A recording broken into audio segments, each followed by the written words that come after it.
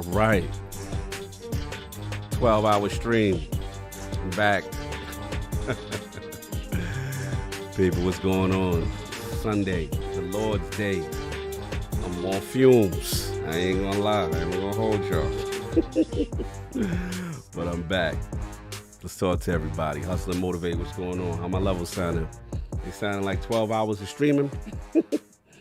Boozy the Clown, what's going on? You know what I'm saying? What's the time? Time to drink wine? No doubt, yeah.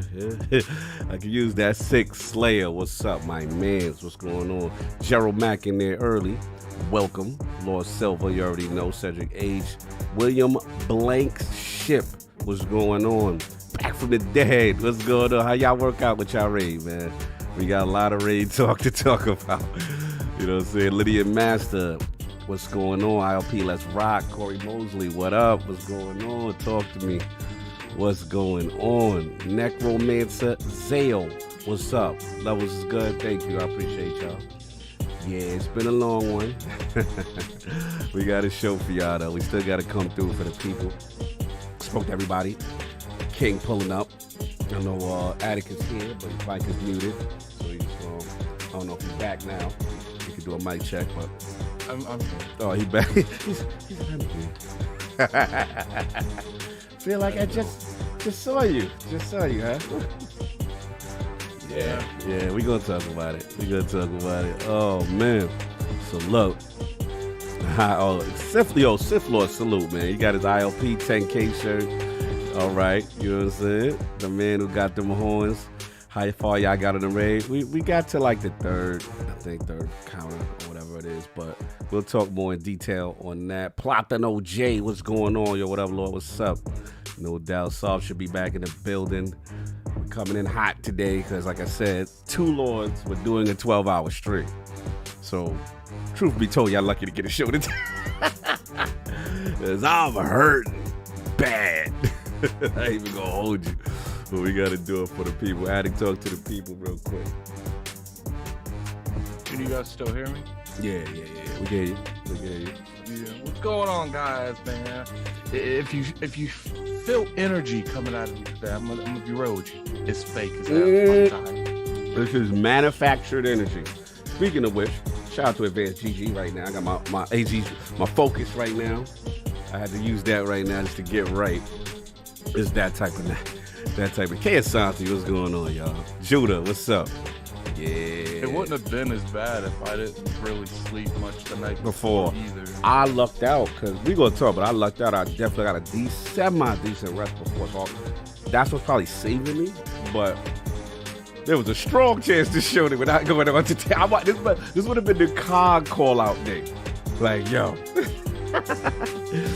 Anyway, look. We're going to close it up. We're going to get some Dallas bars. King is pulling up. Saul pulling up the original ILP in its form. Doing it back. No guests, because we got to get back to the core, the essence of this. You know what I'm saying? So we try to do once a month, no guests. And I was actually happy there was no guests. I didn't have to do it each. Anyway, see y'all in a minute. Oh, wait, hold on. Phoenix down. He said I was concerned. Yeah, Phoenix does. I was concerned around 1:30. Yeah, trust me when I tell y'all. Trust me when I tell y'all, it came close to, you know what I'm saying? I'd have been like, yo, Adam, y'all want host? I'm dead. I would have stayed in that bed with that alarm hit. Cog about getting the extra. Yes. I got the extra. I got to check on my shipping. It should be soon because you got your, oh man, I'm jelly. I got to check on my shipping. But yo, we will be back. King will be pulling up. See y'all in a minute.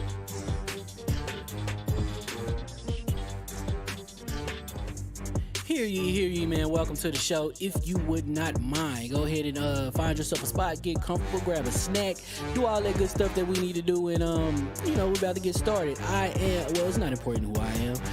What's important is that you are pulling up to the Iron Lords podcast right now as we speak, and I guess I'm here to keep you entertained until it's time to get this show started. So, look. Y'all done messed up and turned me to an animal. And haters be swearing they real, but come to find out that they really mechanical. And yeah, I be eating these rappers, but that's all a part of me being a cannibal. And they say I'm better than money because you can bank on me being accountable. I know a million rappers that don't want to be on a song with me, that's understandable. I kill a beat and they want to compare me to Freddie and Jason. I'd rather be Hannibal. They be like, why use a video game? Just be original. Y'all too dramatical. I know it's random, but I am addicted to flipping the sample and making it flammable. This is that This is that yoga, fire, flame. They think it's arson up in the apartment. They call it department and I get the blame. Still I be running, collecting them rings. You just a target when I'm in the range. I was the hardest to start regardless back when you was messaging people on AIM. Check my vocals. All on Twitter, but I'm anti-social. Love my city, but I'm still bi-coastal. I got Nah, let's switch that. What is you doing? What I wanna do, Don't man. stop. Nah, that was dope. I'm Keep just that, sick of keep this. that, keep that going, keep that going. Nah, go ahead. Look, I guess you could say that I'm very spoiled. For them to be your dogs, they ain't very loyal. But I ain't gonna hold you, I ain't here to boil you. You ain't gotta say it, I'm embarrassed for you. Always been a nerd, never been a loser. Making Voltron with a gang of cougars. And I'm going places, better tell a Uber. Cause it's pretty hard to sleep on Freddy Krueger. That's... Whew. Let's do that again. Hear ye, man. Welcome to the show. If you would not mind, go ahead and find yourself a spot, get comfortable, grab a snack, do all that good stuff that we need to do, and we're about to get started. It's not important who I am. What's important is that you are pulling up to the Iron Lords podcast right now as we speak, and I guess I'm here to keep you entertained until it's time to get this show started. So look. Y'all done messed up and turned me to an animal. And haters be swearing they real, but come to find out that they really mechanical. And yeah, I be eating these rappers, but that's all a part of me being a cannibal. And they say I'm better than money because you can bank on me being accountable. I know a million rappers that don't want to be on a song with me, that's understandable. I kill a beat and they want to compare me to Freddie and Jason. I'd rather be Hannibal. They be like, why use a video game? Just be original. Y'all too dramatical. I know it's random, but I am addicted to flipping the sample and making it flammable. This is that yoga, fire, flame. They think it's arson up in the apartment. They call it department and I get the blame. Still I be running, collecting them rings. You just a target when I'm in the range. I was the hardest to start regardless back when you was messaging people on AIM. Check my vocals. All on Twitter, but I'm anti-social. Love my city, but I'm still bi-coastal. I got Nah, let's switch that. What is you doing? What I wanna do, Don't man. stop. Nah, that was dope. I'm Keep just that, sick of keep this. that, keep that going, keep that going. Nah, go ahead. Look, I guess you could say that I'm very spoiled. For them to be your dogs, they ain't very loyal. But I ain't gonna hold you, I ain't here to boil you. You ain't gotta say it, I'm embarrassed for you. Always been a nerd, never been a loser. Making Voltron with a gang of cougars. And I'm going places, better tell a Uber. Cause it's pretty hard to sleep on Freddy Krueger. That's... Whew. Let's do that again. Hear ye, man. Welcome to the show. If you would not mind, go ahead and find yourself a spot, get comfortable, grab a snack, do all that good stuff that we need to do, and we're about to get started. It's not important who I am.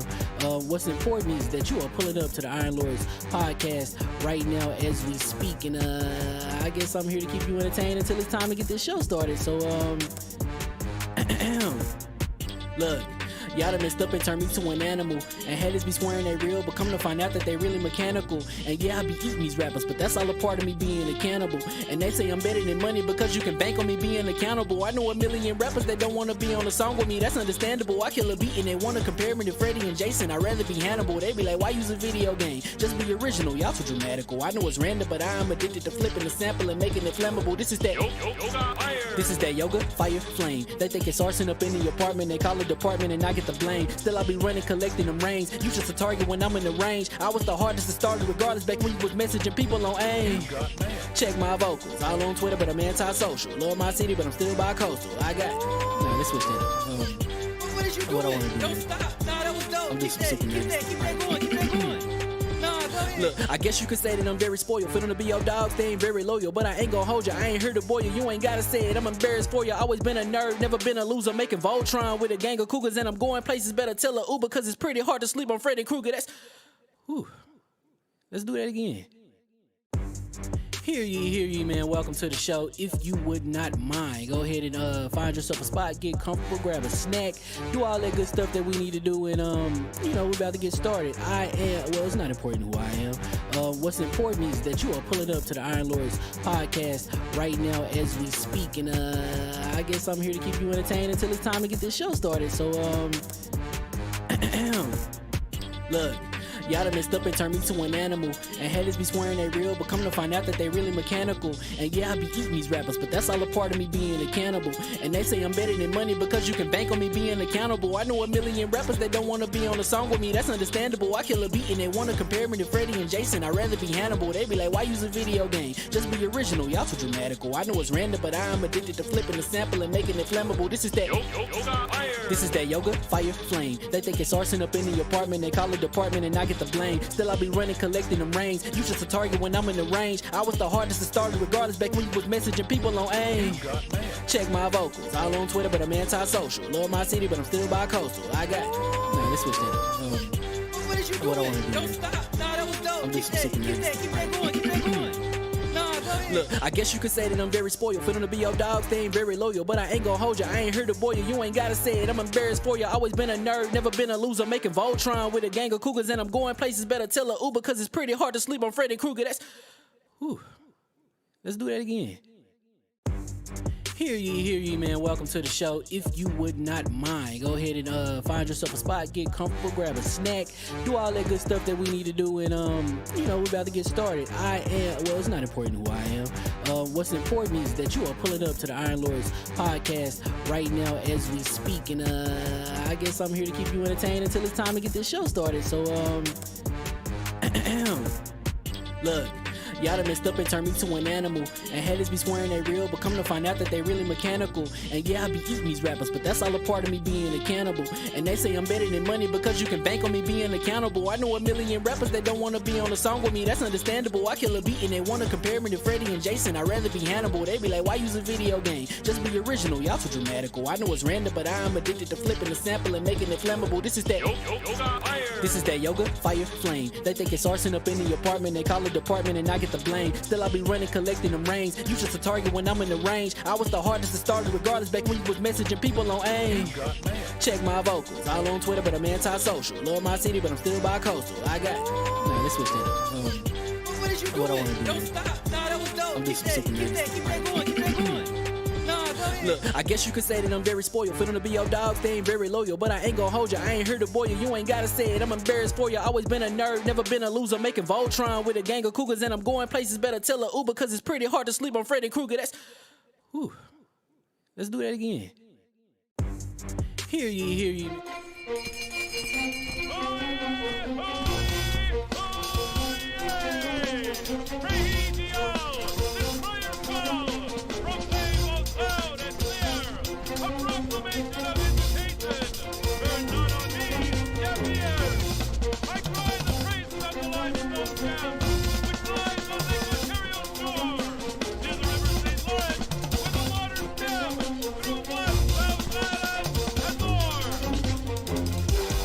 I'ma just chill and watch them and eat snacks in the attic. I wanted to chill with the pack and be like a young wolf, but then they would mistake me for addict. If I can imagine it's cool to give you some advice, then invite your girl to your squadron. Cause if you don't give her that option, you gon' be single player like Sovereign. You gon' get tossed in the bushes by King David. Royalty and not a pretender. Detrimental to an elemental, what's an avatar to a knee bender? I gotta be me though.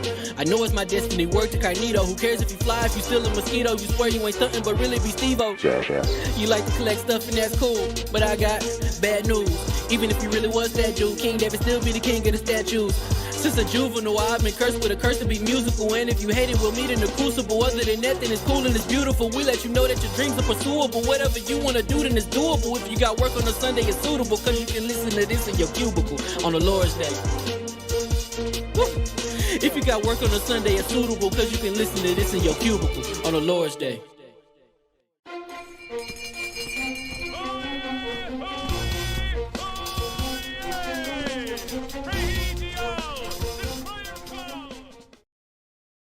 All right, not today. And the mics are hot. And let's check the levels real quick because I'm very unprofessional today. So excuse me. Hear ye. You're excused, sir. And I think we are live. Attic just checked the levels because I'm very unprofessional today. Very unprofessional. We good? We good? Check the level. Yeah, not the levels. I mean, check the stream. Just real quick, Okay. But anyway, 12 hours later of a stream. We're alive? We're alive. Hear Barely ye. alive. Thank God we put that rule back where we don't have a guest for one show a month, and it worked out great. But anyway, welcome back to the Iron Lords Podcast, LLC, and the lordsofgaming.net. Episode number 247. It's another glorious Sunday. We're back at the round table on the Lord's Day. And today, we've got the 12-hour Vow of Disciple Raid race to discuss. EldenRing's... And the fiasco that kind of was. That had nothing to do with us. Oh, yeah. We got stuff to talk about for sure. EldenRing's massive success. Halo Infinite Season 2 update. And Gran Turismo impressions to discuss. So we're going to get right into it. So let's introduce the four horsemen of gaming, the original Knights of the Realm here at the round table. My co-host with the co-most, my brother from another mother, the difficult game conqueror, Lord of his own world, and the Howl of the Young Wolf. My man, Lord Addict of the Addict Show, and my 12-hour raid partner. How we doing? I'm exhausted, man. Remember, what's funny is like, because right now my mom's in town, so she was in there, and I told her, I was like, wake me up at 12:30. She's like, I think it is 12:30. I was like, no, it's not. Please say it's 12:30. Yeah. So literally I went to bed like it wasn't even 5 minutes after that, because I was already exhausted 3 hours before that. Like, and that's why when people kept saying this is the last try, and I had to just speak up that last time. This is the last try. We probably went for an hour on the last tries in quotes. Like, oh man, yeah, it was a lot of last tries going on, but we're gonna get into that. But you know your beanie's inside out, Addict, right? His beat is right. His beanie is right. You're lucky my beanie's even on at this exactly. point. The fact that he here and his beanie's on, that's all I care. his beanie threw up. No doubt. Other than that, sir, have you got a chance to play anything else? A lot of Elden Ring, and I started a triangle strategy. Oh, so I be looking out for a review for that in probably the next 3 or 4 days, because I'm gonna have to know like that to finish that. So, but that game's not Elden Ring. It's not gonna take me 100+ hours to beat it. So no doubt. And of course, we have our most technical gaming lord, the solo gamer who lives for the single player selfish experience, and also the Sostradamus, the Lord of Clarity and Lord Patreon of the Iron Bank. My man, freshly rested off of Batman, which I didn't attend. Lord Sovereign, how you doing? I am doing well, doing fantastic. First off, apologies for missing last week. Yes. I missed Gustav and Luca and Jimmy Champagne, but I was listening live, so I was laughing. Jimmy As Champagne fans tend to do. Yeah, Jimmy Champagne missed you. Jimmy. Yeah, that's what's up. No, we're not. No, we're not. We good. Oh no, I think we're good. Yeah. No, we're good. What did I do? So I finally beat the Halo Infinite campaign. I did that. Oh, okay, good. Okay. Finally beat that. It's fine. Gameplay wise, it's fantastic, right? But they left it where obviously there's more to come. There's certain revelations about characters and stuff like that happened. I like the sort of conclusion of the of certain storylines, and I like that. But it wasn't like it's what I feared with an open world Halo. Okay. I didn't feel the set piece moments were there like in a Halo 3, and I didn't feel those moments were there. But the gameplay moment to moment is great, man. So that's why I always felt like the perfect type of pacing I would love from a Halo is the pacing and set pieces I see from Wolfenstein. Yeah. Oh yeah, where it's just all crazy. Interactive. That's how the campaign I would personally like a set piece narrative. Linear story like Wolfenstein. Crazy linear though. That's the thing. You gotta find the middle ground, right? Yeah, this is a Lego game. I like I like the open world of Halo, but I did feel like, and I even stated in my review that I did feel like as alive as it was, it still at the same time did not feel alive. Like it kind of felt like a dead life. Yeah, a lot of empty space. I will say open world, there wasn't a lot of like you didn't see like a lot of like animals and stuff in the open world. Well, it really wasn't, because they were killing the animals, and true. The story about it is dope. I just like when you find pockets of people and little things going on in that little pocket. Bro. Like, what's they talking about? I like I loading just- up in the FOB and then like Yeah, giving everybody a and then going sniper out. and then going out. Yo, and- how many times did you drop a ship on or a tank onto one of your Yeah, own yo. people? And I'm like, yo, fam, just- could you move from the spot? You see what's about to I happen. I guess what I meant by like the world being alive is at the beginning it makes sense. You're coming into a war that you lost. All the regions have been they've been taken over by the banished. But I felt like the more banished you took over, I felt like the more presence you should have seen the Marines. Like not just a couple here and there. Like by the end of that game, half that ring, if you would have done those side quests and stuff, should have been occupied by the Marines. You know what I'm saying? Yeah, so I did that. I didn't get a chance to play any more Horizon this weekend, and then just last night I got to play a little bit more of Elden Ring. I got some thoughts, man. You made a good choice. You got thoughts. I say it. I know you got thoughts. I got thoughts, definitely got thoughts. Leave the bridesmaid for when you're bored. And Batman, exactly. Yeah. Sorry, Ayla. And Batman, I have to say, it is a different Batman movie, and I was there for it. There were moments when watching it, I was like, okay, this is a graphic novel, and they're going all in on the graphic novel, and to that extent, it was very much a Batman detective story. There were moments there that I think because of it's a movie and it's like a 3-hour movie, they could have interspersed a little more action up front. Okay. Because I think towards the end of the movie, you got more what maybe some people expect from a Batman or superhero movie. Right.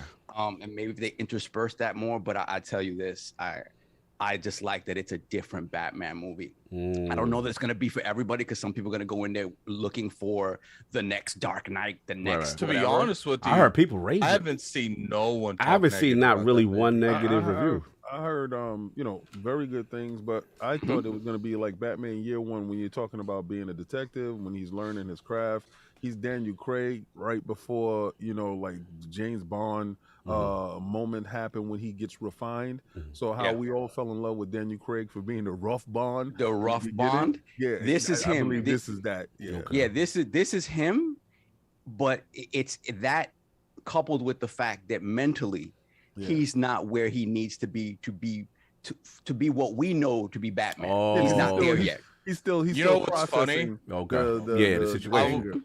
I was watching a documentary of them making that, and the dude who played Batman, Robert something, I can't remember his name. Pattinson. He actually as far as like what Batman looks like and how they portray Batman, that's entirely him because he refused to do stuff that previous Batmans did, like shape up, get buff. Like it's him.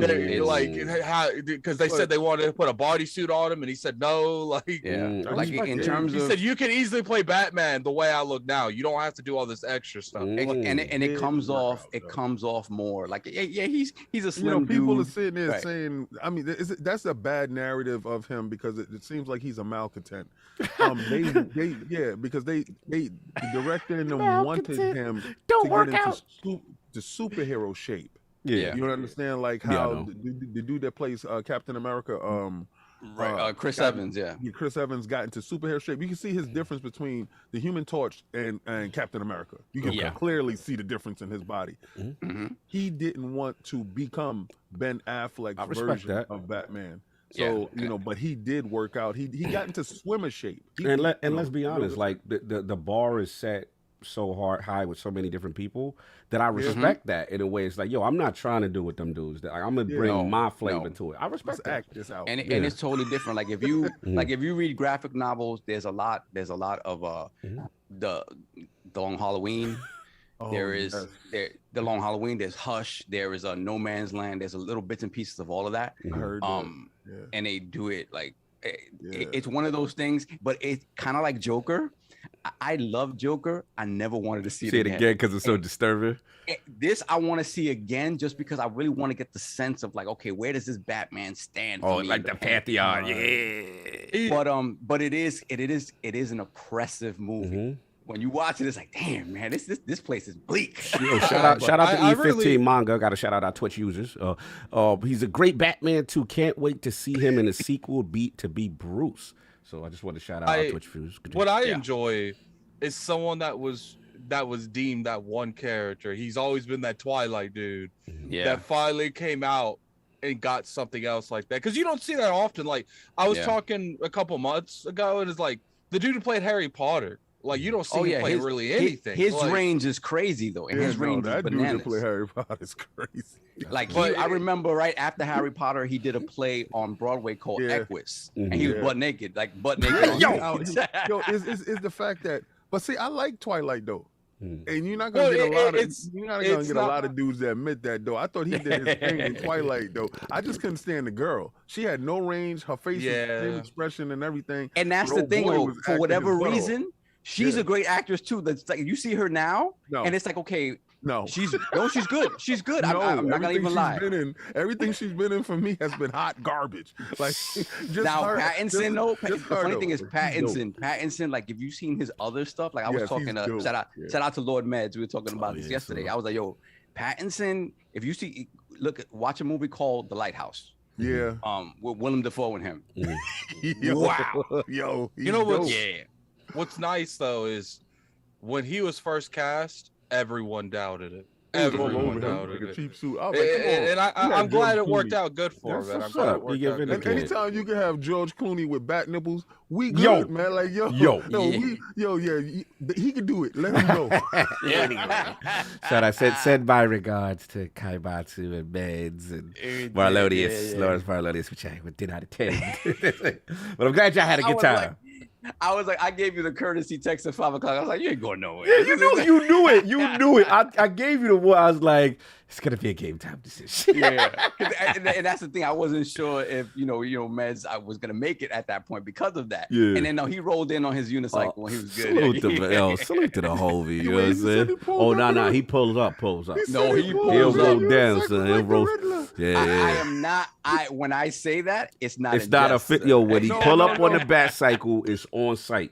He better not let me see it because that's fire. You gotta see it. I know on God and them you're catching these roasts. I'm a roast you for the whole evening. That boy you economy right there. The bushes because my roast game is crazy. You can pull up in the.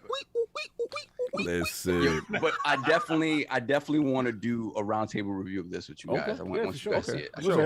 I'll probably see it next week. Yeah, I'll probably see it next weekend. That's what I'm doing. Yeah. At this point, that after that raid, everything this weekend's done. Yeah, it's back to normal life. Anyway, that's been it all. Yes, sir. And of course, waiting patiently and also rested the Incredible Hulk of this, aka the XS Gamer. Ooh. The prophet of Xbox. Whammy. King of the statues, who demands nothing less than that premium experience. It is the leader of the fraud alert movement. Ooh. Beloved. Lord King, how we doing, sir? I'm doing better than you guys. I hate you. 12 hours of power. Yo, you need to do day one raids. Going. And you know what's funny? Attic, he can't be a Destiny fan if he ain't day one raid. Yes, I can. You'll be making fun of us for that 12 hours, but you'll be the first person to be like, let's use that 12 hours of experience. And then he gonna be like, yeah, I want the premium carry after that. So wait, did someone beat it yesterday? Yeah. We're gonna get into it. A lot of people beat it. It wasn't them, like I said. Yo, way to go, team. Hey, to be fair though, we only have one encounter left. Yeah, you do. You did. You did. Oh, actually, we had two encounters. I looked. We'll get into it. There's a jumping puzzle. It is not really a jumping puzzle, bro. Yo, my timeline is crazy with you Wildcats. Oh, Chocolatito yesterday. Shout out to DAZN for putting on Chocolatito. Yes, sir. Versus Martinez yesterday. They thought the young bull was gonna come in and school old boy. Chocolatito came out looking like a young Muhammad Ali. His name is Chocolatito? No, Roman Gonzalez. Chocolatito. Chocolatito. Oh, I thought his name was Chocolate Tito. I was about to say. No. Not Chocolatito. It's like, it means like little chocolate. Yeah. Okay. He came out with the 1950 gloves. His gloves was the color. You know, like how Muhammad Ali used to come out there with the brown? caramel gloves. Yeah, the brown. And I'm gonna tell you, he took this boy to school. And just when you thought the gears was off, like, okay, he already learned him, the 10th round came, and this dude had a second gear in his butt. Pause. And he turned it up. He was doing things to this boy. I was like, oh God, stop the fight. Stop the fight. It's just an exhibition. It's just an exhibition. You ain't got to do it like that. He was rolling. He was pivoting. He was placing his shots. He had an educated jab. He was, yo, this dude, it was like the young boy, because they was talking about, you know, he might lose this one because the young boy is coming in and he has the vigor and the strength and the determination. Why they got that face in that mouth? Take out Chocolatito. Chocolatito's on his last leg here, and we don't know what he's going to do next. Chocolatito came in and said, I heard everything you said. Y'all must have forgot. With the old school Roy. Boy, pound for pound. Performance. Okay. Like, cause young boy is good. If you look at him, he gonna look like a bum. You can put this out there. This week I've been playing Mad Destiny. Shout out to my man Hot Monkeys 11 for getting the DLC. And guys, back. Yeah, we still on 30 Days of Coats. Right now I'm looking like what am I looking like? Bane? Am I looking like the Vulture? You know what you look like, King? You know what you look like? Bad boy this and bad boy that. King, you know what you look like? What he look like, Addict? You look like someone that didn't do the raid day. You know what? You know what? I look like like arrested person. You look like an arrested person. That's all. He said I look like somebody got common sense. Yo, shout out to Senpai. He'll never admit it. He'll never admit it, but he was looking at that raid and be like, man, I wish he was good. He had the bang going. He was like, oh, you think Saba Yo, you still go. Yo. Cannot do that. Do that again. Yo. Don't be hitting us with the Bane voice. Saba I'm stopping the podcast, yo. Y'all disrespectful. Yo, you've merely adopted the dog. Merely adopted. I don't like how fitting that is. Molded by it. Anyway, what else you been playing, sir? Oh my God, everything. Like, that's the whole thing. Like, I sat there and watched y'all buckle down for 12 hours, yo. And I was watching y'all. And my wife, I said, they still going. Don't sell batteries and Energizers. They out here. They still go. She said, that's 12 hours for real. I said, look at the time, babe. Look, I'm having my drinks. I'm toasting to y'all.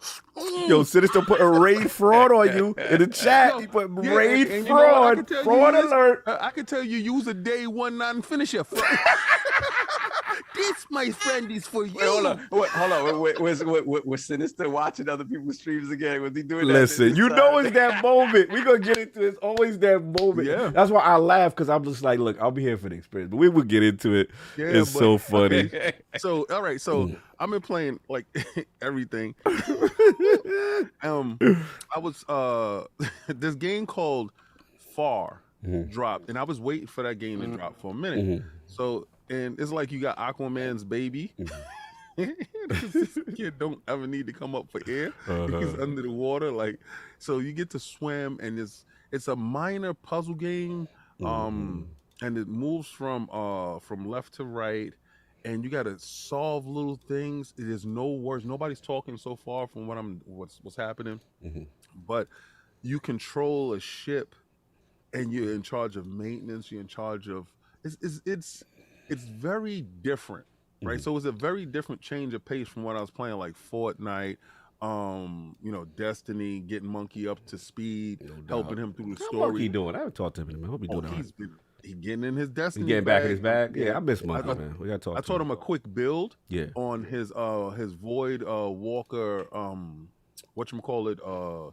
You use Devour a lot. We use Devour a lot. Yeah, yo, bro. Yeah, Devour's crazy. It saves you, bro. Yeah. In the raid, I will say this: like, there was a lot of moments. Devour for Void 3.0 just really could control. It's weird. You could really control. Worked it. Yeah, they really worked it. At first, I was pissed off with it because I was thrown into it. I didn't know what was going on. Yeah. And I said, I guess I'm not using Void. But after I got that build down pack, shout out to who helped me do that. I'll check again. Yeah. Anyway, so I got the build together, showed Monkey the whole build. Monkey's up to speed with it. And then I decided to pop in my Elden Ring. Oh. First, I got to say, a lot of you people that was talking about there's not a robust character creation. Y'all just talking about hair. Yeah. Okay. Y'all just talking about That's hair. fair. That's fair. And maybe some minor That's skin fair. tone. That's fair. Because y'all don't got the wave braids For in there. male. Y'all ain't For got the male. shag. But hold on, I gotta interrupt you. Because me and Prince did a joint on this. Be shout out. But you're all right. Females is lit. You're lit. Bald-headed dude. I made me. Yeah, you see, Bald-headed you bearded lit. dude? But if Bald-headed any bearded type of black other dude hair is is going dead. on, bro, like it's not Hey, but official. But that's Yeah. and this is when you only care about yourself. they not supposed to make themselves. I was trying to make me, right? Yeah. And the closest I got was you. bald, tanned, Caucasian man. That's like they ain't got your beard in the joint. You gonna feel away? No, I'm gonna feel away. But I'm talking about Attic. See, but they do though. You could do the I salt and don't. pepper. I've Yeah. Attic is always- always in every game though. Got it. I've never cared about how I look in these games. Like I didn't realize I was an EXO in Destiny till like a week ago. Like I took off my mask and like I'm an EXO. Like what? Like I'm a robot. I'm not even a human. So why would I care what I look like in any other game? Like especially in like the From Software games, I'm putting armor on. I ain't never gonna see that. Like Continue, you King. I covered interrupted up you. mostly, but at the same time, again, the sliders and the stuff that you're able to do, you can do the width of the nose, the dimensions in the eyes, the roundness of that. Very robust, very robust in a lot of things. And again, I don't see where the Hair. hate comes in. But talk about a hard game pause for people that aren't ready for that style, right? Yeah. Because I'm looking at the blood on the floor, and I'm like, oh, okay, I can read the blood. I said, hi, blood. And then you see some dude like, no. and the first time you was like, you were scared you were getting attacked the first time you saw it? Yeah, exactly. I was like, what's up? Because Addict said the red people, right? So I'm like, red people. Oh, red people. Oh no. I said, oh no, he's a admiration. He's warning me of something. And these dudes is trolls. They tell you, oh, secret over here. There ain't no damn secret over there. So I'm like, okay, I go down and I look at the world. Shout out to them needing to refine that stuttering. Please, I got VRR on. I got all this stuff working and it's on priority frame rate. Wait. No. You know why? I'm gonna tell you because Performance? Yeah. No, Sekiro looks good. Like it runs good. From what I saw with Demon Souls and Addict playing, Demon Souls runs good. Yeah. It plays well. No, none of them did at launch though. Sekiro was broken on Xbox. Okay, see, I got it later. Yeah, I got it later. Yeah. But again, I'm like, okay, I'm gonna try to work this out. Lock the camera on whoever I'm fighting. Yeah. I go and the dude says, I see one blood stain, right? And I see these crypts all across. And I'm like, and the one dude, you see him getting beat down. I said, what the hell did this to him? And none of the blood stains said, look out. None of them. Not one. I walk forward. The boss is there. How you gonna have the boss? Like, I don't have no hit points. I don't have anything. Like, I'm just old king walking in the streets trying to fight birds to level up. Not gonna happen here.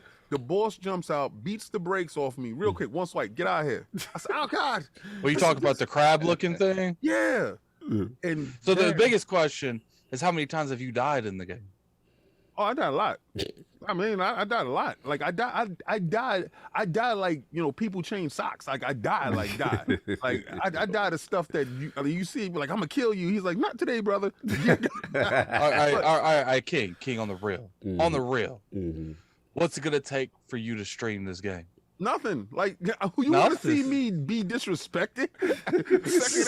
Yes. Yo, yes. I was listening to last week's show, and when you were like, I need Elden Ring, I'm like, the bank was protesting last week. I was like, oh, I'm not giving you Elden Ring so you can not play this game. No. See, I want to play it, but I don't want to play it to broadcast it to the universe. You gotta put yourself out to the world. You gotta do out there. You gotta do. People demand the king. You gotta do your world. He gotta do his world first. Realm. Put a one in the chat. Put a one in the chat. Put a one in the chat. if you want King to stream this, let's see the engagement. Let's see how. But I thought you were tag teaming with Addict anyway. That works. Yo, mad ones. No, we was talking. What the hell are y'all Oh doing? my, yo, game of the they just spammed one's coming in hot. Yo, who are you people? Yo. What type of friends are you? I've never seen this. You see how fast they did that? Yo, they not stopping. Friends. What type of friends are Yo, y'all? Wilby's in here. He said, "Do I need to do a Patreon?" Yo, Wilby's in here. Big Wilby's outside. Oh, Wilmy. My bad. I didn't get back to you next Wednesday. Okay. All right. So what would it take for you to stream that game? Okay. You got got one, right? And I know they're not gonna do it. They gotta. I'll stream. Oh, okay. This works perfect. We just put up the road to PAX shirts inside our Teespring. Yes. Right. Every week we hit 10 road to PAX items. All right, I'm gonna put them up right now. I'll stream. All right. I will stream. I will stream for 2 hours. I will stream 2 hours. Wow. Yeah, 2 hours. 2 hours. Y'all heard that. Y'all better get them 2 shirts. hours. Y'all better get them shirts. I just put the links in there. If y'all can hold him to his word. They say King alt accounts are all the twos. He said King's alt account. It's only like 2 twos. Like it's been like so many. It sucks. It sucks that I got only 2 friends, and I love y'all. Mr. You know what? You know what? I got you, man. 2. Thank you. The world wants to see this. Yo, Misty said King so bougie won't stream for free. Ibata says this man knows how to work the audience. Flame says friends. Yo, they stupid. Listen, I'm gonna sit here and eat pineapples and see y'all not get the 10, and I'm gonna still be playing in the background. Y'all know what to do, Rel. We know how we do with 10K shirts, so now it's the PAX East shirts. PAX East, go do what y'all do. Yeah, the PAX East shirts is dope. Anyway, y'all are slime. Anyway, I want to hear that sound. No doubt. Yeah, this all. Yeah, they say play it on PS5. Play it on PS5. Why? So I can play the PS4 version? Oh, man, that's probably what you should do. Yeah. And of course, after How about no? Is that been it, King? That's all it's gonna be, because anytime I say I'm playing anything, they're gonna make me play it for bucks. And of course, we have the gaming ninja super tired. The shit never be LordCognito, spreading the realness in the realm of the ILP. That'll tell you what you want to hear, what you need to hear. Salute to my man, Mr. Matty Plays. We just did a Defining Duke. It was lit. Talking about what's going on with Obsidian. Looks like there's more information that came out, Attic, right, about that. So go check that out. That's up live on the Last Media YouTube channel. Check that out. But if you can, if you're a part of the Patreon, we got a banger. Mark Dara from BioWare. Classic interview. He's giving up the tea. He pulled no punches on everything. Dragon's Age, Mass Effect, Anthem. We went there. He ain't had no problems going there. So please, if you're not a part of the Last Stand Media Patreon, this is the one to get a part of, because it was premium bars. And we learned a lot about game development. We learned a lot about EA's relationship and how the misconceptions that a lot of gamers have, also about pre-order. Like, he was spitting. So yeah. No, go ahead. I gotta do one thing. Yeah, go for it. Blaze 4K. Oh yeah, Blaze. Yeah, wait. Before you go, Blaze, I ain't got nothing to do with that. So why you throwing my name? Yeah, Cog Benedy. I ain't got nothing to do with that. Don't be clout chasing on me, Blaze. Continue. This is a prime example of King. Yeah, they threw me in the mix like I shot somebody too, and I'm like, yo, I'm over here civilian. I'm like, he's the. I could just see it now. Like they remember that scene in Boys in the Hood where the dude shot the dude. Yeah. They act like you're the one that's shooting and keep driving. Yeah. Like, yo, that's y'all beef. Don't throw me in the mix. Hey, chat. I know you guys do that. Someone make that a clip. Put that on notes. Someone make that a clip. Don't be doing a clip. Shooting people. Do not do that. Continue. Anyway, Blaze 4K. I thought Sony was going to miss the date. I didn't know it was far more sinister than this, but we'll get into that on my topic. But we not. bend the knee. is in, and I'm bending the knee to my man Blaze 4K. Here you go. Down on that knee. Salute, you, brother. salute. That's real. That's real. See, King's a man about it. You know. Now just sit there the rest of the podcast and talk. It's messed up how he still look like. Yo, he look like he didn't even go. He's so big. He don't look like he did nothing. You don't really get nothing out of King doing that. Oh, King. They're already being bought. Oh, they already bought one? Oh, hell yeah. It just popped Oh, up. just popped through? Oh, It's just man. one. It's just one. It's just one. Yo, We you in cool. trouble. Oh, nah, you in trouble, No, right? we not. No, You we know not. how We they cool. do. We heard that about 10K shirts, and look what happened. But anyway. No, that was something totally different. That was an aberration. Get those That packs. was not it. Aberration. Anyway, so yeah, salute to that. Thank you for addressing that. So we got that. But yeah, check out so that. Blaze, you're not getting it again. Go back to the screen, look at it, and I told you I would do it on the show. So this is the first show back. You got it. No doubt, no doubt. So yeah, man. We had that. So check that out. Check out. Oh, Last Word was lit. The homies. Ty guy. Yo, we had Chris Raygun pull up for some Destiny talk on the Last Word, talking witch queen, everything. Yo, it was fire. And yeah, man. So I was gonna do that. Or actually, Solve. You want to get the super chats, and then I gotta set some things up, man. And then plus, Chris Raygun.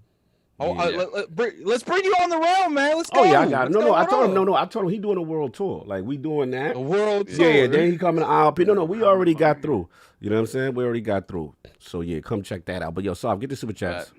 Let me copy and paste this last one. So I have it there. What is So that? last one I got is Suicide King, unless, you know, in case anything pops off on the media needs. So we have to start off. We got Gerald Mack, member for 1 year, upgrading to Lord Silver. Thank you, sir.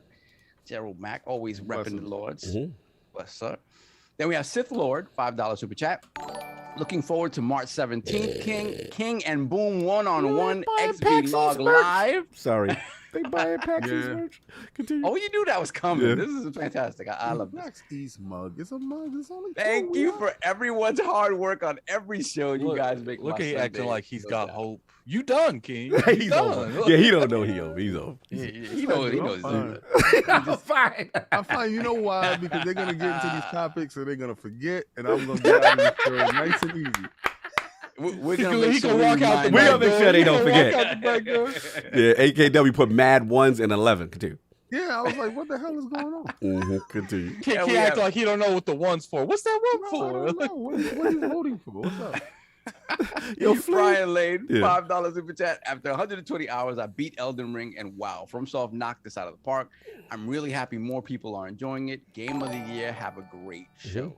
He said 100 and what? There's 20 number hours. 3. He said 100 and what? 100. I got. I think 110. Oh, what the hell are y'all doing? Yeah. Elden Ring. I got a smooth 1 hour. Well, we no, got- you about to have like 20 if we do this 2-hour thing a week. Like, I gotta do what I gotta do. Then But we got anyway. Hargeet Chani, $5 super chat. They are.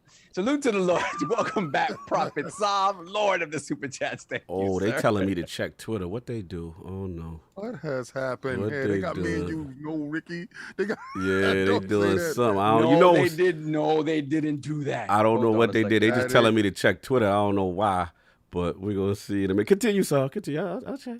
Continue. Then we have Dono Taco, $10 super chat. Juggling Triangle Strategy and Elden Ring right now. Both games are amazing. I said Elden Ring was an 8.5 last week, but it's a 10. Not gonna lie, still not better than Breath of the Wild, but it's pushing the more I play. I got some thoughts on that too, Dono Taco. I definitely do. Then we have Christopher Jones with the £4.49 super chat. Yeah. Welcome, Lords, to this glorious Sunday. Saw the Batman yesterday, and I confidently believe it's one of the best comic book adaptations of all time. Wow. Good movie. Good movie. Good movie. Then we have Kushik Talukdar. All right. £20 super chat. Welcome back, Saab. Last week, Attic butchered my name so bad. How you gonna super chat to complain about how his name was put out? You lucky My you got friends were watching man. and they couldn't stop laughing. I used to be at the top of my class at Roastology 101. Feel like I'm banished to the shadow realm. look, man, I think hope we Get can about all it. agree. Justice. Get about it. I think we can all agree you knew that was happening. That super chat, you knew that was happening, man. Look, kind of the beauty of addict reading. That's the name you chose. That's the name you chose to roll with. But when you super chat again, then I'm reading it. Look in the mirror and how blame did he you. choose to roll with his name? It's his name. He could have made that YouTube name anything. He named it something that I'm never going to pronounce, man. Never going to pronounce. Anyway, like if we could clearly tell that I was at the top of my class. But it is what it is. So I hope I did it justice. If not, correct me out, and I'll take care of it. We have Splendiferous, $5 super chat. No, you wasn't here last week, but this one for you, Lord South Jesus, man. Oh, here we go. I remember how you was talking about my spelling on that super chat, but I'm saying you like the style though. No, reading is fundamental. Let's go. Saul is very particular about spelling with those super chats, y'all. Y'all better be right. Look, man, you guys never heard Audible? What's that website that reads to you, man? That's the way to go. Audible, man. Yeah. Like, over here, sitting here, acting like we read in 2022, man. Audible is a thing. This is disgusting. If I read too much in a video game, I'm already complaining. No, that's true. I haven't read this one in a long time. Continue. So, let me play with your joystick. Yo, we back. Oh, Mom. I see my man is back with the fresh cut. Hey, Sabu. Yo, who is this? You got a secret admirer? Let me play with your joystick. Wow. He said, hey, Saul, Wow. boo boo. Boo boo. Listen, that's a married man, man. You gotta be careful. Man. That's actually Saul's wife. She's in the other room, like That's the burner account. Then we got Gaming Forte, $10 super chat. Last night reminded me of why I love you guys. 13 plus hours with the Lord is amazing. Even when Sinister almost took Addict's head off. Oh my God, we gonna get to that. King and Saul missed a great time, and as always, hey King Boo Boo. Hey Forte. Hey Forte. I don't know, but I think you're already done. I swear. Yeah, that's like 5 10 pop up already. Continue. Wow. Already to roll back to back. Oh, we'll count it up at And the end of the podcast. you know they about it when they podcast. leaving the comments in the merch when they say Someone said King ain't nobody gonna forget about you. Yeah, he talking strong. Continue, sir. You will forget. Then we got Raiden Blade, £2 super chat. I'll help out King. I got an okay mage. All right, so we have other partners. That's right. Then we got Flame. Y'all can join me. Then we got Flame, $5 super chat. Man, 12 hours in that raid. I only got one question. Are y'all winning Guardians? Thank God I avoided that and played Triangle Strategy instead. Game of the year. No one care about you and your triangle strategy. You know what's funny? Shut up, Flame. Shut up. You know what's funny today? And I'm taking all this Scribe of the months away. I'm taking him. Go remove him from resources. Yeah, I'm going to remove resources. That's a reprimand on Flame. He said you got a participation trophy. I will say, you guys thought that 12 hours, it was pretty bad. You know how bad it was that we had to go back in at 6 today. Yeah, wow. We'll see. Gluttons for punishment, but I love it. We'll see. Not today. Continue. Then we got Raiden Blade again, $2 super chat. Did you see the Horizon Forbidden West dev mad at Elden Ring? No, I didn't see that. Yeah, I heard about it. He should be upset that. You know, he should. You know, yeah, that's all I'm saying. You should be upset for Sony for not pushing that game back, or at least trying to come out before Elden Ring. I thought you had one. Like way before Elden Ring. Continue, sir. You did it again. Like it's literally that meme of the big giant, colossal giant looking over like a little cubit. Like Elden Ring, Forbidden West. The dope joint about that is they are the Metroid of Sony. Stupid. Ridiculous. You're hot, but you eat outside. Ridiculous. Continue. Big Miyazaki out in the streets. Yeah, Big Miyazaki's outside. At this point, Elden Ring is like a 5-star restaurant, and Forbidden West is like a McDonald's. There you go. There you go. Get that Crunch Wrap Supreme. Yo. Continue. Suicide Kings, $2 super chat. There will be no helping King. I will enjoy this.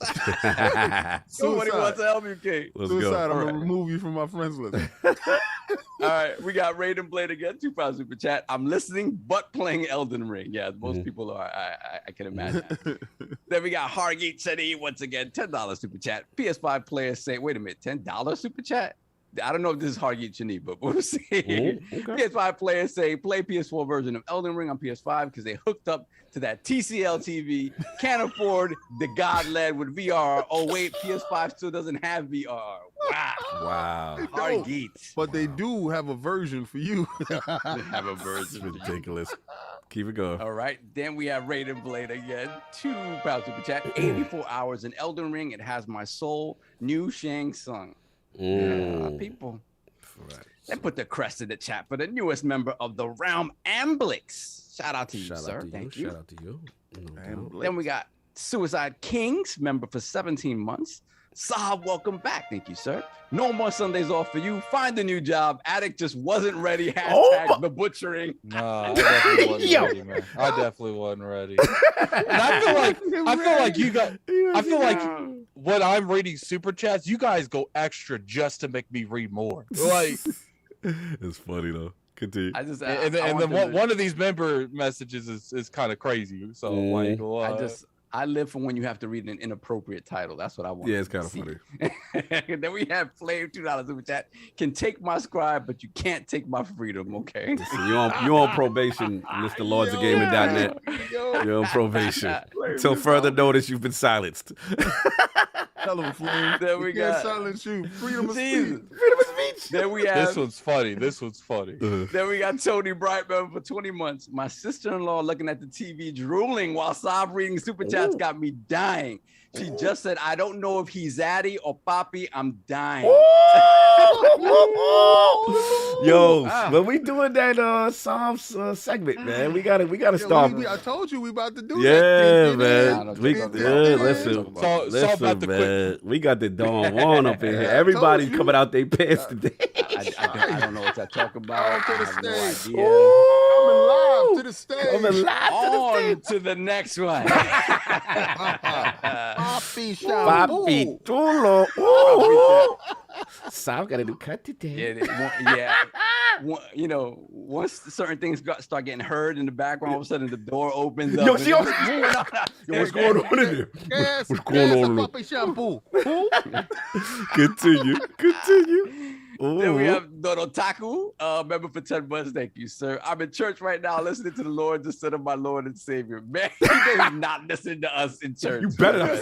He got the earbuds in. The preacher saying hallelujah. He said, hell yeah. Yo, they said Saul need to make an OnlyFans. I'm done. Continue. Saul's OnlyFans is just his face on camera reading super chats. ASMR. We're gonna have Sav doing mukbang. I'm done. Wow. That's funny. Pause. Then we got Iron Mike, $5 super chat. Breath of the Wild and EldenRing must be singing that R. Kelly and Usher same girl because they both knocked down that Aloy chick. Wow. That is a very King-esque analogy there. Yes, sir. Tag team back again. Then we got Hard to Find, $2 super chat. Saab OnlyFans win. All right, let's not. There it is. We all caught up? We're caught up, yes. All right, let me get the merch. Thank God. Let me get the merch. Shout out, you know what I'm saying? Bringing that back up. Don't we got topics? Oh, you got Tony Bryant. You got Tony Bryant. What is merch? Oh, we got Tony Bryant. $5 super chat. 12 hours in the raid. You guys are nuts. Contest mode got extended, so me and some of the ILP clan brothers going in blind tomorrow night. Salute. We did have like 3 ILP clan. Members. Shout out. Yeah. No doubt. Wow. What? Splendiferous. $2 super chat. That head gonna get rubbed today, Lord Saab. Not by me. Anyway, pause. That was super pause. Whoa, pause, Willie. Yeah, we gotta shut him down. Oh, shout out to Stuff Sean bought the classic tee. He says salute. This is why I said to the Lord. That pop up. This is old. This is old. Because anybody who said something that when we off, I try to read it. Old. Yeah, salute to the Lords from the Elden. You making up phantom clothes. Salute to the Lords from the Elden Ring of Ireland. He said thank you for the amazing show every week. Shout out to the best best team in New York. Go Bills. I just want to make sure we didn't miss anything. All right, Anonymous. What I do want to say is if you actually get out to PAX East and you got on that shirt, take a picture with me. Yeah, take a picture with us for real. We'll be out there April. T-shirt. All right, back from dead. ILP clan member. OG salute. He got the classic tee. He said just wanted to. Doing? He said, yeah, he doing good, man. Just wanted to show my support. No. What is it? What is he doing? What is he doing? You're a clan member. What are you doing? No, he didn't buy the shirt. You could. He bought a cup. Okay. He bought what? No, not the PAX cup yet. Not the PAX cup. He bought a regular cup. You should have just lied to him. I should have just lied at this point. Yeah. Good. He said he said I just want to show my support to my Destiny brothers. Gotta look good when I see you at GCX. Oh, he's going to GCX in June. Yeah, well, I'll be there in June for sure. Me and Attic should be there. You know what I'm saying? I'll see what's going on with King and his schedule. Back for dead, and he bought a dad cap. The dad cap first sale. Just wanted to show my support to my Destiny brothers. Gotta look good when I see you. That's what's up. Necromancer. Here they come. Necromancer Zale got that classic PAX tee in red. This is for the King Gaming stream. Mystery got a PAX stainless tumbler, 20 ounce, for all the runes King loses in the stream. He brought what you mean losing runes? Yeah, he got the joint. Then ZGL7 bought the classic tee, PAX in white. He said, ha ha. That's all he said. Ha ha. Then we got the silver PAX little tumbler joint. You know what I'm saying? Bearded Panda got a bearded PAX premium tee. Ain't nobody gonna forget one King. So he got that. So that's it for right now. Bearded Panda? Yeah, Bearded Panda's up in there. So look, we got all the merch, all that good stuff. Just let's focus. Okay, first of all, public service announcement. Let's just focus on the topics. Don't worry about no stores and no nothing like that. It's like get off the rails, King. Yeah, let's not get crazy. So look, y'all, it's that time of the month. LordsGaming.net. We have been blessed to have tremendous writing talent. All those who aspire to be great in lieu of my brother, Lord Dizzy, who I'll give some words on after. But, the competition is extremely fierce, man. Tremendous team. We got new people signing up all the time, being a part of this. The meetings be lit, you know what I'm saying? And just a lot of collaborative shoot-ups. Again, I want to salute before I even do the whole Scribe of the Month thing. Salute to the editorial team, man. Everyone's really pitching in. Shout out to Lord Mahmoud. Shout out to Nick. Shout out to Lord Frost. I see you still in the background. You ain't go away. But salute to you, man. You're always giving your input and everybody. Macho, Condor's back. Salute to everybody in the team, man. Really making the writers good. But it's time to celebrate one particular Lord who's recently... Is he bending the knee? The knees out. The knees is out? Oh, yeah. The knees I was trying to figure out what's going on. The knees, them up? No, we set them up. Now we set them up right. Now we got them right. Now we got it right. The knees, we wanted to bend the knee to the editorial team and everybody else. That's what that was. That was on the fly. I just freestyled it. Anyway, for a mistake. But look, here's the time we got to celebrate one that definitely went above and beyond in the month of February. Exceptional writing. He had a tremendous seafood coverage. I was loving that seafood coverage. You know what I'm saying? He had he had an interview with the developer, Kung Fu Kickball, our people, Jonah from Wellfood. Jonah from Wellfood Games. He did that. And he is the Lord of EldenRing and From Software Games cover. He's smiling because he know it's real. He know it's real. My man, we probably present the Lord Dizzy Lognet Scribe of the Month. Lord Infinite Ammo, a.k.a. Daniel Amoroso. How we doing, people? Speak. Thank you very much. Thank you, Cog. Thanks, guys. It's a real pleasure. Real pleasure. No doubt, man. I feel kind of, I've got to be honest, Cog, I feel a little guilty because since I found out I was writer of the month, I've kind of down tools and I haven't written anything. I've got to blame EldenRing for that. Riding on the coattails of your success. I've got to blame EldenRing. I'm 75 hours in now. And I'm actually on the last boss, but I've tried to mop up as much of the side stuff as I possibly could as well. So I've got a lot of writing to do about that. So I will catch up. I've been slacking, but I'll catch that up, I promise. But honestly, it's a pleasure. I love being part of the team. Love adding as much input as I can. It's a real pleasure. Brother, it's been awesome to have you in such a short time. Again, you've been contributing. I love the approach to go get it attitude. Shout out to Flame. Everybody's giving you your props. A couple of scribes in there. Congratulations. You know what I'm saying? That's what's up, man. He's been killing it. And like I said, future is bright. Can't wait to be doing more things with you. Get ready for April. It's going to be busy for you. Yep. We got stuff going on in PAX and coverage should be coming your way. But now, all jokes aside, tremendous work, brother. And salute to you. Really appreciate you since you joined the team, man. I had to give you your roses. Make sure you square up with Solve in the Iron Bank and get some of that swag, anything you need. I will do. I'll be in touch, so don't worry. No doubt, man. Appreciate you, brother. Thank you, guys. I really appreciate it. Honestly, thank you so much. No doubt. Enjoy your Sunday, brother. Thank you for taking the time. Enjoy. No problem at all. You take care. No doubt. You. No too, doubt, man. man. Cog, I actually managed to get this going. The Patreon. All right. So yeah, while we do that, let me just finish my thing. I just want to, you know, I know we got Lord Dizzy Scribe in a month, and you know we definitely want to give our respect to that. But yo, it's been a year, man. It's been a year. It's the anniversary. We lost our brother, and you know, I just wanted to still shout out the family. You know what I'm saying, and Rose and his son, and you know, we definitely want to honor you and keep your legacy going. He meant so much to us, and it just really hit me like, damn, it's been a year, man. You know what I'm saying? So yeah, salute to him. I see, you know, wifey's posts, and sometimes it hits me. So I try to give her space because you don't want to all the time be up on someone, but I definitely want to send love to the family, all the whole team. You know what I'm saying? Reaper, Frodo, Chris, his mom, everybody, man. We still kind of stay in touch, and I'm probably not as close as I should. That's why I wanted to say it publicly. You know what I'm saying? Just to let you know that, yo, never forgotten. Always gonna keep his memory alive. And yeah, this is for him. So salute to him. Put Lord Dizzy, put some in the chat.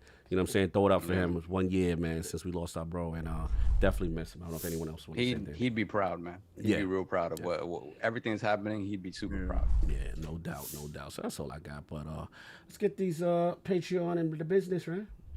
No doubt. Let's get into this once again. It's that time of the month to say thank you to all our Patreon members and YouTube members, and give back to you guys. Do we have a tier or something in there that a Patreon member can come in and help me? Man, find that out. Like, we can get a Patreon dude to get in there with this EldenRing, because since y'all want to be ones in the chat. For $10,000, a patron can come in there and wipe out and wipe out all the number ones. All right, so let's go. Let's get our $10 gift card giveaway, and that goes to Joe Bell. Government out there, but that's all I got. Joe Bell. Joe Bell. Joe Bell. No doubt. What else we got? All right. Our $20 gift card I keep saying super challenge. Our $20 gift card giveaway goes to Brendan Carr, rarest tortoise. Okay. That's his name? Brendan. That's his name. Brendan Carr, rarest tortoise. The rarest of tortoises. Salute. No doubt. All right. And our Teespring giveaway for the month of March goes to... Who get the drip? Oh, well, okay. I'll read it. What? Dustin Furman. What? Last Stand Media family. Whoa! LS7 in the building. So for real? LS7 in the building. Dustin Furman, the Shadow Broker. The Shadow Broker? What? He has his tentacles in ILP. You know how he does. He's like 10 cent. He's the 10 cent of Don't 10 cent on him. He's got that 10% ownership. Who the hell financed that? All right. No doubt. We all What's up? Yeah, so we're good. Thank you once again to all our patrons and YouTube subscribers. We appreciate all the help and the support. It is absolutely 100% appreciated. So thank you. All right, cool. And I just got one last bit of business, and then we got a show to kind of get into. Yes, sir. So, yeah, man, we got, I believe, the poll. Yes, last week's poll results are in. The people have spoken pertaining to review scores for highly anticipated games. How much should bugs, glitches, or major performances influence the final score? The winner of the three-way poll at only 49% of the vote was a studio's past pedigree should not influence the review if riddled with bugs or major performance issues group.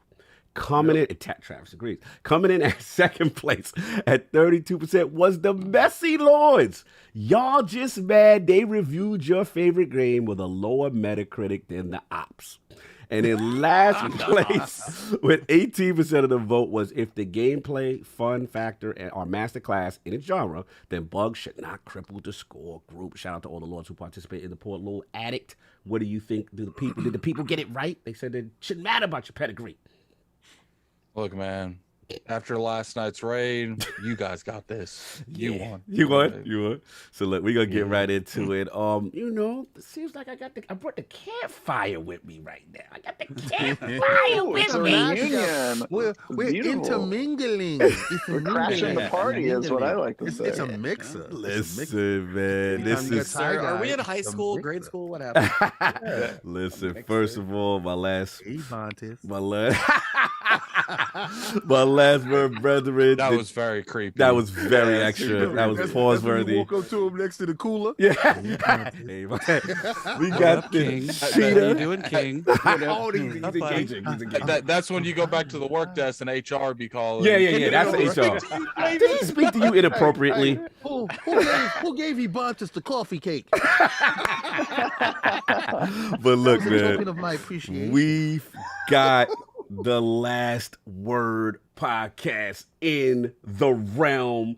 The triumvirate is here. Let's start with the cheetah first. Raid Day. What up? What's going on, man? It was Vow of the Disciple. Let's talk about it.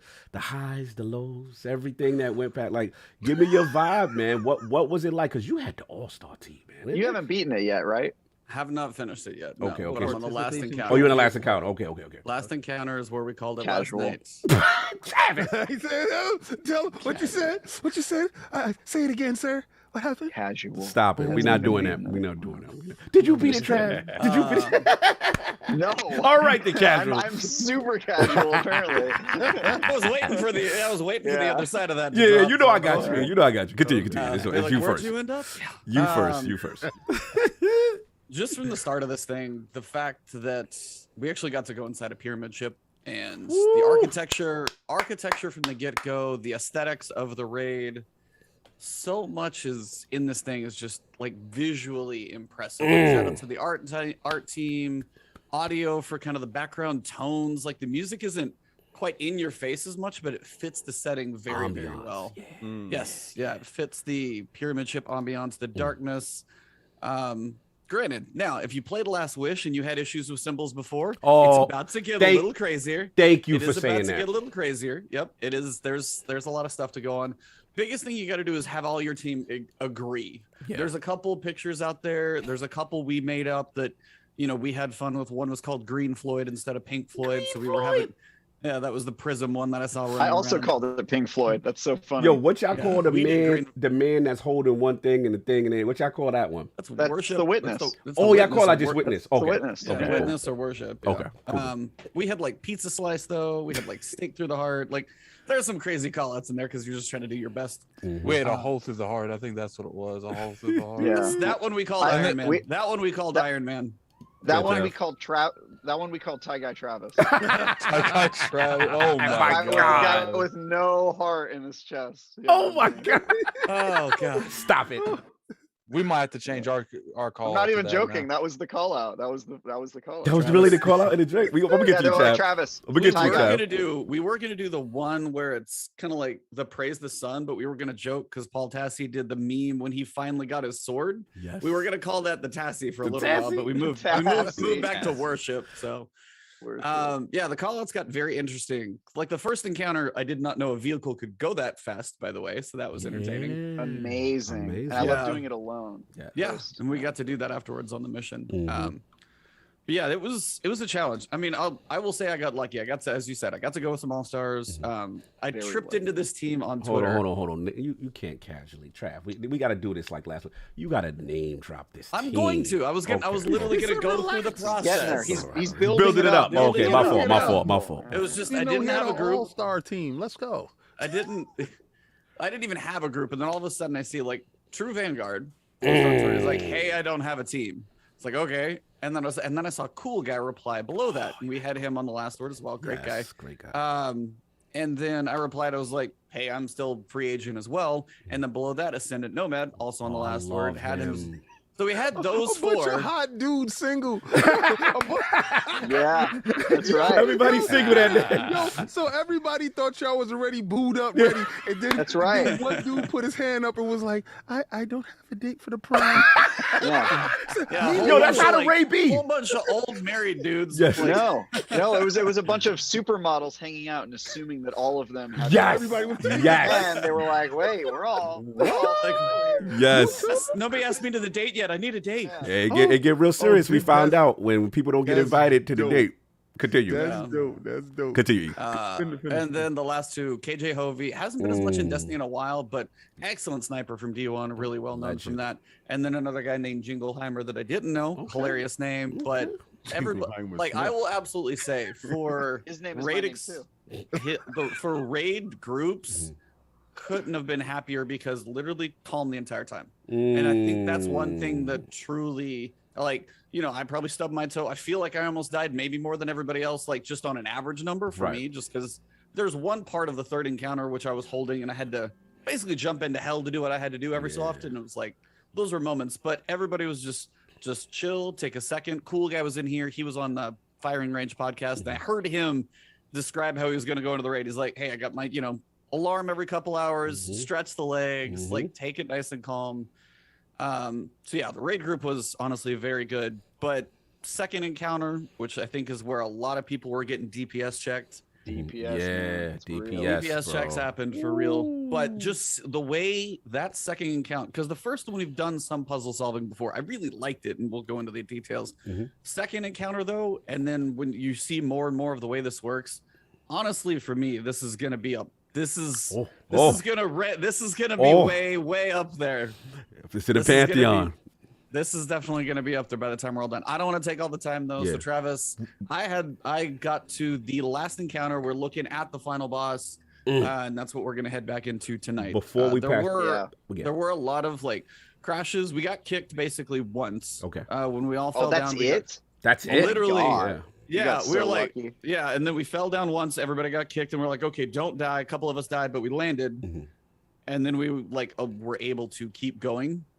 And then from there, we were good. So we were very, very lucky on that front. Wow. The Bungie extended the 24-hour emblem to 48 hours because hours of anteaters and bugs and kicks and server crashes and queues and all of that stuff in the introduction was a struggle for everybody. I don't know if it ever fully got resolved for some people, if it was a struggle at first.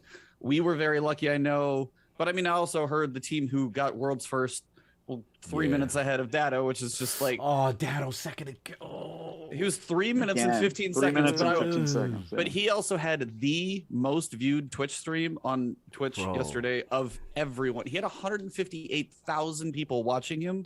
When I went to check, I was like, oh, I heard he won. And I looked and I was just like, holy. So yeah, he's probably doing fine again. He'll have a 315 merch shirt. He's going to be good. He'll turn that into a business. But yeah, I was like second again, but he's a legend. He'll be fine. He's a legend. Yeah, real quick before I pass the Trav, I just wanted to ask, like, for you personally, I know what my moment was, but I wanted to get two moments. Like, one, what was a moment, maybe without spoiling it's too much, because I know King, I don't know if he wants any bars on that, right? So, like, was there a moment for you where you were like, okay, this is a top raid? And then the second thing. See my background. Oh yeah. Okay, amazing. say no more. Say no Skybox. more. Okay, say no like more. literally just the world. I mean, it was cool going up to the pyramid ship and then kind of the first encounter right after that first encounter. Yes. Right after that was the moment encounter, for me. The horses were weird with like 12 butts, which What's was up with hilarious. that? I have no idea what's up Some with stallions. that statue. Yeah, but when It's you a, look over the edge, I just was like jaw dropped. Yeah. And Big that's time. when it got to be. You look around, and then later on, I know where you end up. Yeah. It's like a dungeon. Like you can see where you end up. And when I finally went back on the mission, you can replay through today once it opened up. Okay. Man, the world that they built inside of this pyramid ship is like nothing I've ever seen in Destiny. Absolutely. So I can explain the horse butts. Oh, we're gonna get to it. Isn't that a little interesting? I will get to you. One last question for Ian that I got. That what was the moment that almost broke you? If you could remember on an encounter or just something with you particularly, you like, man, I don't know. He had a good team. He was probably never feeling it, huh? I was like, I was like, I've had this before, like Atrax on Deepstone Crypt, We were there, and it's like you have different people like saying this thing, or one person's not doing. I'm telling you, like, I got lucky, but I will say, like, even for me, just a moment when I know the encounter that's after Caretaker, which that's I'll just say what it is, the one that it takes a lot of polish on contest. And we got to the point where, like, if there's stages, I'm trying not to give too much away. Multiple stages into it, we were getting like, okay, we figured this one out, getting the polish down. And it's just one of those moments where I'm like, okay, it feels like a good run. We got this going on. I've got an important thing going on, and I basically like stub my toe and fall down. It's just like, and it's like, and it's you're not the only one, and it happened to everybody multiple times, but it's one of those where it feels like that, like a good run, and then you stub your own toe, and it's like there's nothing worse than having a good run, and you having a good run, and you see that red pop up, and you're like, oh my god, no. You ever have like the best player on the raid team die, and secretly you're like, oh thank god, like it wasn't me. It makes you feel like you're like, oh that like earns me some credit, so I can be like, well, you died once too, so no doubt, absolutely. All right, that's why I built my entire Titan around not dying, like my entire Titan around not dying. I was the Void 3.0 was Void 3.0 was big for probably almost all of us, I think, actually. That's what's up. Especially though, I never don't have an overshield. It's crazy. It's insane. What was funny is when we was fighting Caretaker, we would run out of a well, so I would pop my shield sideways, and it would give us all overshields. Like, you can do that sideways or in the back, and just rally barricade, man. Rally barricade actually is useful during a lot of the encounters in this game. That's what I'm learning. So you should do it. I got a break protocol slow-mo backslap with a super messy super chat. Hey guys, so just wanted to show that the chat is as disconnected from this conversation as some Destiny players were disconnected from that raid. Salute. That's a perfect setup for Trav. We get it. Most Destiny players, actually. He's a division player. We never got disconnected. Trav, I need you to roast. Trav, can you roast him? He's a division player. Like, could you roast him? I mean, yeah, you can't really talk on Destiny if you play division. Man. It's just like, it's like, you know. I mean, what's funny is like you can't get disconnected from the division when no one's playing the division. So, there it is. Yeah, you don't have login queues in the division. There was no world first to get in. Hey, Slow-mo, do you also make fun of the PlayStation ecosystem from your Stadia? Oh, yo, messy. Very messy. Just curious. I love it. I had to sick travel. I had to get travel. But look, Chav, it's up on you, man. Look, you know, world's first. We talked about it on Last Word this week, which was an amazing episode. Chris Raygun in the building. You know what I'm saying? He's a great guy. Oh yeah, absolutely. I love that we was able to do that on Friday and just get you in. But look, man, like, how was it? Give me the team construct. Give me the highs, the lows. How was it, Trav? Yo, he did the oh, you know it's real when he do the. It was rough. So first of all, I have to comment on the review thing. Of course, a studio has nothing to do with how good a game is, right? Like the review, it's all about the game. You shouldn't take any other factors into account. So that I have to comment on. Yeah, okay, of course. Yes.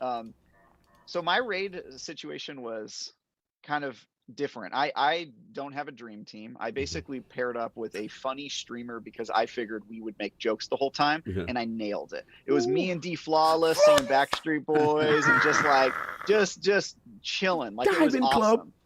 The other four look at Travis Felling and blaming it on, that happened. We just sing Backstreet Boys. But listen, I've played with Travis before, and we had a great time. Yeah, Travis. So I understand your philosophy in going this, because you knew it was going to be a bunch of stress. Travis went into the right knowing he wasn't.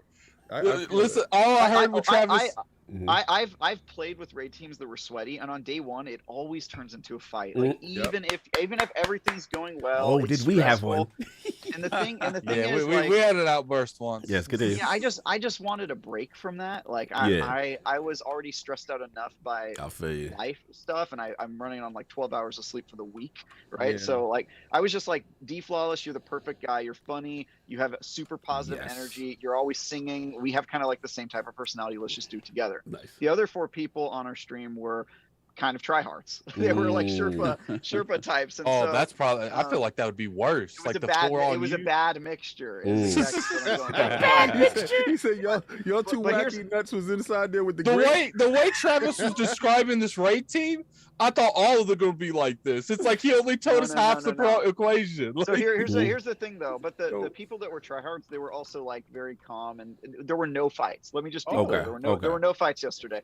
The problem was that we went in and we were just crushing it, right? Like we just blew our way through that first opening encounter, and then we got our first DC, and it really took the wind out of our sails. And then it happened 2 more times, and we had to repeat the encounter 3 times. And then we got into the first encounter. Finally, it didn't crash on us, and we started getting DC'd for 4 or 5 hours. 4 or 5 hours. So I actually didn't start playing the raid until like 3 p.m. in earnest. And in between all of the disconnects,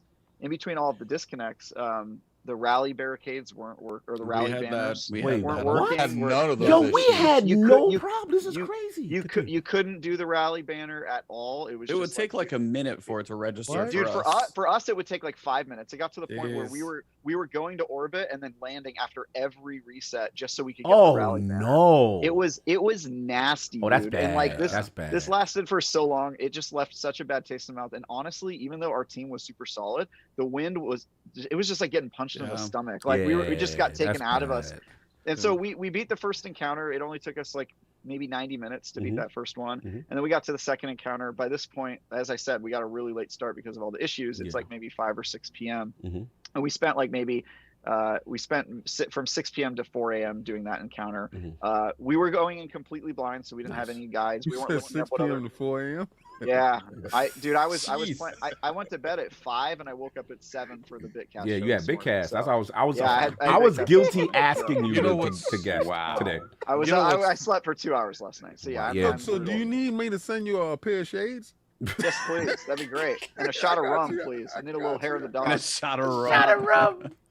So yeah, we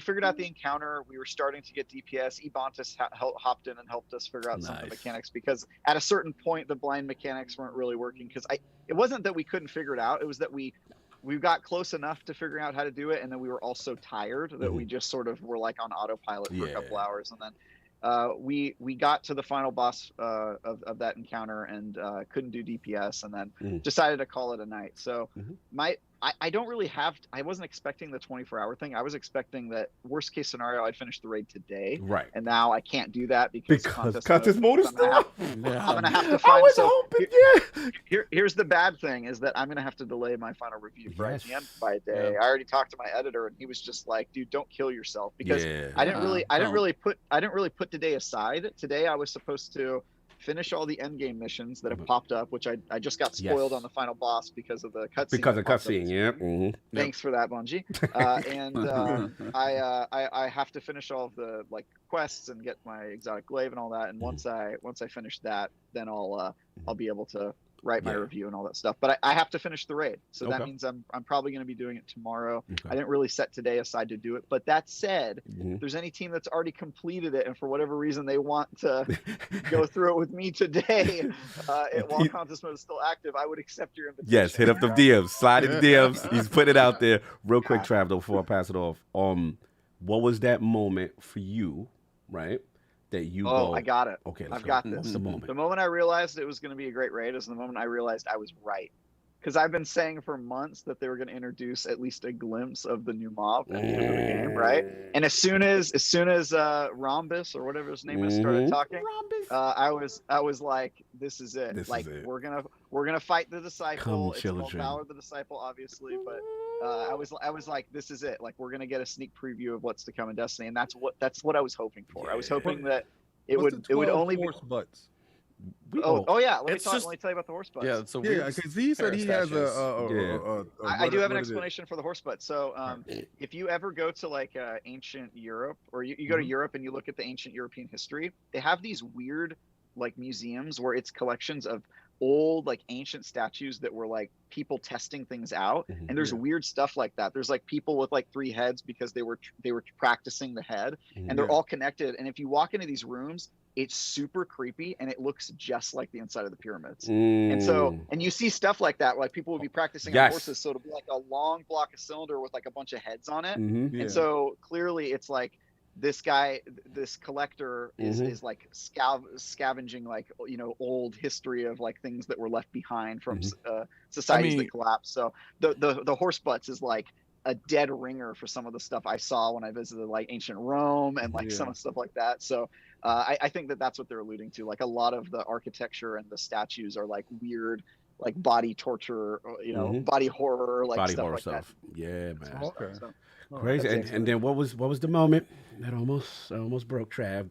Questioning life. Almost broke me. Honestly, it was just it's what it always is, which is just the attrition of staying up forever. None of the encounters were super hard, to be honest. I have a feeling that as soon as contest mode is over, we're gonna just destroy. We're gonna destroy a lot of this. Yeah, it's gonna be crazy. Like especially the encounter I'm on now. We're just gonna blow through it. Like I already. We have the motions down pat. It's really just doing DPS. So let me ask a question, right? From a super relaxed player, because you said, you know, casual, and you said you're super casual. I'm super relaxed, right? I'm super relaxed because I knew for the fact that I wasn't doing that day one crap because the level of stress that goes into it, and then when somebody looks over at you and be like, "You're dying too much," I'll throw a control at them. Sure. All right, so that's why I could feel Ebontis when Ebontis says, you know, yo, it felt like I was dying a lot or whatever. So when, you know, somebody else died, I felt a little bit good or something like that. And I get that, and I understand that because I look over at Tack, because Tack can say something, and then he'll die, and I go, shootout. Yeah, just like that's the biggest thing for something like this is you need to check rate, like egos, attitudes. It's just like work together and just know everybody's gonna screw up. Yes, you have to have that mentality. You have to have the right team for sure. Right, because a lot of dudes go in there with their egos. So and it's warranted because a lot of you guys, like when you said Ebontis didn't have a group, I was like kind of shocked, to be honest with you, right? Because you expect, Ebontis got a group, you know. All his videos are solo videos. So that makes sense to me. That's true. And that makes sense. That makes sense, Ty. But my question is, and I know it sounds ignorant in me saying this, but I never do day ones anyway. So what is, for anybody that doesn't know, what is this like this contest mode, the competitive mode that y'all keep talking about? I don't understand. Do they make it harder for you guys? Yeah, basically what they do. They basically lower the they cap the power that you're at so that you're 20 below the encounter, and they basically put they're all red bars. They put you at a very large disadvantage, and then you're also doing less damage to all the enemies. So basically, it means that you can't really.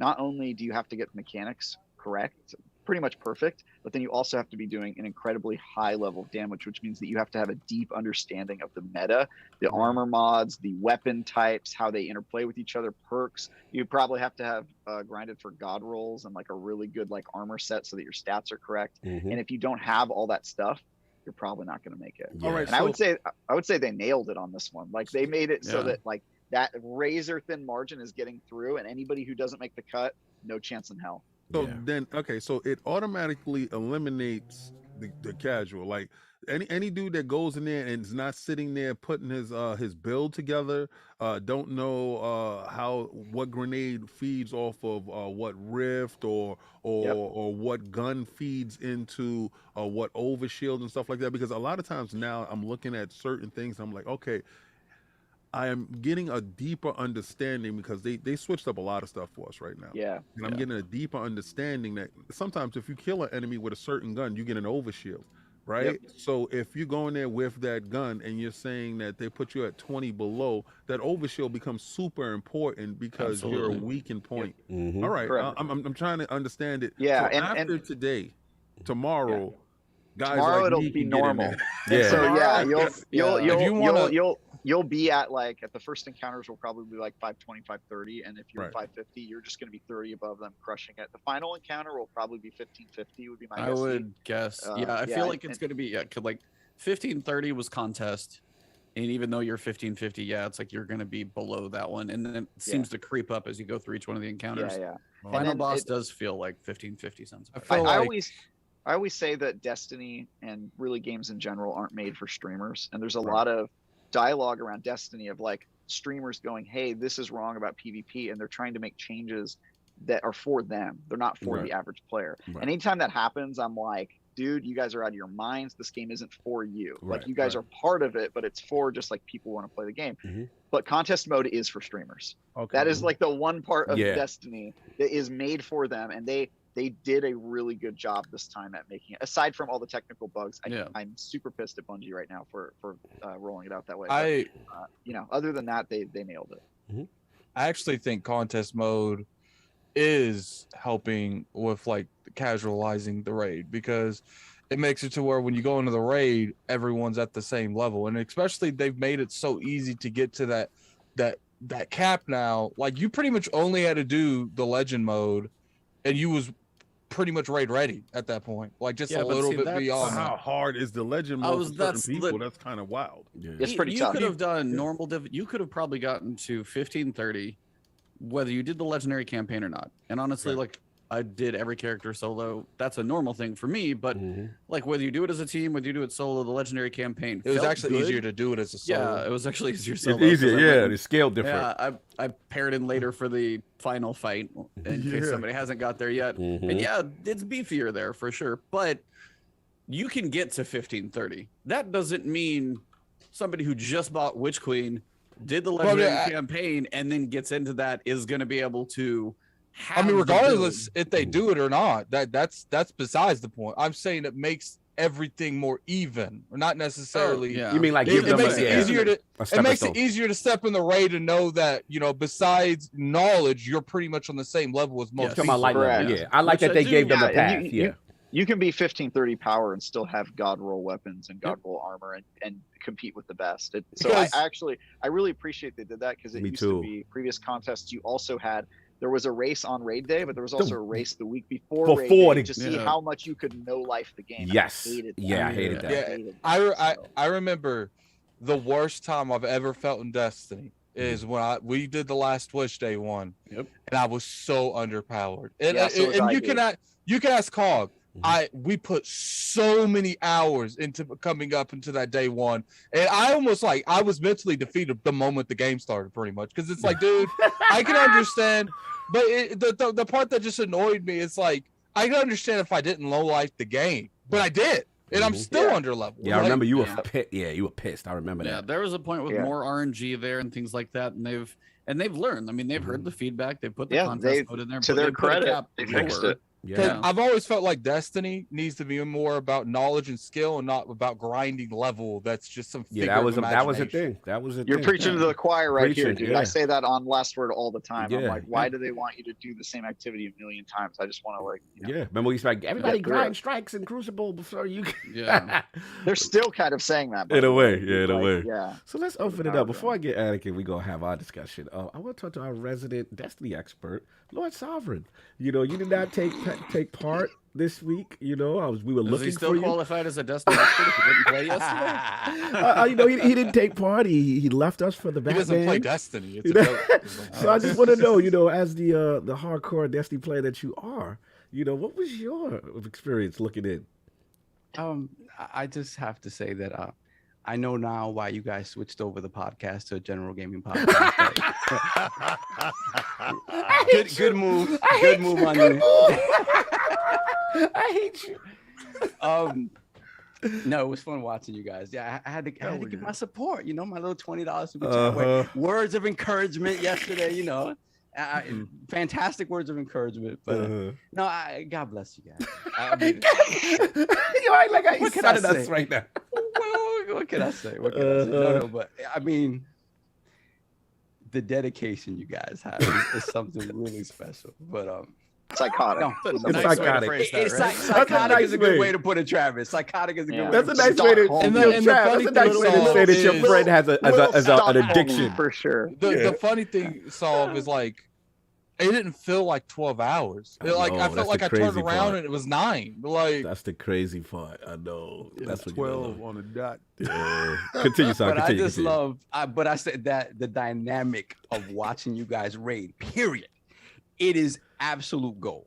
It is gold because again, like Travis said, Monta said, you have to check your egos at the door. When you're playing ILP, no one checks egos at the door. Like none of that is happening. Actually, you would be proud. We only had one outburst in 12 hours. But you had a bunch of. I heard somebody almost died from the outburst. So it's crazy. It have escalated a little bit. So what I was able to watch. What you was able to watch? I went to see the Batman. No, it's just the initial parts of you guys trying to figure stuff out. And the figuring stuff out part is really fun to see just because it is everybody going in blind. You have no idea. And then the thing about these encounters is that they're always multifaceted, right? And it always requires some sort of cooperation in terms of like, you're doing this, I'm doing this. And it's like, that's very cool. I've always respected that about Destiny raids. It's just, it's not for me. No, of course. But I'm the first person to discourage people from playing Destiny for sure. I'm like, people ask me all the time, should I get into Destiny? And I'm like, no. but now I really feel like the answer is like really no. Like it's really hard, I guess, for a new person to come in. Like in terms of the lore, like so much stuff has changed. What have they done? What have they done to onboard somebody brand new, saying, "Hey, I'm jumping in with this"? They did one thing. Nothing. They did one thing, which is they brought everybody's power level up so that you can play the Witch Queen right away, which they haven't done in some of the previous expansions, and that sucked. But other than that, Destiny is harder to get into now than it ever has been. And their new light is hot garbage. That's in my review. Stuff. Dude. I have a friend who played Destiny back in the day. He played a little bit of Destiny 2, dropped off, and then he logged on to play Witch Queen, and he was like, "Why am I? Isn't this the first mission from Destiny 1? Why am I playing this?" He was like so confused. Yeah, and, heard that. Everything they changed about it is just very uninviting. So, but does that change help sort of onboard people where it's like, okay, because at first I thought they retconned all of that, and it was like, that doesn't even. The only good thing that those beginning missions did, because my girlfriend just did it, is it does give newer Destiny players the opportunity to get some exotics that we had to grind for a little bit. But besides that, the tutorial's horrible. They don't really explain much of anything. You don't even get your sparrow off the bat, so you have to walk everywhere for a good portion of it. Really? Oh wow. Yeah. It's not good, man. And I talk about this in my review, but like if you're a new player, it's so daunting, and all the added new currencies in this expansion, it's that you really can't bad. see. You can't see it. Dude, it drives me insane. We have people in the Last Word podcast defending that, and I'm like, how? How was that? Who are these people you talking about? Ever good? They were, and I was in the chat going like, "What are you talking about?" He was like, "Well, you can see them if you hover over perks," and I'm like, "That's not seeing it." Yeah, that's not. The only reason that it's there is because they want to show you. Okay, it's imagine if it wasn't there and you just didn't know why it's not working. Like, Yo, E, I do want to ask. I actually think it was New Rad who said that. Yeah, I think it New Rad said. So I want to ask E. Yeah, you can't. It's more of like he was stating a fact, but yeah, it's like it's not. It's not. Done, it's not. But E, for like to Saab's question, and I'll open it up for me and King, is that in reference to the campaign lore, though? I mean, as far as like the Destiny having an actually good campaign, because I think even though Saab doesn't play, good campaign, even though Saab doesn't play, he's probably never going to be a Destiny player, and there's a lot of people in the chat. It's like, oh my god, what are they talking about? But like, could you explain to him, like, in your opinion, as far as storytelling for this campaign in a pocket, how would you explain that to him? It's like I'm not like on Destiny's lore nerd level. I'm not on a Bife's level. I'm not on a Mayans level. I've, consumed a lot of their content, so I have an idea what's going on. So going into this one, I got more out of this story because I had some background. Right. Because there was an idea of like, I have heard of this person before. I even got a reference of seeing, we got technically a graphical drawing of Ziva Wrath for the first time. Like there were certain little things that I noticed, but I will also say it is one of the coolest Destiny campaigns, even if you probably don't know, just to experience like the voices and the character you meet and then the world that you experience. And then what happens towards the end of the campaign. Just the fact of this is a turning point for storytelling in Destiny. Yes. We've been building up to this over the last few seasons. Season of Splicer, season of The Chosen, season of The Lost. We've been building the storytelling actual kind of cohesion. And then this is a really good culmination of the past 3 seasons. And now we get to this campaign, and I'm just excited to see what comes in the future seasons, what happens in Lightfall. because of what happened in this one and the quality of what we got, I would say even if you just play Destiny for the story, like, hey, you play through the campaign, chill. You like, and if you get the deluxe edition, that's up to you. But it's like you even log in like, hey, I'm gonna play Tuesday for like an hour just to keep up with the story. It's at a point where it's actually worth doing that. And then if you feel like you get addicted to like, hey, I'll play little strikes, I'll experiment with weapon crafting, there's some other stuff, convoluted or not, but just getting the story beats over the course of the year is a fun journey to be on at this point. No to doubt, me. no Yeah. doubt. Yeah. I always say that Destiny is graded on a Destiny curve, where like when players who play Destiny will be like, "Oh, Forsaken was a pretty good story for Destiny." There's always like that little asterisk. That's a good point. But the Witch Queen is genuinely a good campaign and a good story. Period. Not just for Destiny. Talk but like to 'em. it's actually good, which is like that is the first time this has ever happened for this franchise. And I mean I criticize Destiny's story all the time for being a little too EU, you know, they rely super heavily on the stuff that doesn't happen in the game, and this is the first time where like you can play a Destiny story and be like, damn, Destiny's got some story chops, which I did not see coming. Yeah, so, salute to the narrative. So that's very interesting to me, right? That the fact that it's in the, everything is in the gameplay and the story, the cutscenes, everything. You're not going into like what are they called, the grimoire cards or whatever. That's over. You don't have to log on weekly to see what Crow is up to. You just play it, you see the cutscenes, you experience the story, and at the end you go, damn, that was good. I didn't see that coming. No doubt. So let's open up, King, before I'm give it to you, then I'll let Attic and me go last.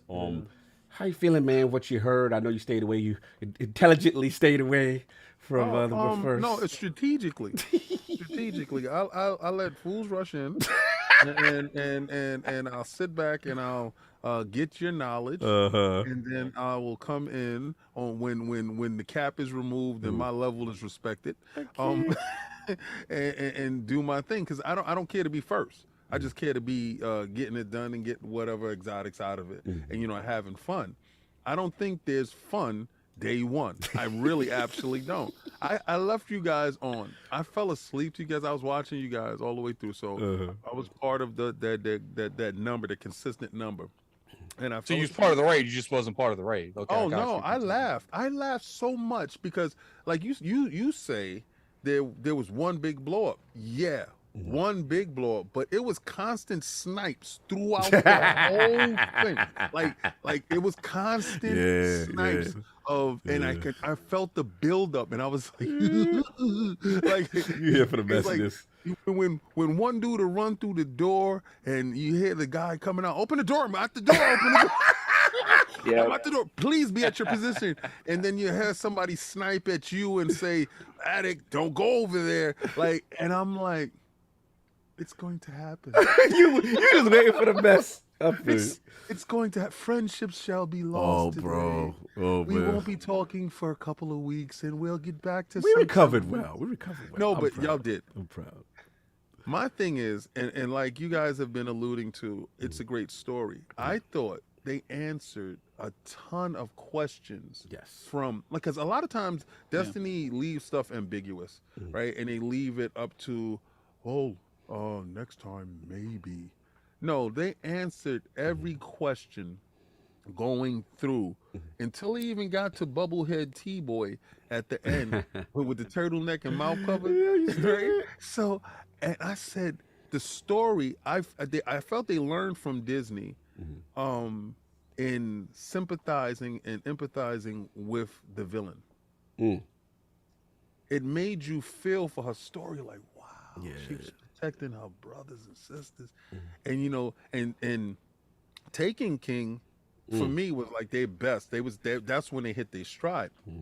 I think this was leaps and bounds, and they perfected it in the point where, like you said, from that's $79. I told people, pay the $79. Right, pay the $79. Go, don't shortchange yourself. Go inside, get everything that you're gonna get. You'll be good with the 2 dungeons for the next 5 years and all that other stuff. But the story itself and the ability to either use casual or use legendary mode was fantastic. And like you said, if you're going through by yourself, you add somebody else into it, because I noticed I was taking dudes down with 1 Gallahorn shot when I was by myself. A dude to jump in. Now it's a Gallahorn shot and a couple of pulse rifle hits. And then the third person. And then it's 5 Gallahorn shots. The 3 scaling is ridiculous. It's nuts. Yeah. It turned it into a mini. And what's funny is when raid. we was playing it, I just thought that's the way it was. I didn't know there was all this scaling to this Me neither. degree. I thought it was just that tough. I was like, And then the tokens. yeah, the tokens. Then it turns into. I still wish they would take tokens out. No, I don't. I love Really? it because you can I love blame them, yeah. people. I love you the can blame blaming. people. You know, the You're like, level hey, of I'm sorry, I blame- already used my Okay, see, token that's on not a you. good reason to leave them Exactly. in there. You know what the token. worst thing is when you're like, yo, I need to be revived. And the person near you's like, I already used my token on you a minute ago. Like, I can't revive you Yep, I again. can't. Like, We're going to die because of you. Because of you. Like, there's nothing worse than you walking around and they're like a revive, and I'm like, dude, I already did. I can't revive. Can't revive you again. no more. Yeah, I used my token. I used my yep.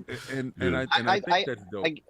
I get what he's saying, but like without the revive tokens, there would be no challenge. You could just Yeah, I think the revive. I think the reckless. tokens are important. I It do. forces Because you. remember in the Taken King when we got killed by like certain moves that Oryx did, we were like, oh, it's cool. We'll just revive everyone. Like, there was no real sense of danger. It was just like, let's just Now revive. it is. All it took is one person surviving, and the whole raid was fine. Yeah. Not now.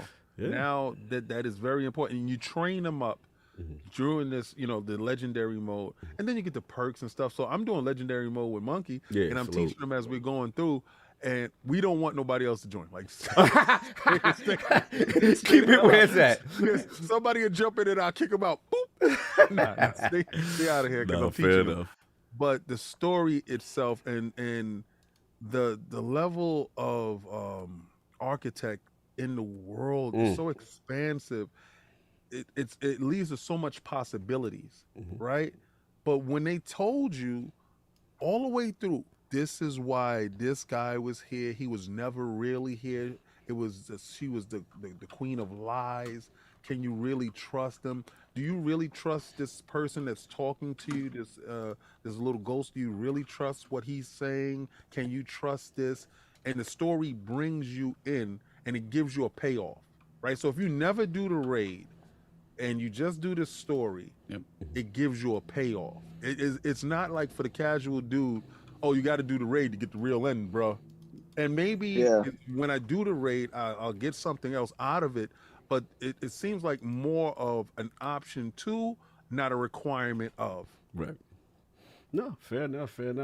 Lead the last segment for me, my bro, Addict Man. 12 hours. Blood, sweat, tears. We've been through it all. Just in general, like, what's your vibe? It's like what, the fourth day one raid we've done? Yeah, Fourth it's like or the fifth? fourth. Yeah, we've been rocking for a minute, bro. Then get y'all a shirt. Yeah, we've been rocking. And you haven't finished any of them, huh? Yeah, Ty guy. Damn Back is it, gonna Trap. say Come on, bro. What's Bro, that funny, was Ty that Guy, what's funny, Ty Guy, is we got stuck on that second encounter, the first real encounter for so long because we didn't realize that all of them had to be on one obelisk. I figured from past history, it would all be on individual ones, and then they would come together eventually. So we sit what, probably 2 hours not realizing the most key factor of that mechanic, because we kept saying we got to be missing something. We got to be missing something. Like, yeah. I wanted to ask you though, like, just because you this is what you play Destiny for. If Destiny did not have rage, you would have been done. And I would have quit a long long time ago. So my question for you specifically is, I know it's early, we didn't do the whole thing yet, clearly, but so far, how is it feeling to you? Does it feel like a top tier raid, or just where you at with it? I think I'd give it, so far, I gotta say the Taken King's still ahead of it. The Last Wish even might be out of it. I don't know. Maybe they're a little bit tied because I really enjoyed the Last Wish. Last Wish. I really enjoyed it, but I haven't played the Last Encounter, and people tell me that's where this particular raid shines. Is that Last Encounter? Oh boy! Before even to be honest, the encounter we're on with the You're on Caretaker. Yeah, we're on Caretaker. Okay. The Caretaker, I saw what we got to do. We do a good job. Yeah, just shout out to Scream. First of all, we got to shout out to T. You know what I'm saying? Shout out to Scream. Shout out to Frosty. He was really cool, new guy, very calm. We had like our Ebontis presence. He was just so calming. Like, I was just like, I like you. I could go to war with you. You know what I'm saying? Shout out to Shout out to Frost, because me and Sin bicker at each other. Frost is like, can't we all just get along? Yeah, there was like we did good, but I give us credit. Normally the blow up will happen early. It took about 9 hours for that. You know what I'm saying? For that first blow up. Man. Yeah, it was, and then we had to calm down. Everybody had to go in their corner. Most people for 9 minutes, 9 hours. Is and shout out to Gaming Forte for keeping the spirit light and being funny and getting everybody to joke with each other after we really wanted to kill each other. But continue. Like, okay, first thing I want to talk about is the story. Yeah. I've personally felt like the story has had a come up since the Saint 14 season. Like, you know, it might not have been the greatest at that point, but I think that's when they finally started realizing the way they wanted to move Destiny in terms of seasons. Because during that Saint 14 season, I enjoyed every week. Like, I don't know, you know, I felt like every season's been good at lore covering. It's just certain events aren't fun, or, you know, I don't think it's been the story that's been the issue with Destiny. It's been everything else. Like, it's been the Crucible lacklusting support. It's been the way that's want still to, a problem. It's been the way that we're gonna sunset. We're not sunsetting. Like I've always felt like the biggest problem with Destiny is Bungie, because they never feel like they hold their ground on anything. Like, the moment something happens, they just pull the trigger. Oh, you guys don't like that? Back up. Yeah. Like, Listening to your fans is the worst and best thing you could do, depending on what you're standing by. And as far as this raid though, the story and the raid, I like the raid. I like the aesthetics of the raid. Now, the aesthetics is good. I didn't really the first raid thing where you're on the ship thing, that didn't really do nothing for me. It was cool, but it didn't really do nothing in terms of, you know, I've always liked the mechanic of opening something. You know what I'm saying? Like where you have to build pillars, or what was the first one in the Taken King? What was that first encounter? You know what's funny? I never liked that. Was the totems in Taken King. I didn't like totems. No, the totems was further into it. No, it was where you had to grab the stuff and then you had to run and dunk them. That was the first one. I've always liked raid mechanics like that. Like, it was cool, but I felt like that particular part could have been a little bit better. As far as I'm a huge boss fan. That's probably why the Taken King's always going to be there, because they had really good bosses. You and Ibanta shit. Yeah, so it's been a good raid. It's been a solid raid. Now, it's like I said, I do feel like the Taken King's still better, because I'm sorry. Wait for the final boss. If you haven't looked it up, just wait for the final boss and hold your judgment. Hold on. Mind you, E is with you as far as King's Fall being his favorite. So for E to say that's maybe a big deal. It's the main reason is because I'm just gonna say this.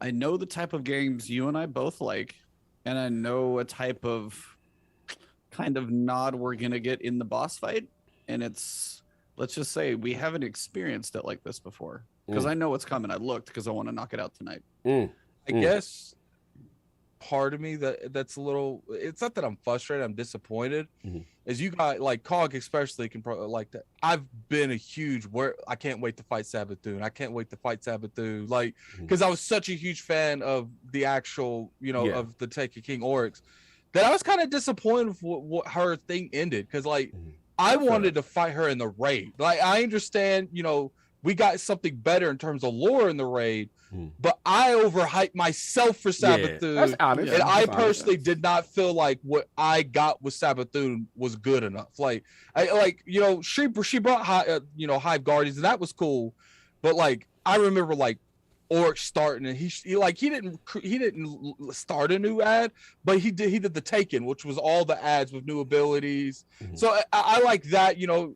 I felt like he was more intimidating. He was more present. When he showed up, you didn't really, let's be real, Sabathun wasn't really in that expansion much. She talked to you, but I'm pretty sure Hive Guardians would kick the crap out of every Taken that run the board. So Hive Guardians are a new, I get what you're saying. Taken brought an entire theoretical race into the game of Taken, even if they were kind of reskinned.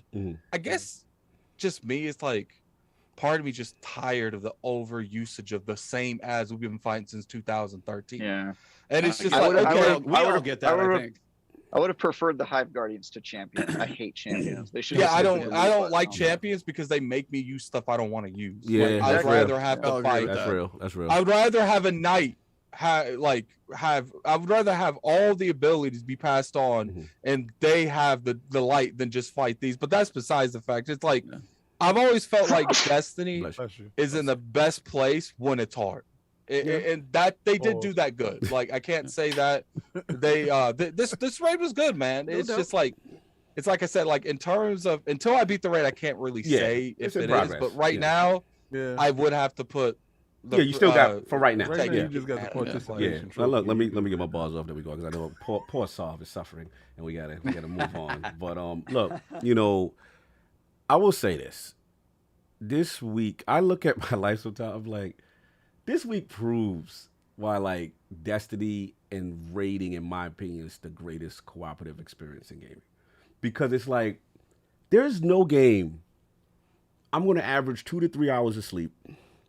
I'm going to do a 12-hour stream. I am going to have friends of mine get into spats prior to the raid on who the raid team is going to be.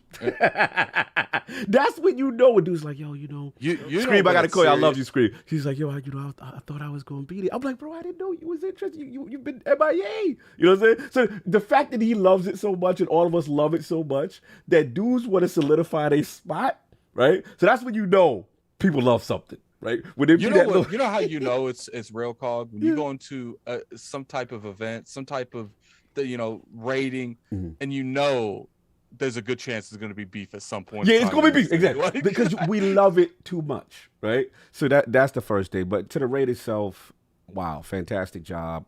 The aesthetic, like for me, King, I think King is going to really touch King because me and King have always been on what we're gonna call it, our Egyptian to the essence, Amun Ra motif to the essence for the culture, right? Of course, your Trials of Osiris. I'm Trials of Osiris, but this is a fraud. Shut up. He's not a fraud. Shut up. So then, actually, shout out to that aspect. No, that's Sabbath. I've never laughed so hard because my man, and I got a chance to get everybody here in the room so y'all understand how long he was capping for this dude Osiris. That's right. The god of gods, the warlock of warlocks, the unstoppable Sabathun. For the last month. I love the messy part of it, and they left it like that. That was never him. He was never there, and I used his body, and you, sir, have been capping for me for 3 months, and I actually love that. Like I did so much. And you know what's funny, King? The way they told that story, that people started singing, like that's what I'm saying. Like they've been okay at storytelling for a while now. Yeah, like no, for sure.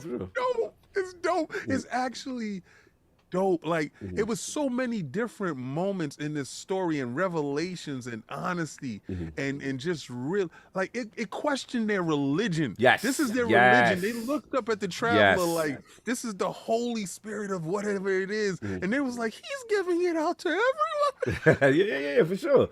No, it was great. You was gonna say something? I'm sorry. No, I was just gonna say that whole line of the line between light and dark is so very thin. It's becoming more and more and more prevalent as we go forward. Yeah, I've just enjoyed the fact that they're flirting with what's good and what's bad. Yeah, the last thing I say is, like I said, for you, King, again, like this to me, without spoiling, is the most of that theme, that Egyptian to the essence. And there's even a part where I literally felt like I am in a civilizations museum.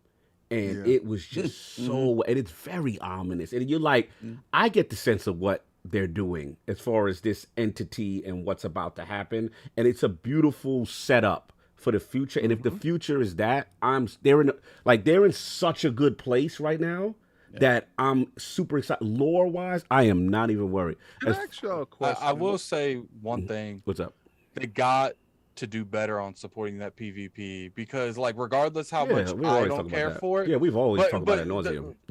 what I was saying though is like PvP is what's going to escalate Destiny where it used to be, where PvP would carry it, and until they address that, I don't think you're ever truly gonna have like Destiny come back to how it used to be. Yeah, you talk about overall the whole package of Destiny. I'm just talking about the raid. That's what I'm talking about right now.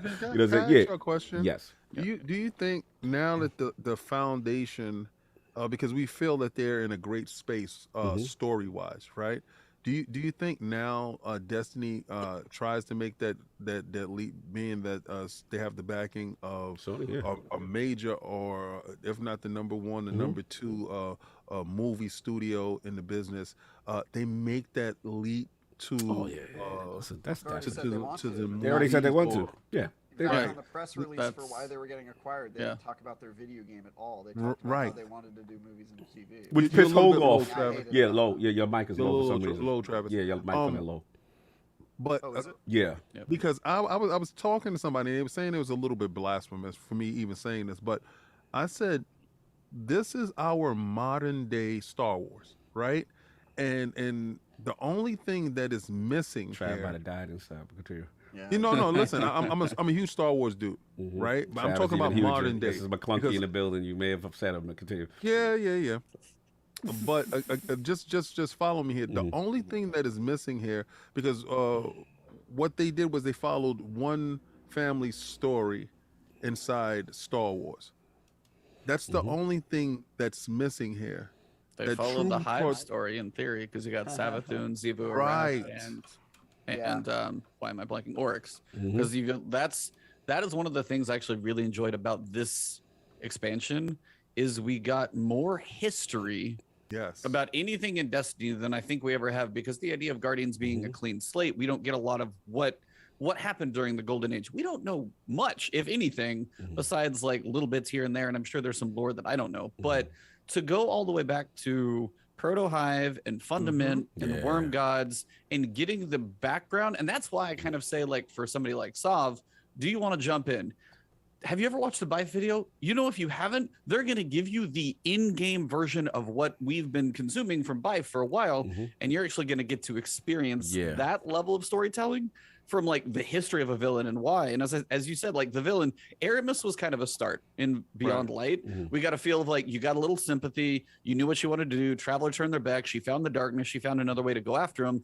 This is a different one. We got to see deception on multiple levels for like, I mean, ancient, however many like thousands of years of history, and then to come around and see the way this thing turns about in the end. No, I 100% think, it's exciting. Low-key found out that one of the enemy factions could have completely went a different route. Get Travis, and I finish my boss. Is my mic good, by the way? Yeah, it's better. Yeah, you sound better. I can turn it up more. Yeah, turn it up a little bit. I'll kind of turn it on your head. As somebody who thinks about Star Wars about 15 hours a day. I'm with you. I actually think Destiny is Star Wars in reverse. So Star Wars became well known because it tells really good stories in its world, and it benefits by the fact that it doesn't really do a lot of world building, because it doesn't want you to focus on like, how does this ship get made, or you know, what how does this planet mine for its oxygen and stuff. It doesn't want you to think about that. It wants you to think about like, why do we care about Luke, and what is his relationship to these people? The story of the family. Yeah, it's a story of the people there, and they've had to do the world building in post. Right. Destiny is the exact opposite, where they have an incredible world building and they've built the world excellently, but they have a really hard time telling stories in it. Thank you. And I think that what they're trying to do with movies and TV is say, well, we've got this great world, let's tell stories in it. My question is that going to work? And I kind of think it's going to be hard for them, because I think you have to get people to care about the things in your world. And then I think Star Wars did it in the right order, basically. And I worry that Destiny trying to do it the other way, people aren't going to care about those movies and TV show, but because they're going to say, that's not what Destiny's about. Destiny's about this cool world where I can shoot guns, and I don't really care about its characters. And I think they've sort of done that to themselves. And that's what I was saying, because you don't have those key people like Luke, and you know, his sister, and why is Darth Vader so prevalent? You know, it's the story when you find out that this is this and this leads to that one storyline is what held Star Wars together, if you actually really look at it. Yeah. And here, like you said, you have this wonderful world, but who's the character that you care about the most? Attic just said that he has no idea that his character was an exo. Right. You know, until he took the helmet off. The empty vessel. Yeah. Weirdly, the character I care about most is Finch, a character I just met. Exactly, the new guy. Yeah, right. Like, is he a liar? Is he this? Is he that? What's up with Finch? Why is this little thing broken? What's up? I think that might be the reason that they want to do more in terms of TV show and movies, so they can make some of these back histories, because some of these things, the way they want to do it, it's got to be told in like a cinematic way, not a game way. Right. Look, I just finished my bars.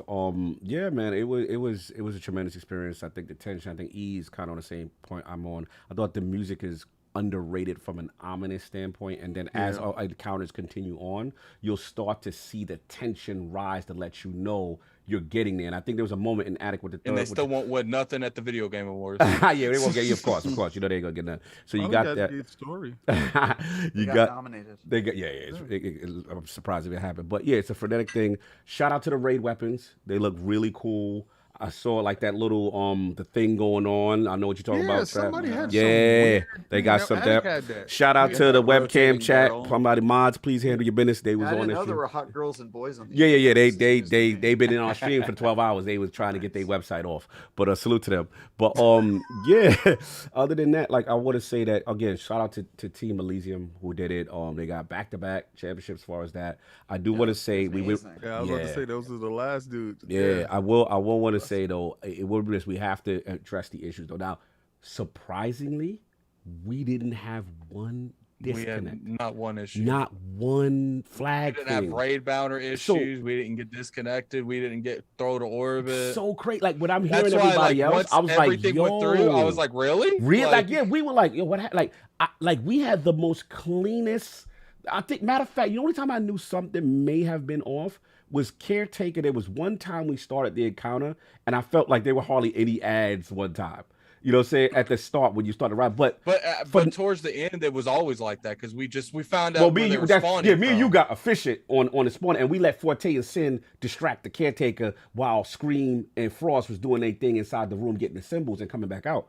But I will say, like, I was shocked when I heard it. I was like, wow, so many people had issues. Yeah. So yeah, like they got to look into that. And obviously as a result, we found out that contest mode got extended, right? So you're like, yo, what's going on? So I do feel for the people who really suffered behind that. Like that's demoralizing. If you get kicked, and especially if like Trav was running for top, and let's say you had to be disconnected. I think that should go in to see how much data got disconnected and how did that affect his time.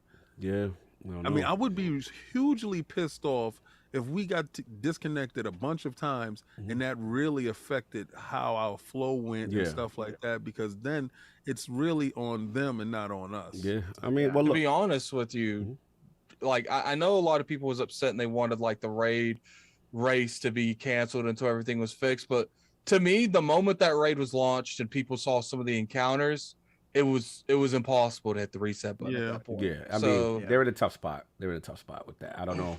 How do you? And they could have prepared better, but to be fair, the team that won is one of the groups that got most affected by the disconnects. And they got disconnected like crazy, and they still won. Yeah, so at least there's that. At least there's that. So look, that's all I got. Could have gone real bad though. You know, no, I will say. Our world's first was when we beat the totals. I was cheering. So it's like I told you, Travis. We spent 2 hours not understanding that it was all in one thing. Yeah, one thing. We were doing. We made it. We made it overcomplicated for no reason. But look, enough about that. Poor Sov. He fell out the chair. He's asleep. Where'd he go? He can't. I knew we were doing it to him, so we got to edit. But look, I got to shout my bros out on the way out. The last and shout out to the people that stayed strong for 12 hours that came through in our chat. Yeah, salute. Senpai, all you guys up in there, man. I seen y'all. I was like, wow. Sean Capri came through. A lot of people came through to check on it. Like, yo, y'all still going? That's crazy. Yeah, but shout again, out to me. Yeah, shout out to you for that. You mentioned it yourself. Shout out to you for being part of the raid, but not being part of the raid. I wasn't gonna say anything. I listen. I tune in to support. Look, man. But anyway, let's give my shout out to my brother. Thank you for pulling up. I know you guys got raiding to do. The Last Word podcast, the Trinity. Now, the Holy Trinity, the Cheetah, Tiger, E. Where can the people find you? And are you doing more raiding tonight? For me, yeah, it's Ebontis everywhere: Twitch, Twitter, YouTube, everything, all that stuff. Look up Ebontis, you'll find my things. Tonight, after Nomad had tickets for the Batman, he's seen it at 6. So as soon as he's done and home, we're gonna be jumping on. So I'll probably be raiding, I think 9-ish my time, so which is Central. And we're trying to just finish so we can get that emblem. We're on the final encounter, and that's kind of Good the goal luck. to do that. I know you're gonna do it. You got a good team. You got a good team, bro. Good luck with that. Yeah, we can got a hopefully dream team. Yeah, it's I got. Yeah, you do. And plus, you're well rested. Yeah. You're gonna go in there with I a wish clean I would mind. have responded to that thread. No doubt. Shout out to GDO on Twitch. He says more Last Word during my waking hours. Ebontis love. Put the cheetah size in there. Salute, no doubt. And of course, we got my man, the other half of this other thing that we do. Ty Guy Travis of the Big Cast who went early. Trav, you a beast. You went streaming. You did Last Word with us. Then you streamed. You did the raid. Then you doing the what you call it, Big Cast. Then you come on ILP. And you still, I'm assuming, are you raided today? I got you. I'm definitely playing Destiny today. I don't know. I might just wait to do the raid stuff tomorrow and today just catch up on all the end game stuff that unlocked. Yeah. There's quests and stuff. So no doubt. I don't know yet, but I just got off of the Bitcast show. I had a hour-long debate with Hogue on games as a service model and whether or not it's good or bad for the industry. You two are the worst people to be on one podcast. You're gonna argue all the time. He was fiercely against me, and I could not. What was their position? My position was that games as a service is just a different way of doing it, and games can be bad or good in both. But that he was arguing that Halo Infinite was a bad game because it launched half-baked, and I was just like, dude, no, it's a game as a service. This is how it works. And I couldn't get behind what he's saying, but watch it. It's a super interesting debate. It's probably one of the favorite pieces of content I've created in a long time. You can follow me on Twitter at TyGuyTravis. All the stuff I create, all the content I create is on IGN.com, so you can read my review in progress of The Witch Queen, and my full review with the score will probably happen Wednesday. I'm thinking at this point, maybe Tuesday. We'll see. No doubt, man. Salute to and I want to point out that you can ask Cog. The moment Fire Team chat went out, I told Cog, I was like, someone needs to reach out to Travis. I think you'd be perfect for Last Word. It worked out, man. It was just it was a perfect fit. He's a cool guy. Yeah. We got a chance to play with him in Halo Infinite. So, no doubt. And E, you be proud of me. Make sure y'all subscribe to the Twitter, the Last Word Podcast. Subscribe, you know what I'm saying? I'm doing the thing. Oh, got you. Yeah. See, with the viewership, I'm doing it. Now I'm learning. See, you should be happy. But now we got one of the best damn Destiny podcasts out here, man. Check us out. Generally every Thursday, 7 p.m. Eastern. Sometimes Friday, depending on the guest. You know what I'm saying? They're out of control. Yeah, but shout out to them, man. It's at 7 p.m. I'm just crawling in bed. I said, I see him in the morning. You're going to get the most laughs. You're going to bug out. You know what I'm saying? Sometimes me and Travis go out and it'll be funny. And then sometimes Travis will go out and be funny. And we laugh at E when he don't put condiments on his food. So go check him out. Don't even get that started. God, you had to throw that in. I had to do it. Absolutely. Yo, bros. He like it bald face. Pause. Thank you. Iron Lords. And for those who talk about, why y'all talk about that? Listen, if it wasn't for Destiny, it'd be no Iron Lords podcast. This is a fact. And to be honest with you, listen, fix your get face, it. Some people don't like when we talk about Nintendo. Some people don't like when we talk about Destiny. All due respect, it's all podcasts. We talk about whatever we want. Exactly. It's look, we do take feedback. If there's a topic you don't like, man, there's timestamps later on. Don't take the Sony approach. Oh my God. We don't have a podcast. There we go. Yeah, get out of here. We don't have a podcast for you. Thank you for sticking through and pushing through it because we love your resilience. Let's keep going. Yeah, shout out to GDO. Give Ebontis his props for the GTG, the stream, the charity. E, tell the people what you did this week. Before you go. So Bungie has its Game to Give kind of annual charity stream marathon that they do, and it kind of got broken in half for kind of an unfortunate situation last year. But I went through and just thanks to a whole bunch of generous people in chat, a lot of fun. Shout out to me wearing a full-on Woody costume from Toy Story during the stream. I tried the bomb sauce for the first time, and I've just absolutely nearly died. And then at some point, I was like, and at some point you're gonna get a full cheetah suit stream. So, yeah, it was $3,800 total raised. My goal was 5,000, but it's still more than I've ever raised for any charity stuff that I've done. So it was awesome turnout, a lot of fun. It ended up being a good 12 hours. So that was Tuesday. That was at reset. So that was an absolute blast. So, but game to give, that's always, I mean, it's the Bungie Foundation for iPads for kids, for all the kids in hospitals going through whatever they're going through, usually always for children's hospitals. And then for everything for diversity and inclusion that they do, Bungie's very, very good about that. And then direct relief for anything from what Ukraine's going through right now and everything else. Like they always have very good causes that they support. So I was very, very happy to be a part of that and help contribute. No doubt. Appreciate you, brother. Always doing the right thing in the community. Also support my brother Trav, IGN.com. That review is in progress. Hopefully maybe Tuesday we'll get that, Trav. I'm looking forward to that. Tuesday or Wednesday. Okay, cool. Tuesday, Wednesday. And hopefully it'll be better than the downward trend of the review scores that you've been giving. And I just hope Destiny does not fall lower than the last score that you gave. I mean, to be fair, he got saddled with Crossfire X. That's not. I gave that game a 2. I think. You know what was hilarious? I don't think it's a spoiler to say I'm going to be above a 2 with this you know what's funny, Travis? I was in a party with you was playing that, and it got to the point where it sounded like the game was becoming kind of enjoyable how bad it was to him. That's actually one of the things I said in my review is like at least you will laugh. Like it's impossible not to. I looked up where Zer like just so you know. This week I looked at where Zer was. I was like, "Where's Zer?" The first thing that popped up was your IGN article. No, look, man, fellas. We got that video. Yes, we got that my video. His video. You got to go to E's. One. Exactly. You got to go to E's video. But look, brothers, I've literally scrolled down, passing people to find E's video on certain things. I'll be like, I bet you E has the same video. Exactly. I'm ready to give the fam this view before some random stranger. Home team. A lot of amazing creators in that community, but always thank you guys. Last Word Podcast. Love y'all, brothers. Thank y'all for pulling up. So I'm going to get the super chats while my bros roll, and then we get stuff. Yeah. All right, fellas. See y'all Thursday. All right, guys. Thank you, guys. Peace. Yeah, I'm going to get these super chats, guys, and then I have to bounce. And I'll tell you why in a moment. Okay, no problem. Yeah. No problem. We got you, brother.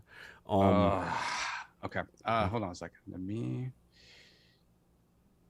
I think I got all of these. You got all of them? All right, cool. Yeah. Okay, so we have what you got? Rarest Tortoise with the £1.79 super chat. Pass it on to the charity of your choice. Thank you, sir. So his Patreon win will get passed on to someone else. So I appreciate that. Thank you, sir. Then we have Slow Mo Backslap, $5 super chat. Oh no, we read this one already. The chat is as disconnected from this conversation as this. Jumped out the window. Then we got Brian Lay, member for 2 months. Shout out to him. He upgraded to Lord Gold. So thank you, sir. Appreciate that. Then we have Necromancer Zale, $5 super chat. I missed the Warlock Solar Revival Super. Okay. Yeah. Self-res. Yeah, you know who could do that? Then we got Kay Johnson, $5 super chat. Studying for work and listening at the same time. Not as active in the chat today, but still loving the show. Hit that like button. Fire every Sunday. Thank you, ma'am. Thank you. Appreciate that. Much love. Then we have Donna Taco, $5 super chat. Took a nice nap while y'all talked about this rap game. What app you taking? What app? Now let's get on to the real topics. Joke Destiny's cool, just don't have the time for it. No doubt. Then we have Jay Mauschlin, $2 super chat. Cog, you played Half-Life Alyx yet? It's great. Yes. Yeah. Absolutely amazing. Then we have Mr. Irishman, £10 super chat. Appreciate the therapeutic break this podcast is giving me from EldenRing. Melania, the Blade of Mikaja, has been tanning my damn hide for over 12 hours. I can't wait for King's live tanning. Oh, my Lord. My God. Like it's not happening, and I'm so pleased. Like I said, I am a prophet. So unfortunately my wife just she called me hysterical. They broke into our car, they took our registration, they took a bunch of stuff that was in the car, they cracked the back windshield, so I gotta go handle that. Go ahead. Why would they need your registration? Which is stupid because they can do nothing with it but get in trouble. They all they did was looking like, for stuff. Yeah, exactly. Yeah, looking for stuff. So I got go, bro. Handle your business. Probably grabbed a bunch of papers and did no registration as part of it. We got you, brother. Don't worry about it. Make sure everything's my all right. apologies. I once again did not have the opportunity to talk about EldenRing. I know every time it's EldenRing. No, bro. Don't worry. Don't worry about it. Don't worry. I'll talk about EldenRing in your stead. Yeah, don't worry about it, brother. Do your thing. We'll hold that. My apologies again. I will talk to you guys next we'll talk to you, brother. All right. Don't worry about it, man. All right. Thanks, guys. All right, peace. No doubt.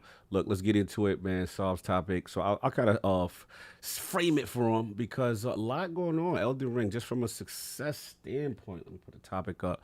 Yeah, it's the biggest. Shout out to GamesIndustry.biz. It's the biggest FIFA, always butcher that, or Call of Duty launch since Red Dead Redemption 2 on the UK digital charts, bigger than Assassin's Creed Valhalla, bigger than Cyberpunk 2077, and they said its sales were 2.5 times that of last week's big new release, Horizon Forbidden West. In fact, it's the... Why are you laughing? Well, in fact, it's the biggest game launch outside of Call of Duty and FIFA franchises since Red Dead Redemption October. Its week 1 sales are, again, I repeated myself, bigger than Cyberpunk and Assassin's Creed Valhalla. And yeah, it's been a monster. It's definitely been a monster. So let's talk about it. Attic, you've been rocking, you've been rolling a little bit. What's your hours? Yeah, man. Like, what's your feeling on? I know we're gonna get into the game, but what's your feeling on the financial success right now that's coming out early from the UK? The UK, I think you're going to see that everywhere. I think Benji actually said that it's one of the most trending games that's ever been on Steam. So, look, let me think. When it comes to this game, this is one of those standard things where I will say that, those reviews hit, because when people saw that 97, it didn't matter what type of game it was everyone's type of game. Regardless if that's good or bad for the franchise. I never feel like that could ever be bad for the franchise if people are buying the game because of the hype that 97 generated and the hype people generally are playing it. Because I don't think it's all the reviews. I think it's a lot of word of mouth. But I do think those reviews have something to do with it. When you see a 97 on Metacritic, especially to a lot of hardcore gamers, that is quality on top of quality. That's not every day. People don't realize how hard it is to score a 97 on anything. It's like that's almost a perfect score. Yep. And I think people saw that and they're like, look, man, like we got to jump in that. And I think you're seeing a lot of people jump on the game because one thing, the quality of the game, regardless of some of the performance issues, there is a lot of performance issues. People can't deny the amount of time that was took to make this open world. I do feel like it could be better in terms of how they made the open world. I feel like the lore could have been explained a little bit more. And I know people are like, well, that's just a From Software game. Right. Bloodborne's a From Software game, and I feel like they told the world better there. I get it. It's a little bit more on a broader scale. I said it in another podcast. I just don't like the feeling that I walk into random dungeons and there's just a random boss there with no real lore behind it. You know what I'm saying? Like, there's only so many times I can fight the same giant with different color, or the same form of giant with a different aesthetic, and not think of what's the point in doing this besides just XP and money. Well, the XP is the money, but EldenRing is definitely my game of the year. I don't see that being touched by anything. When I saw this, the only thing I thought of is this is gonna hit Starfield. Because I don't see, because they're both they kind of describe Starfield as like a hub world, not necessarily open world. But that was maybe, I don't know if they've said. Well, I don't know. Maybe you're right. Maybe you found some information. I don't know. I didn't. No, actually, I think the way it was described is it was like a No Man's Sky. I don't know. We haven't really got a whole lot of information on that. But regardless how it is, Starfield is going to be compared with it because it's going to be that RPG. So let me ask you this before I interrupt for a second. I'm just going to interrupt. So you're going to love the poll question. Is the towel thrown in? Like, should there stop the fight? Like, it's nobody else could do.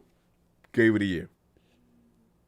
I don't see it. Even if God of War came out this year, I just don't see it. Like, you know, and I do think I think you're right. I think I'm getting Avowed and Starfield mixed up.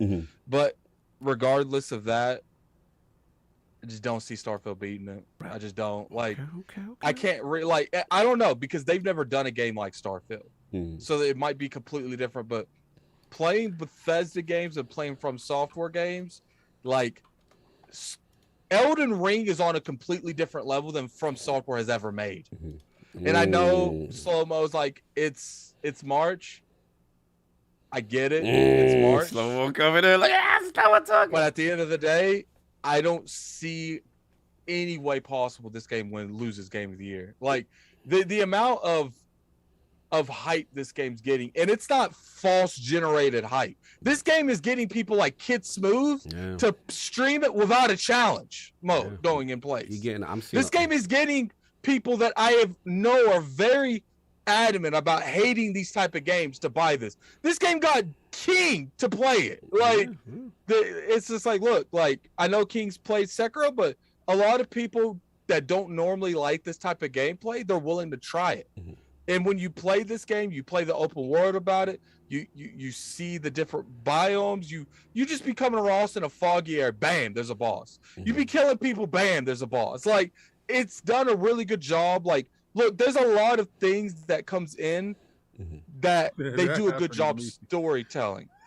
But there isn't a lot of situations that you're playing it that's like, man, this is good. This is one of the few games that I've not even probably halfway through the game, and I'm already like, yo, I need to do another playthrough.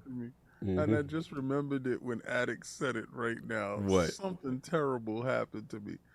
I'm, going through the world, and I see a little area over there where some zombies is over there, some little dirty little dogs. So I go over there and I kill them, right? And then I climb over the rocks. I'm like, right? And I see these three little like crystals in the ground. I'm picking those up. Like, somebody left crystals. He said, who left these out here like this? And then I seen like a couple of little zombie dudes over there. So I walk over there, and then it goes dun, dun, dun, dun, dun, like, come out. Great dragon has shown up. Yo, the biggest monster, the biggest dragon just swoops in, sets me on fire. You have died. And I'm like, what? Like, what's going on? He didn't give me a chance to suit up, get ready, nothing. And you know what you should have did, King? You should have watched that. You should have read that tips for beginners that we have up on the Lords of Gaming.net. No, we do have. I literally have in that. It says, don't fight the dragon. Like, so I didn't fight the dragon. I was busy touching crystals, right? So my ignorance, like, I go around. If I see blood on the floor, I go, this is where somebody has met the unfortunate demise. And then I look at it, and then I see stupid things that people do, like fall off a cliff. I said, I'm not doing that. I said, thank you, fool. Thank you, fool, for showing me what not to do.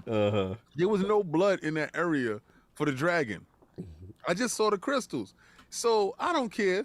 I'm thinking about financial freedom. I said I want to be able, when the shop pop up, when I catch a dude that's selling something I like, I want to slide up on him with these crystals. I'm like, yo, how much these crystals can get me? What's up with this? Well, how much these crystals worth out here, son? I found these crystals over here, and I think they nice.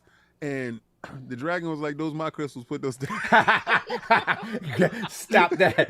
Put those crystals down. What you doing over there touching crystals? I think the thing that makes this game so unique is just the sense of freedom, that you could go anywhere you want. You could do anything. You're not sure. Some places you can go, there's going to be more beef than other places. And some places you could go, you're going to get one shot for probably another 20, 30 hours. But you could go there if you want. I saw. I'm walking down the hill. I see this golden dude riding a horse with a spear. Yeah, the tree sentinel. I said once again in my review, in the tips that we put out, we said stay away from him too. Stay away from him. You don't got to tell me. It's not curiosity. Does not hit me in that manner. I saw him patrolling the area. I said, "Oh, he looks like he's ready to kill people." It looks real savage out here. I said, "That is not an area where I will be exploring." And I decided to go mess with. You know what's funny? People. You get to a point in the game where you start fighting 2 of him at a time. See, this is the dumbest part about it because literally the only help you have is the death of others, right? So, what has befell Calvin in this situation? What did Calvin do wrong here? Where did it go left for him? Yo, Cog, you walk up to a joint and you like, yeah, let me see this. I think that's ingenious. And you click on it and they say press Y to read, right? So I'm like, let me read. And then you see some guy like, no, please, oh God. And you're like, what the hell is no, please, oh God? Like, what happened here? And you step forward and you are doing the same exact animation. Oh, please, oh God. And it's dope because it's literally, you are walking around this world trying not to do what the blood did on the floor. This is what the whole thing is. The whole thing is avoid becoming a blood splatter for somebody else. Or somebody else. Yeah, because the whole thing is, because you're gonna see it, and you're gonna be like, oh, what's this on the floor? No, those are deaths of individual, and that's all over the place. Right? So that means thousands of people have done the same thing, and thousands of people are dead to warn you not to do the same. So it becomes a game of cat and mouse. How can I avoid becoming a martyr for the next dude? How can I avoid becoming a warning, a forbearing of what's to come? And it's little things that will kill you because you don't really know the dude's story. You don't know that he fought something over here and he was low on energy and a bat bit him, right? You don't know that.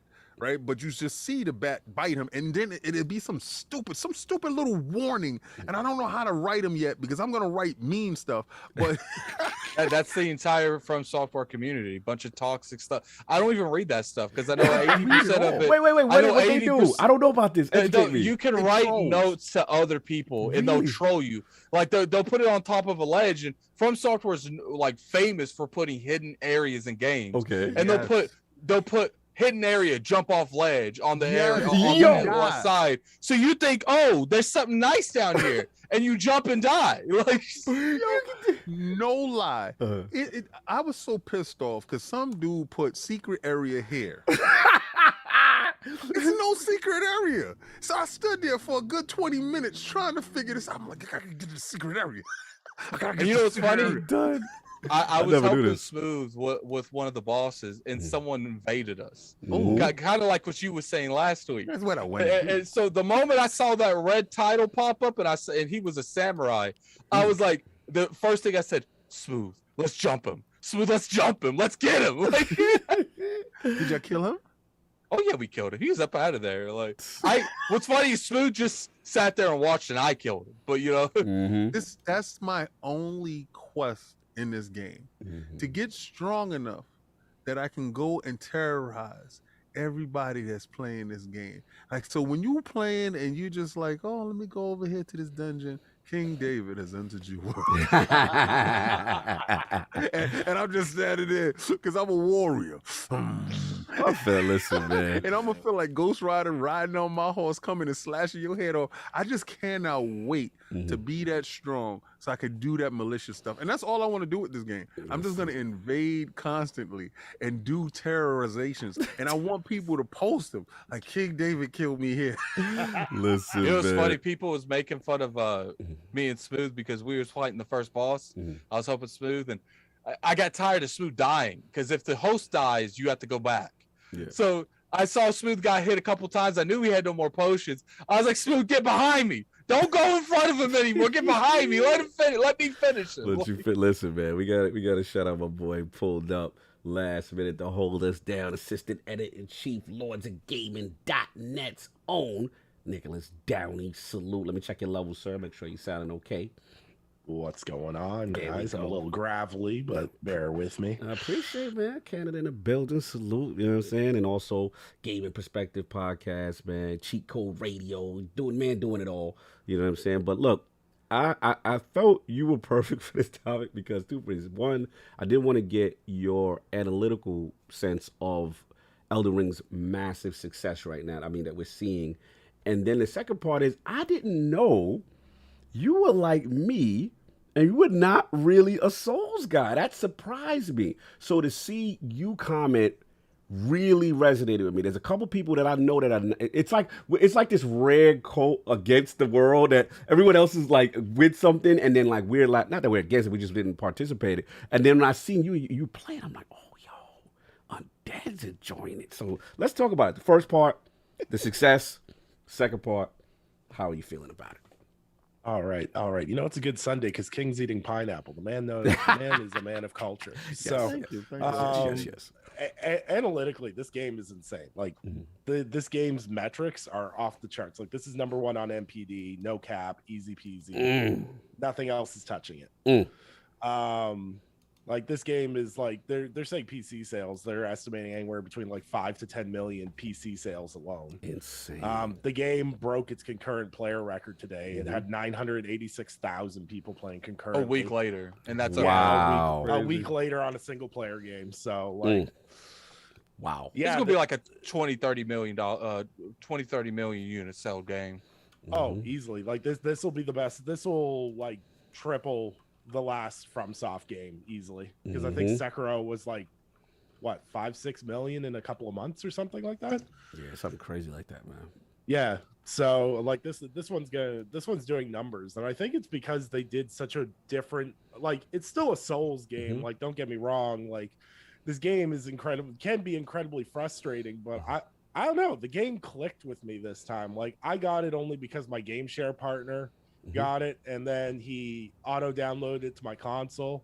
He was like, oh, by the way, I helped you out, I downloaded it for you. I was like, man, I don't want to do this. And I was like, oh well, you know, if you don't try it, do you really know if you don't like it? And let's go. I've found the comedy in this game now. Like before, when I tried to play Souls games, I always get so frustrated because I felt like I was smashing my head off a wall repeatedly. Because you get to one boss and like, I'm not good at these games, so I'm just like, oh my god, I've just hit my head off a wall repeatedly. Like I'd rather do that than play some of these games. But the sheer absurdity of this game gets to you after a time. I was fighting a boss, and we're duking it out, and everything's going well. And then all of a sudden, this goat comes rolling down the hill and smacks me in the butt. It only does like 20 damage. But I'm like, look, the wildlife is rolling and attacking me now. I'm trying to fight this giant. I'm like, there's just so many moments because of the way the world's designed.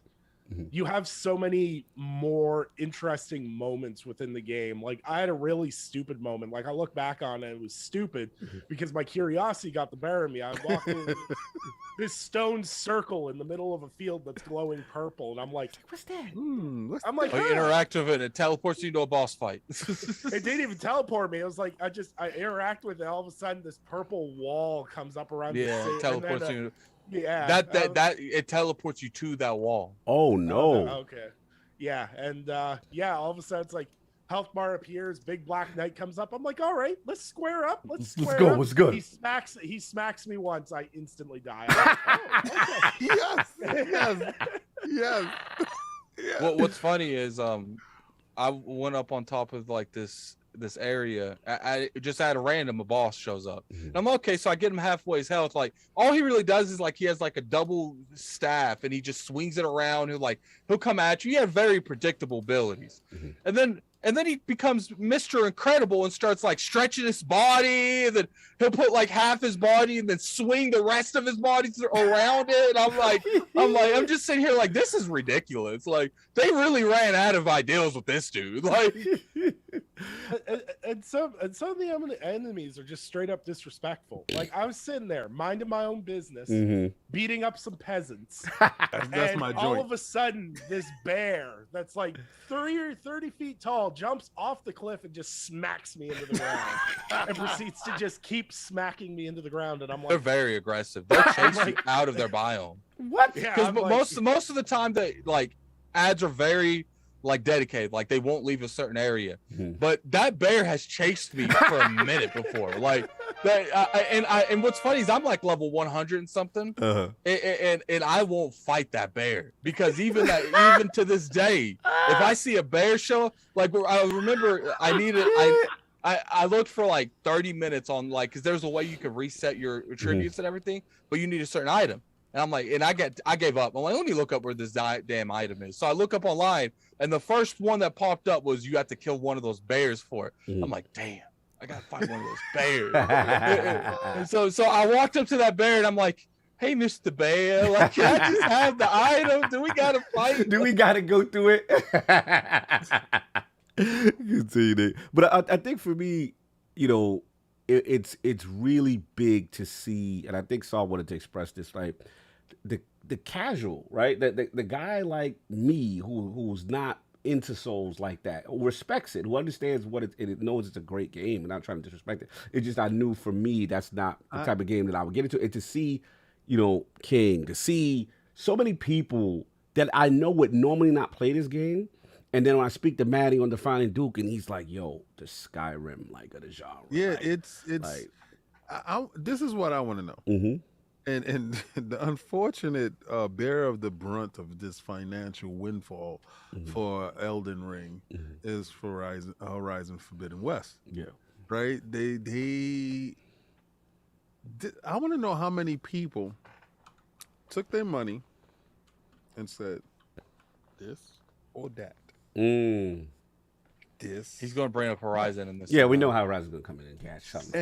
And it's like, of course they're going to get this work. I mean, at some point in time, you know, poor choice in launching, it's going to bear its ugly head. No one could have predicted. This is the second time they run up to a game of the year, damn near suring. And the thing, though, I will like defend Horizon and Guerrilla and Sony just a little bit is I think people knew that Elden Ring was going to come in good, but I don't think people expected this. But how? I feel like Elden Ring, people's generally gravitated towards From Software games and they've enjoyed it and they've usually revealed well. But this is the first time From Software has delivered a game that I felt was like gaming wise evolved the world. No, it's so bad right now. I'm being told by YouTubers not to make videos because Elden Ring is so dominant on YouTube that if you're not making Elden Ring videos and you don't have a huge following, don't even try. Well, my thing with that is this. You see the game and you understand, and I'm not taking anything away from what they did and what they accomplished. You guys were head over heels for this thing for the last 4 years.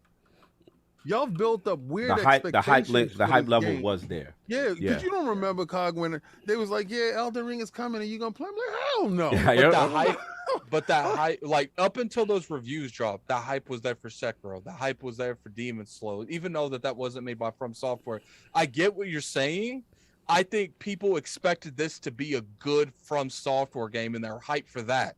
I don't think people expected what we actually got. Okay, so let me give you the difference with what I've learned really quickly between Sekiro, Bloodborne, and this.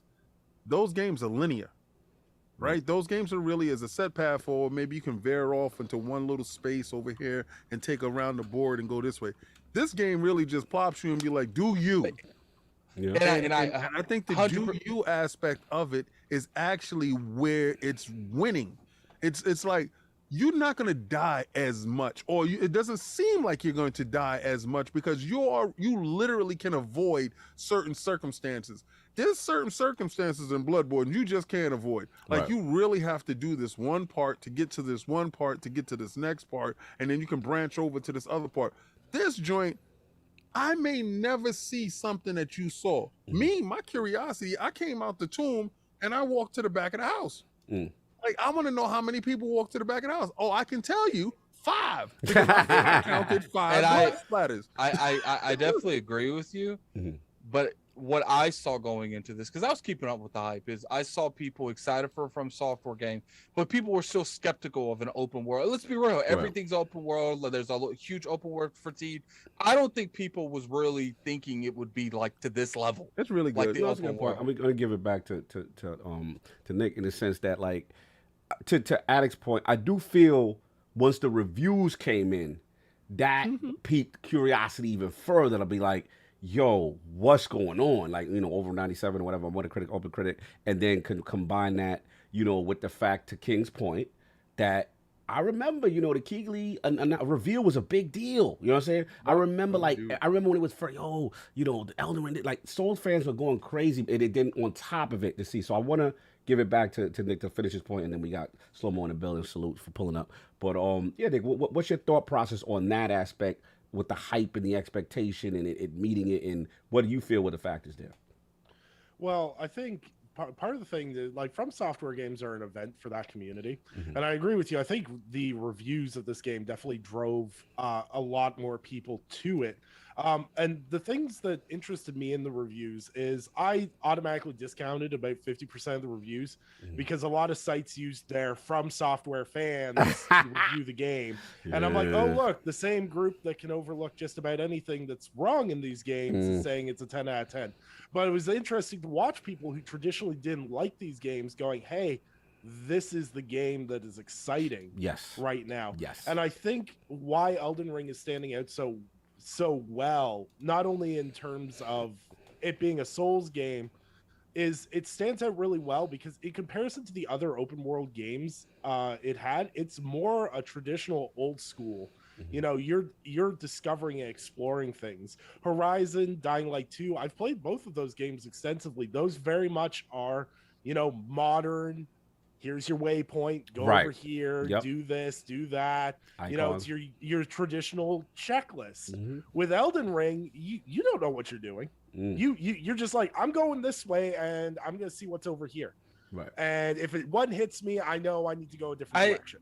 I can't really agree on that because there's been huge successful open worlds, like the greatest, like the Witchers, the Skyrims, the Elder Scrolls in general, to degree Fallouts. They have waypoint system. Like, I'm not saying this is like a good open world immersive game is going to be good regardless if they tell you where to go or not. Yeah, but to my point, the reason why people love this world so much is all the games you named are from 5 years ago. We haven't moved on from those games and that game design because more and more people, as much as people like to dunk on Ubisoft, almost everyone designs their open world games like Ubisoft games from 2012. And what makes EldenRing so interesting is it's more not like that. It's not like that at all. It's like your old school 1990s RPG where you're dumped somewhere and you're like, okay, well, I guess I'm going in this direction. Right. Yeah. And you look at the map, let me ask and you it's not objective. Go here, do this. Gold. It's literally you go to spaces to clear out the map. To find out the map. It's just so much exploring. It's so much I like wondering. that. I do like that. See, now you're selling me because that I didn't know that aspect about it, but that's the reason why, even what you call it has a little bit of waypoints, but that was the reason why Ghost of Tsushima really resonated with me because exploring. I know the motif. Everybody's like, yeah, you're the ninja guy, you're the samurai, of course, but it was the exploration. It was okay. Where's the wind? What's going here? And then okay, what's going on in that mountain? Oh, there's a temple. There's a shrine up there. Let me see what's in the background. And the vibe I'm getting from all of you is that the game is not holding your hand. On top of the fact with the difficulty, which is in its sense its own little cool thing that it's that difficult in an open world setting. But like just the wonder of anything can happen and you go explore. Like so, Nick, is that because for you, to me, you represent me, and I'm gonna give it back to you. I just gotta ask Nick this question, like, you know, as a person who don't really take to these games like that. So to hear, like, what was the moment where you go, yo, I'm in? What was it with EldenRing? the moment for me that's kind of secured me into Elden Ring is what I like is like, so my first one, I tried to do the first story boss right off the bat. That's where I found myself going. Right. And I bounced super hard off of him. I was like, ooh, that was rough. Right. I need to do something else. And what Elden Ring allowed me to do is I killed another boss. I did a couple of sub bosses. I found some weird bosses that aren't part of the story at all, but you can go kill them, get runes, upgrade yourself. And I had like this great little journey for like 15 hours of exploring this world, finding little caves, doing some dungeons and everything else. And then I looped back around and did that first boss again, and I nailed it second try. And I'm like, this is dope, because it's like the game's not telling you, oh, you have to go do that, because there's tons of people that can cakewalk through these bosses. Right. You know, first try, they're way better than I am. But for me as a player, since I'm not that good, there is an option for me to explore and still do interesting and meaningful content to get better. And I really enjoy that aspect of Elden Ring. It makes me not as fearful of the difficulty, because I know there's other things I can go do. I can go kill cave giants for half an hour if I want to get more runes to level up, and then go face the boss I'm having trouble with. No doubt. I just think they've done a really great job of varying the content, so everything feels so incredibly unique and open. No doubt. King and Attic, you're gonna finish and I'll give it up to Slow. You remember how we felt when we got Kingsfield? Yes. Oh, so this is that. This is that. Okay, now you got me, because I know exactly what you mean. This is that. This is, you go into a different cave, you go into a different space, and it's an exploring. Right. We cleared out the map. We learned things. It's so much exploration and how you choose to play it. Yeah. How you choose to explore it, and me coming from a real standpoint of ignorance, like, because I'm absolutely ignorant when it comes to From Software games, that I'm like, okay, this reminds me of Dragon's Dogma. I love Dragon's Dogma, right? I love Dragon's Dogma. Dragon's Dogma is so dope for me. I just finished buying it again for my son, you know, so he could play it. You know, they had a sale on it. And I'm like, this is what it reminds me of. And you're going through the world and you're checking out stuff, and you look, I look off a cliff and I saw some bats like flying, and they're huge bats. They're not little bats, right? They're huge bat people, right? And they're down there flying. And I said, and you get that question to yourself, can you take them? And I said, yeah, I think I can take them. Right? So I said, okay, so how am I going to get down there? So I'm looking how to get down there. Then you see a blood splatter, and this dude fell off the cliff this way. Okay, I'm not going to go that way. I'm going to climb down this way. And I came down, and I read one little sign. The dude says, time your jump swings. Somebody wrote that? Your people can leave helpful stuff there, and they can leave toxic stuff there, right? And what's funny is if someone likes your helpful stuff, that heals you in the game. Yeah, so you could be fighting a boss almost dead, and fire. if you gave a helpful advice that someone liked in the actual menu when they brought up your menu, it will heal you. So you could be on the brink of death, and get a random message can get you healed. And keep in mind, a heal in any From Software game is huge. It doesn't matter how much. Oh, absolutely. Now, y'all gotta save me now, because I like this. I love it. I love hearing it. So what about the failing, right? Because you gonna die in this game, clearly, right? So you're not upset with it. Okay, so that's what I'm gonna say. Like, so for King, this is the King question. Like, when you die, they just wipe you of your stuff. Like, how are they doing you on the death? Okay, so let me be honest. Yes. Like I told you before, these dudes played hours and hours. Right, I know you. That's why I'm coming to you. I only played probably an hour or so into it because I was doing other things. Right. Like I'm helping people do this stuff with that stuff, whatever. So when I died, I really didn't get a chance to look at my inventory. It just asked me if I want to spawn from the place that I was spirited from or the last place here.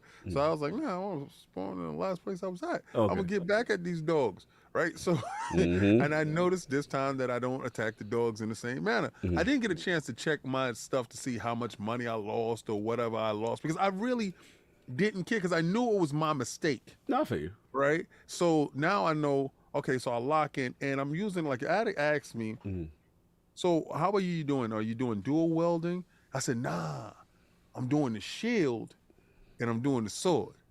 So the dog tried to, jump at me because I'm not good at timing my rolls, right? So I think the dudes that do double swords are great at timing their rolls and moving out of the way. Yeah, I have double swords and Smooth has a big shield. Yeah, because I was watching Attic. He don't parry. He's off the roll and dodge timing. Dodge. Yeah, that's like how I've always considered these games is like dodging mechanics in these type of games, regardless if it's from software or not. Parrying is always like up in the air if it works correctly, if it doesn't work correctly, if it you don't want to take a risk. I don't risk learning it in any other game. The only game I actually had to learn it with was Sekiro, and I was hard-headed. It took me halfway through the game before I learned it. So because that game demands it. If you don't learn how to parry, you won't beat Sekiro. Well, I mean, I guess you can if you beast and you never get hit. But this game is one of the things where I'm playing with Smooth, and Smooth has a big, great shield, and I'm dodging. I get hit one time, half my health is gone. Smooth puts up that shield, the dude will literally tank anything the boss throws at him. Like, get hit over. This game had me on a boss where I was so infuriated. I'm like, where's that Dragon Great shield? I'm about to put that sucker on. And I literally was tanking because I felt like there was no other way of me beating that boss, dodging his crazy patterns. Okay, fair enough. Slow backslide. Just want to make sure his levels, you keep jumping in, jumping out. Want to make sure you're good. Slow. Slow might be having technical difficulties, so hopefully we get him a little later. But update Zoom. Yeah, update Zoom, brother. Make sure you run the latest client. That sometimes that be the issue. Yo, can you hear me? Yeah. There you go. Woo, there we go. Slow. All right, finally. I've been fighting Zoom for the past 5 minutes, man. I saw like you brought your Zoom almost as bad as some of these EldenRing bosses out here right now, man. I'm down bad out here. My bad. Nah, you good, bro. I appreciate the invite. Look, man. Talk to me. So much fun with this game. Talk to me. Now you a Souls guy, so I never asked. No, I'm not. Not at all. Look, see, I need to hear this from you. Okay. 6 months ago, I was like, man, y'all catch me playing the Souls game never, right? Ooh, you like me? That's on. Brought up the receipt, Slow-Mo. I know someone's done that by now. Oh yeah, look. A lot of people have been giving me crap about this. Cause look, I think it was shout out to T-Rock, who on my streams. Like he's always in on my streams. I really appreciate the brother. I got like a lot of people always like, Slow-Mo, we want you to play this game, and I'm like, I don't want to play that. It is fun when you don't want to play something. Yeah, like it's fun. You're a great streamer because you. Okay. Sorry, continue. I can't. It's just like I'm just like I have the worst time, but people love my misery. So they're just yes. They're like, we want you to play a Souls game. So I said, all right, look, I'm gonna set up channel points. I made it as high as I possibly could. 50,000. I felt the same way when I was made to play those retro games. Right. And I'm so glad that part of my life is over. Continue. I will never do that ever again. Look at his face. It's disgusting. Continue. T-Rock actually collected 50,000 channel points and chose Demon Souls remake. And so I had to play it. So look, the whole time I'm like, man, I'm about to get bodied left and right. People going, but like, I did get bodied left and right, but I did enjoy it. I had fun. I actually, I had a nice little build, half melee, half magic. I was having fun. And so like, I realized it's like, although it is a bit, I still think the game combat does have a bit of jank to it. Okay. That it is fun. And I think the difficulty comes in from software not doing things that other developers do for games. They don't tell you how to do this. Like in EldenRing, I had no idea how to hold a weapon with two hands. I had to. I'm trying to figure it out. I had to look it up how to just hold a big weapon with two hands, and like that wasn't something that was explicitly said. So I feel like that's kind of capped though, Slow-Mo. Oh boy! Like, wow. Learning the basic controls of a game, I feel like is never something that any developer shouldn't be okay with doing. Like the fact that that's kind of bad. Like you should at least be told the basic controls of how to play. Oh, you talking about on the dev? On the dev. I thought you said cap was slow. I'm like, damn. Like I can understand a little bit on like not putting icons and stuff on the map. I think that's kind of far fetched too. Yeah. But like we can't praise them because they didn't teach us how to do wield. Oh no, I'm not praising them for that. I'm just saying that, like, I think that's part of the difficulty is that, like, you don't know how to do certain things, and the fact that literally anything can two-tap you and you be out of here. Billy Goat come around and slap you upside the head. Next thing you know, you're dead. You're just like, what? The Billy Goat come around? Chill. It's the unpredictable nature of the game, and then you can see if given time and patience, you can get good. You know, some people can become great, but given the time you put into it, you're gonna love it. I'm honestly gonna tell you, because the technical aspects of it to me is more forbidding than anything else with the game. Not the difficulty, not anything else like that. And if patches do come out and it gets a whole lot smoother on certain things, I'm great with it. I just feel like from a visual standpoint, and you PlayStation dudes gonna be like, yo, play it on the PlayStation 5 and play the PlayStation 4 version. I'm going to tell you that's idiotic. Because the PlayStation 5 version should be running better than the PlayStation 4 version. And the same thing with the Series X and S. Those versions should be running better. But again, that's a whole different fight for a whole different day. But, you know, but this is not a game. See, and I was playing Cyberpunk 2077. Oh, yeah. Right? And I told you I wasn't going to play that until it just came out, right? It's a new game release? The game just released. It was dope. Okay. New release game, fantastic. I think y'all heard of it. But that game I was willing to wait for. This game, and it has nothing to do with the Metascore. It had everything to do with Addict playing it. Yeah, it was fun I've watching seen stream. addicts play Souls games before. I've seen him get butt naked in Demon Souls and play Demon Souls, not butt naked in real life. Yeah, I'm like, yo, where we going with this? Yo, you had to see Nick said, okay, it's just that type of Lord's podcast. There is a story. Hold on. There is a story behind that. Like the reason I had to like strip down in that game is because I told you I don't like blocking, and people are getting on to me. They're like, you got to use your shield. I'm like, nah, I'll just take off this chest piece before I start using the shield, because it was giving me a slower roll, so I couldn't dodge anything. I don't fat roll in games. It don't happen. No, it doesn't. I'd rather go butt ass naked before I fat roll in any from software. Schnitter Novaz said, ha ha ha, the true hard mode done. Done with you. Pause. But he and I've seen him play that game. I've seen him play other games, but this one was a little bit different, right? I mean, literally a little bit different in how he attacked the game and how the game opened up, and that piqued my curiosity. And you really can't escape it. You really can't escape EldenRing. If you go online, if you go on Twitter, you really can't escape these things. And it turns into not even just a FOMO situation. It turns into a more of a curiosity situation. Right. And the fact that you do give into your curiosity to it, you're rewarded with it, because if you come from the old school where we had to explore to actually to learn the game, and you actually had to have some form of skill, or you built skill up, like playing Actraiser and stuff like that. This game brings back, and it harkens back to the old games of ease, 1 and 2, learning of the map. When I would pick up a game and don't know the language and learn the game. Like he said, I didn't know that you could take the shield off. I didn't even know I had a shield on me, to be honest with you. I started off with 2 swords, but then I pressed down on the button and I said, oh snap, I got a shield. I don't even have to do this.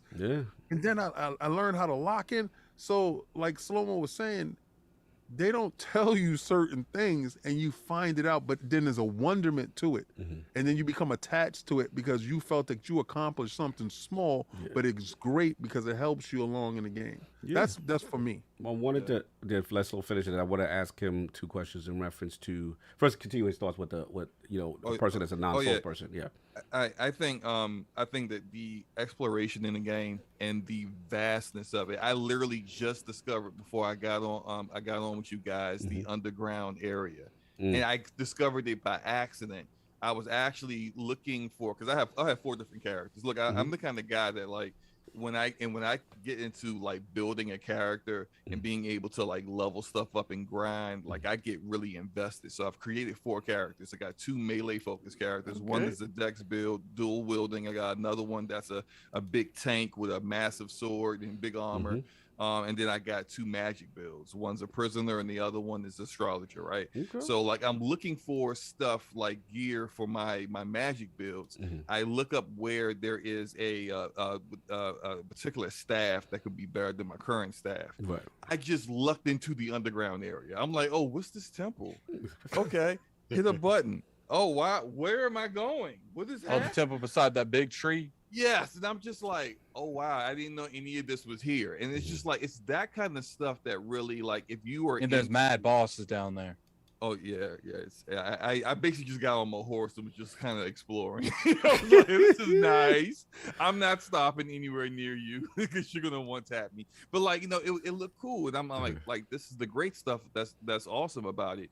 But I do kind of feel like, when I look at that, the platform with the most reviews has only like 53 reviews. I do think there's a bit of a, like, the Metacritic score is what it is. Right.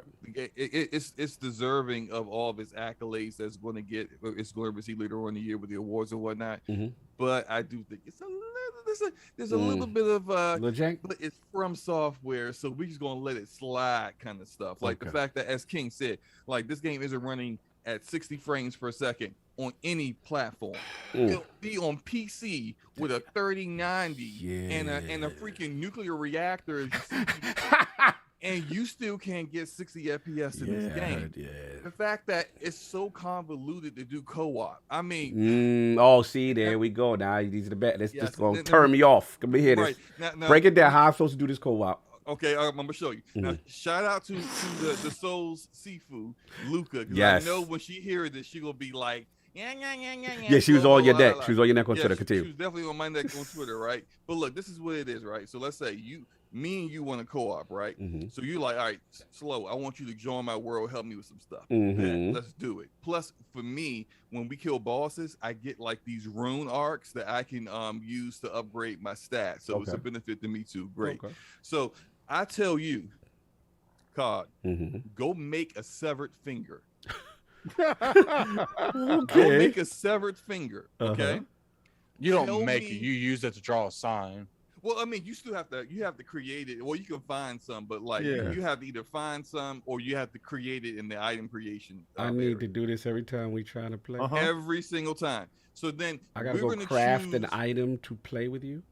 Yes, every single time. And so we have to go to the same gray spot, right? The same area. I'm going to put my sign down. You're going to take that finger and wave it in the air like you just don't care. I'm like, serious, the animation of you waving a finger, right? So you're going to wave the finger. But then also, you have to go to the multiplayer area, the matchmaking area. You have to put in the same password as me. Wait, we doing accurate. Switch codes? Yes. And so nobody ain't telling me this. Okay, so like Luca told me her passcode, which was Stotts, and all I heard was Stott, and so I didn't put the S. So we try and figure out for about 15 minutes what the problem was. Turned out I didn't have the S. My bad. So we got to do all that. Then you got to wave the finger in the air. You got to wave. Hey guys, here's my social security. Let's go. And I gotta be at this bus stop at this. That's right. What? That's right. Then oh, Mom! Symbol come up. Then you go to the symbol, say yes, you can join my world, and then now we can play together, but only in the region that we were in, the Grace was at. So let's say if the region was Kaled. We can't leave Kaled and go to Lim whatever. Wow. We have to stay within that region. Question. And as soon as you beat a boss, I leave the world. So then we gotta do the whole process over again to get me what? Back. Yes. All right, hold on. So you mean to tell me, even we did all this, the social securities, the bus stop, meet me on Canal Street at this time with the finger at this day. Now we do this. You mean to tell me from that point on, we just can't go through the game together the entire, and just, let's say we just go. Because they don't want you shacking the game. But why have go up in the Oh, this is a See, but this is let a me ask you demerit. question. This is a big Let me ask you a demerit for me. question Nah, for- y'all for- had for- me Let until me, this. let me ask you a question for you guys, right? For you guys that's doing it. Mm-hmm. How's the process when you jump inside and beat somebody up?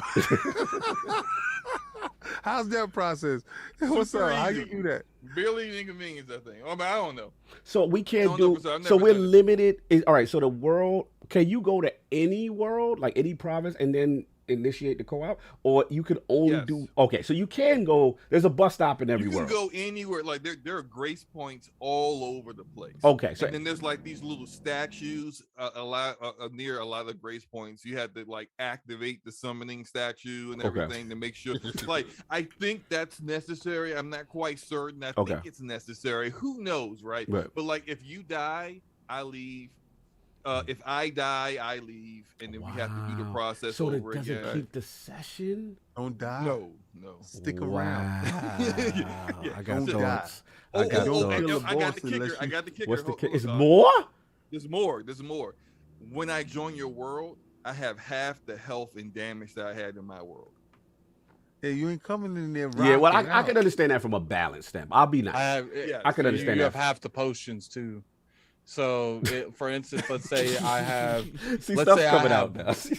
Let's say that I have one The ones to show magic it. potion, FP potion. Yeah. When you go into a world, you don't have one; you have 0. So, Wow. So let's say I have 10 health potions. When I join like Slow-Mo's world, I have 5. So You're not coming in shacking. Yeah, yeah, all right. Like, I feel like you I are want not to coming shack in at the big, bitty. bro. I want to back the little bosses down and you're bang on them. not- and I do agree on standpoints of keeping stuff balanced, but like at the end of the day, like I really don't like. Here's the thing: like people tell me the From Software community is crazy, man. When I bring up, I want more lore and stuff. They're like, yeah, that's how we want the game. Shut up. when I bring up, I want a simple invite system. That's how all From Software games. Shut up. Look, just because I want the franchise to evolve and be more simplistic in certain ways, but still maintain the From Software formula, because people are acting like I could just click invite from party to the game. That's gonna change shit somehow. Wow. Like, Language. it's just frustrating that when because I said that I said, look, Elden Ring is fine the way it is, but I said I would appreciate more lore, more anticipation into fighting some of these random trolls that's in cast. Well, I don't want dialogue. I don't want this. So I'm like, no one said, like, first off, So we in a Nintendo Switch situation. Sorry. If dialogue is done correctly and it's done efficiently, it doesn't matter how it's done. It's still going to be good. Right. And people bring it up like Horizon because there's a bunch of dialogue, or Monster Hunter for that is. I'm like, that's an example of too much dialogue. No one said they wanted that. Like, Wow. All right. Good to you, son. I got my You final just don't questions to y'all. Get a chance. I like the aspect that you don't get a chance to big brother the situation. So you got your social like security you fight code. your I mean, boss and that- you be like, I'm gonna and call my King- big brother. Look, it's not. King, it's it's not- cool. That's fine. Like I understand that. Like I'm cool with the fact that like the person you bring in isn't as strong. Yeah, I in don't have their a problem with world that. I can as understand. as they are like in their own world as they are in yours. That's Half the fine, potions right? go on with that. But it's just that like, why can't I just pull up a menu? Yes. I got friends. Yes. Hey, Cogs online. Yes. How Let me much see do if you Cog really want to wants play with play. that friend? Come on, Like, King. Stop. Do This you wanna go- 2022, bro. Listen, we doing a yo, Nintendo Switch. Listen, What's I'm funny right is- now, I'm is playing those- devil's Yeah, advocate. you played. No, what's funny is they'll. Do you love your friend so much that you craft a finger? Well, what's funny is they'll let's say I join kids world, okay? They'll scale me down, but then they'll scale the world up because there's two people. Too many people. Yeah. So all right, let's get into it. Let's get into it. This is funny. All right, last question. So obviously, we're seeing the success. We are seeing, like, again, early UK reports, the digital sales, everything's good, everything's sounding good, and then we said the casuals are getting into it, critically acclaimed. It's just massive, regardless of how I feel about this call. But the question, gotta bring it back to Nick and then everybody else. Is it over? Can we, game of the year, can we just call it right now? From what we've seen, what we played, does anything has a chance to dethrone EldenRing from Game of the Year? Because the streets Absolutely. are talking. Oh, Slow-Mo, Absolutely. hold on, I got you, Slow-Mo. This for Nick. The streets are talking, Nick. They're saying, stop the fight. Don't even show up. Breath of the Wild, Starfield, whoever you are, it's over. Nick, what's your thoughts? Look, when was the last time a game that came out in February won Game of the Year? Ooh. It's called EldenRing. I'm sorry. Recency Talk about bias is a son of a gun, okay? Mhm. And by, the only people that are going to be talking about this game still are the same nerds that are going to put 5,000 hours in this game. And yeah, I've got I words do. for it. Okay. So tell me the last time a game this quality came out in February. Hitman 3 is not this quality. Continue. Hitman 3 was good though. Come on. Wasn't Breath of the Wild? Hitman's not Breath of the Hitman, Wild. you can't Breath of the compare Wild it. though. Breath of the Wasn't it Wild. Breath of Come the on, Wild? Attic. Breath of the Wild. March got Game of the Year. But it's right there. Okay. I see you being okay. You being messy. I see what you do. All right. I see what you do. But continue. I mean, it's But you easy to did. say a game that's in February doesn't get it when we don't get quality games like this in February. For the most part, games of this high quality, they usually try to release in November to October for those holiday sales. All right, continue. Let Nick finish his boss. So the thing is I'm not going to sit here and pretend like I know what the rest of the year is going to look like. Yep. And think that nothing can compare to this. Because, it's a great game. An amazing game, even. You got to throw the even, though. but, at the end of the day, the casuals who are going to fall off of this game in the first 3 hours aren't going to vote for this game to be Game of the Year. And at the end of the day, I think there's going to be other games that come out this year. There's games that are coming out this year that we don't even know about yet. And I think those games have just as much of a start to get it as anybody else. But what I will say, don't worry, Attic, I got you. That I just got to get slow. if EldenRing does take Game of the Year, it's an interesting direction, so to speak, especially after Sekiro, is that they've done back-to-back Game of the Years.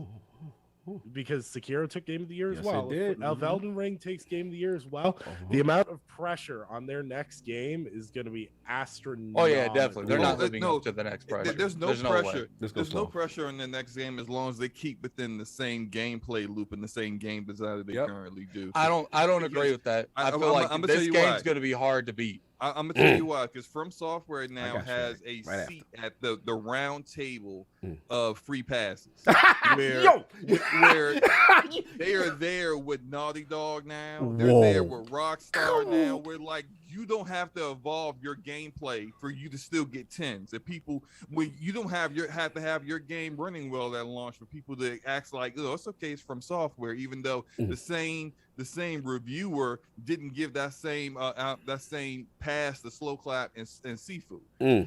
We already at that point where From Software, where they're at that table and they can do what they want.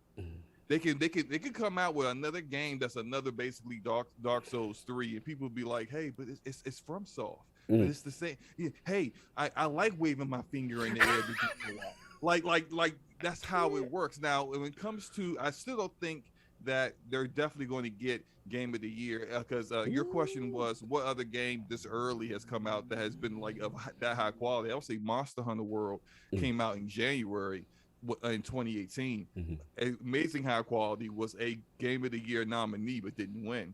I think when you got God of War Ragnarok, you got potentially Breath of the Wild 2, you got Starfield, who Bethesda has been a member at the table of free passes before too.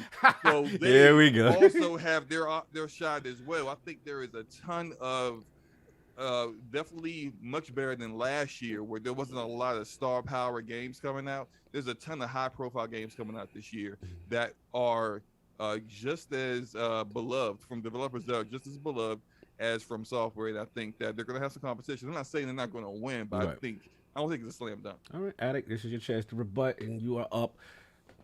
Is it over? Stop the fight. I don't really see people saying stop the fight. I'm seeing people saying stop the fight.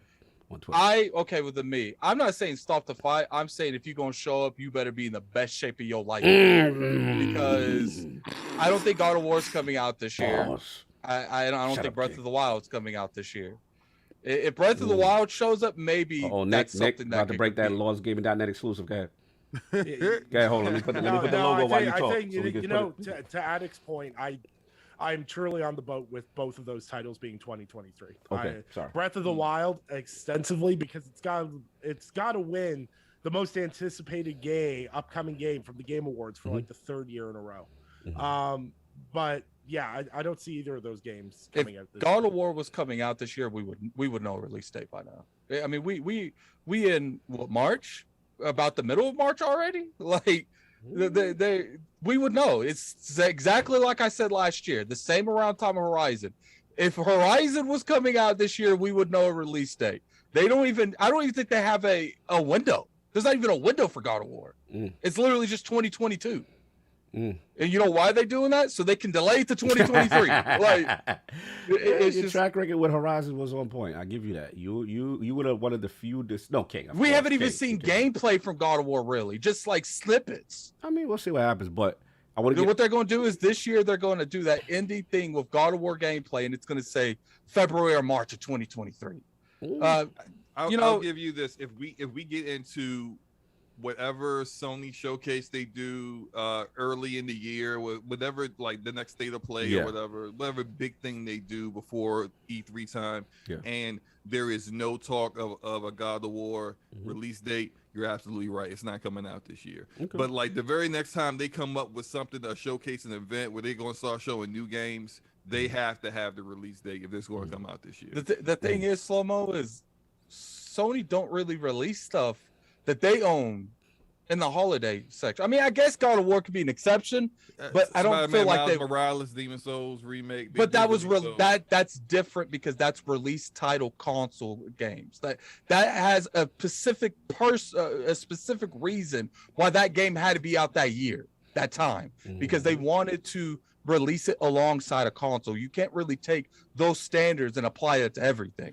That's true. Although I still think that like they could come out like, hey, in April and say God of War releasing in September or August, and that would. When have they ever been known to do that though? But that doesn't mean that doesn't exclude it from ever happening. Right. They're not a second half of the year, people. All right, King, you're up because we got to move on. No. So is the title I don't over? believe that it's you throw the towel in. I've seen dudes dominating in a fight until the last round and get knocked the hell out. Shout out to Meldrick Taylor. Shout out to Julio Cesar Chavez. Classic. Shout out to 12 seconds left. So at no point in time I'm going to waive the title in no March. I don't care because like Nick said, we don't know what's going on at the end of the year. We don't know what type of shit. Starfield might come out in that shape, that Evander Holyfield real deal shape, and push his wig back and peel his cap back. So you don't never know. And anticipation for that game. Energy say y'all bugging. Yeah, that's nice. The energy for that game, I agree. is the like, same energy for that dudes is having for this Elden Ring. The same. Look, Starfield could come for Starfield. Don't know what it is. Starfield could come and take the crown, but all I'm saying is right. Elden Ring has that quality where Starfield better show up. Right, you better be with right. little to no issues. Right, No, it don't need to show up with little to no issues. It just need to show up and be what everybody expected. If it comes in and see, because we ain't gonna sit here and act like this game ain't show up with issues. Right, this Hustle brought up a point. Sekiro dropped in March and one game of the year. Yeah, this game right here shows up with a bunch of warts and a bunch of issues, but dudes is like, yo, this is it. And I agree with you. I agree with you. Yeah, so let's say a Starfield shows up, but it's that visual showcase. See, the problem with this game here, it's tied to last gen.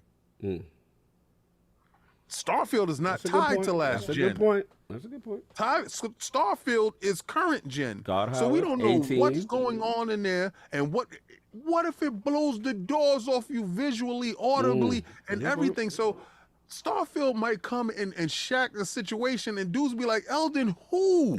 and like Nick said, yo, 5,000 hour dudes is gonna be in it like, nah, man, I'm gonna vote for my guy. Don't matter. Unless God of War or Zelda come out this year, Starfield's the only game I could see like getting in the ring with Elden. It's other games. It's other games that can Like capture what? the imagination and heart of people. It's other games. This ain't the end all be all, but it's a great start. Like what? I'm still waiting for names. But see, this is why. This is understand? exactly what we're talking about because this is March. This And you're like what? I'm like, you need to say like what in October. In November. Why don't you name me? Why don't you name name me a couple studios that dropped the same year they announced the title? Go ahead, I'll wait. I'm not a prisoner of the moment. I'm not a zeitgeist dude. I try to stay the hell out of there because, again, you start putting on blinders and you start not looking at what the rest of the year may lead into. The rest of the year may lead into something incredible and amazing. We don't know what might land on our doorstep, you know. So, again, is it a great start to the year?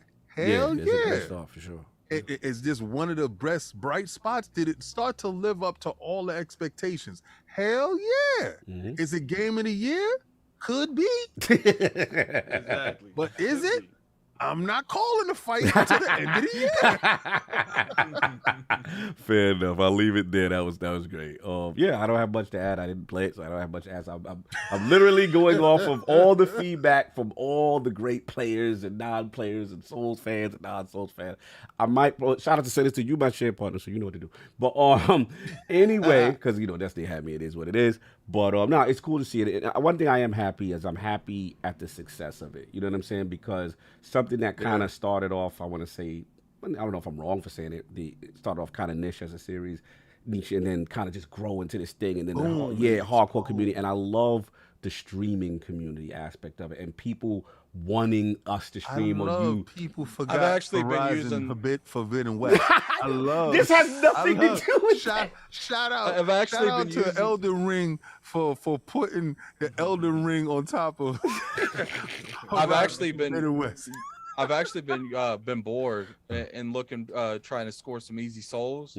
So I've been going in and helping people on LFG fight bosses. Oh, that's what's up. That's what's awesome. Up. Look, man, Attic, I'm gonna need some help with a little bit of switch as we go move on. Because these last two. It look like I ain't gotta stream it. and this, just like I said, they gonna forget about EldenRing at the end of the year. Yo, you are messy. All right. It only took a couple of hours. It started off strong. Let me get these super chats from where I got. Shout out to my home girl, Kay Johnson, $5 super chat. Studying for work and listen at the same time. Not as active in the chat today, but still loving the show. Hit that like button. I just want to make sure I don't miss. Donna Taku on $5 super chat took a nice. Yeah, remember we did it. We took a nice nap. Cog, we played that slide. Just want to make sure we don't miss because solvers out here, they get. You know what I'm saying? On Mr. Irishman, appreciate the therapeutic break. This podcast is giving me from EldenRing. Millennia Blade of McKellar has been tanning my damn hide for over 12 hours. So I'm assuming that's some boss. Up too. Yeah, can't wait for KZ up. You got that. Then you got Donna Taku, $2 super chat. Breath of the Wild 2, smacking Starfield and EldenRing. Okay, outside. That's cool. That's a possibility too. Yeah, Rain and Blade. I hate Souls games, but I'm loving EldenRing. Shout out to the £2 super chat. Again, another £2 super chat. I wish I was playing with Addict and Smooth. Rain and Blade, no doubt. Hollywood. I've been told by so many people I've sold copies of Elden. No, bro, you are a fantastic streamer. You can do 3-player. Yeah. I think you can do up to 4. So I think you do up to 4. Oh, so we all get our social security cards together? We can all get up in there. We just got to look. Which bus stop we got to stand? He's got to coordinate that finger waving. We got to be the beta boys. With is the way that they do. Is the way they do the invite system whack? It is, but it's not hard. Oh, now I wouldn't go as far.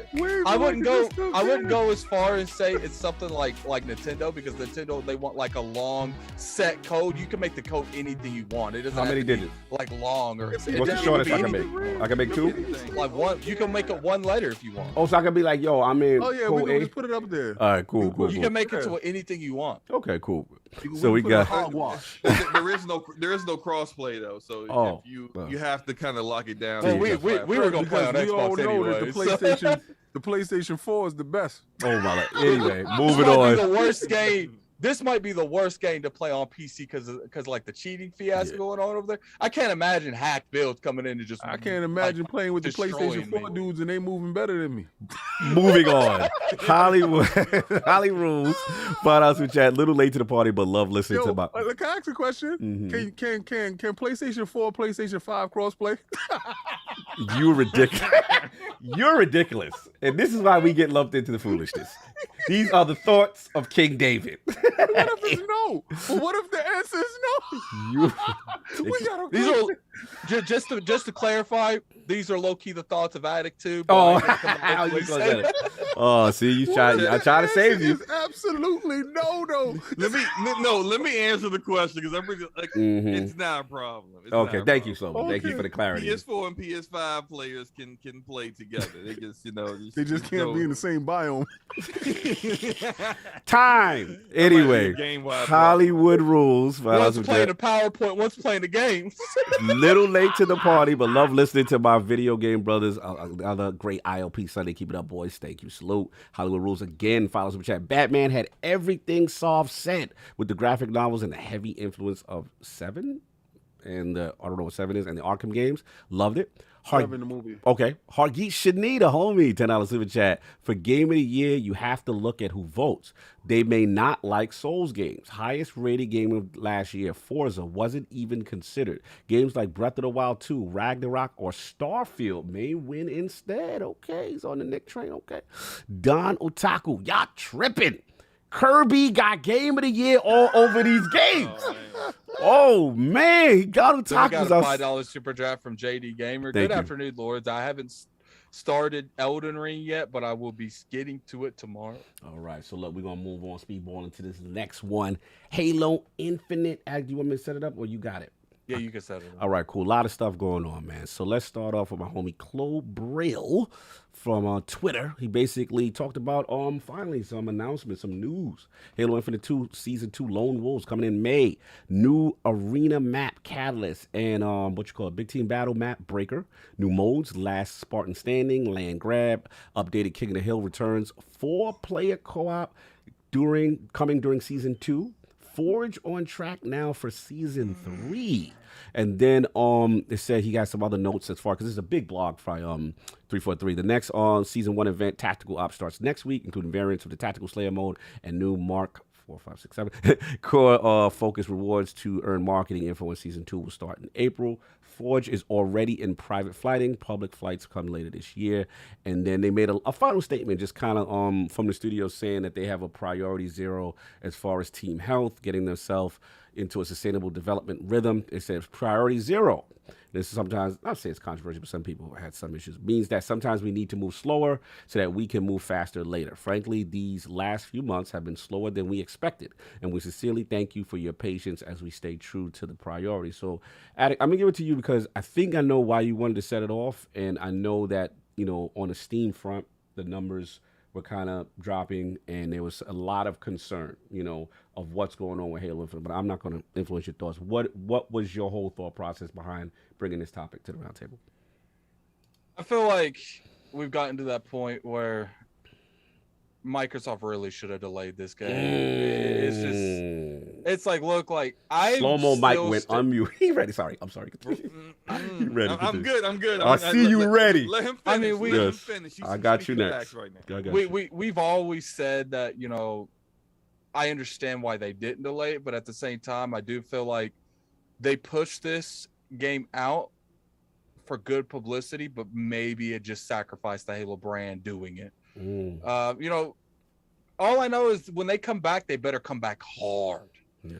Because right now it's not looking so hot for them.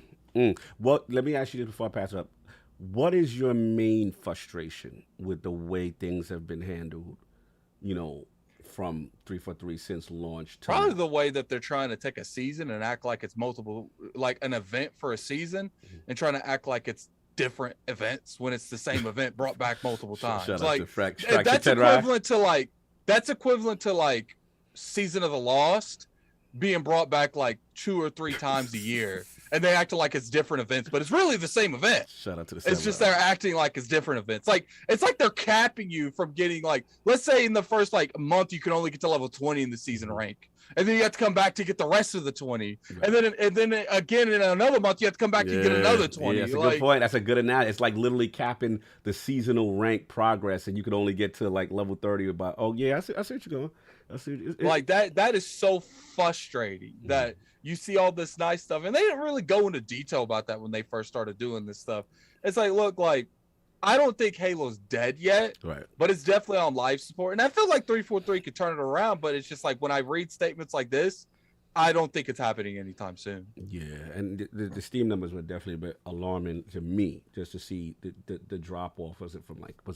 It was pretty substantial from 300K to now barely 10K. Yeah. Let me get you in slowing out because I know you had a lot to say on Twitter. I've been following you. And let me start off by talking about how many hours I have in this game. Okay? So for people who may not understand where I'm coming from, I have 82 hours and 44 minutes into this game. I have like 3 days. 531 matches. Like that, I just checked Halo Tracker to double check that. I say that before I start to talk about how I said everything that Addict just said is things that I saw happening before it happened. Like I'm not trying to say I'm Nostradamus over here like King David, right? 96%. But like every now and then like I get an epiphany and I'm like, oh man, I see the vision here of the disaster that's about to happen. Delay the game, right? And people like, no, don't delay the game. And I'm gonna tell you why they want to delay the game. And I know why King's saying that's right, because people wanted to be like, look what we got right now. And PlayStation guys, look what you don't have right now. You don't have anything. No, that's not my reason. Okay, all right. We'll get I think there was a lot of people too slow-mo that was just like they just wanted to play the game at that point. Like years, keep delaying it, keep delaying it. Are you implying that the desire to play this game overstated the long-term health? People were really excited for that campaign, and it's just like regardless if it's good or bad, like they are people out there clearly that are playing the console war stuff. But me myself, I said multiple times it should be delayed, but I got to the point where I'm like, I'm not gonna let a co-op stop me from playing this for 6 months. Won't stop me. Can't stop, won't stop. We got no co-op. And even when they promised co-op, right? They promised it at launch. Right. Then they said, they have them, bro. We don't got that co-op right now. But look, we gonna have the co-op in season 2, 3 months after launch. And people was like, why are y'all complaining? You gonna get your co-op in 3 months, right? And I sat there like, wait a minute, how many times has 343 said something and then it didn't turn out to be what they said it was going to be? Why 90%. Now would you agree? Why now would you believe them?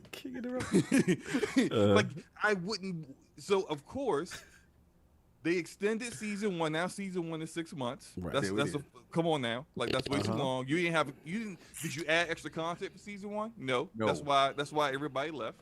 Now, at the beginning of season 2, we're supposed to be getting co-op. Is there co-op? Nope. Oh, we're gonna get this at some point in season 2. And people believe that. Why would you believe? Look, how many times does he have to keep lying to you and cheating on you before you realize his word ain't worth anything? Like, how many times? 343 T. Oh, okay. So I thought you was going weird with it. No. I thought you was going weird. I know where you thought this was going. Continue. The defense team. I know the defense team was coming. I already know. You saw us go pop that cow. You talking about a specific studio. We ain't. Let's go. 343 is showing up at 3 a.m. with smelling like alcohol and weed.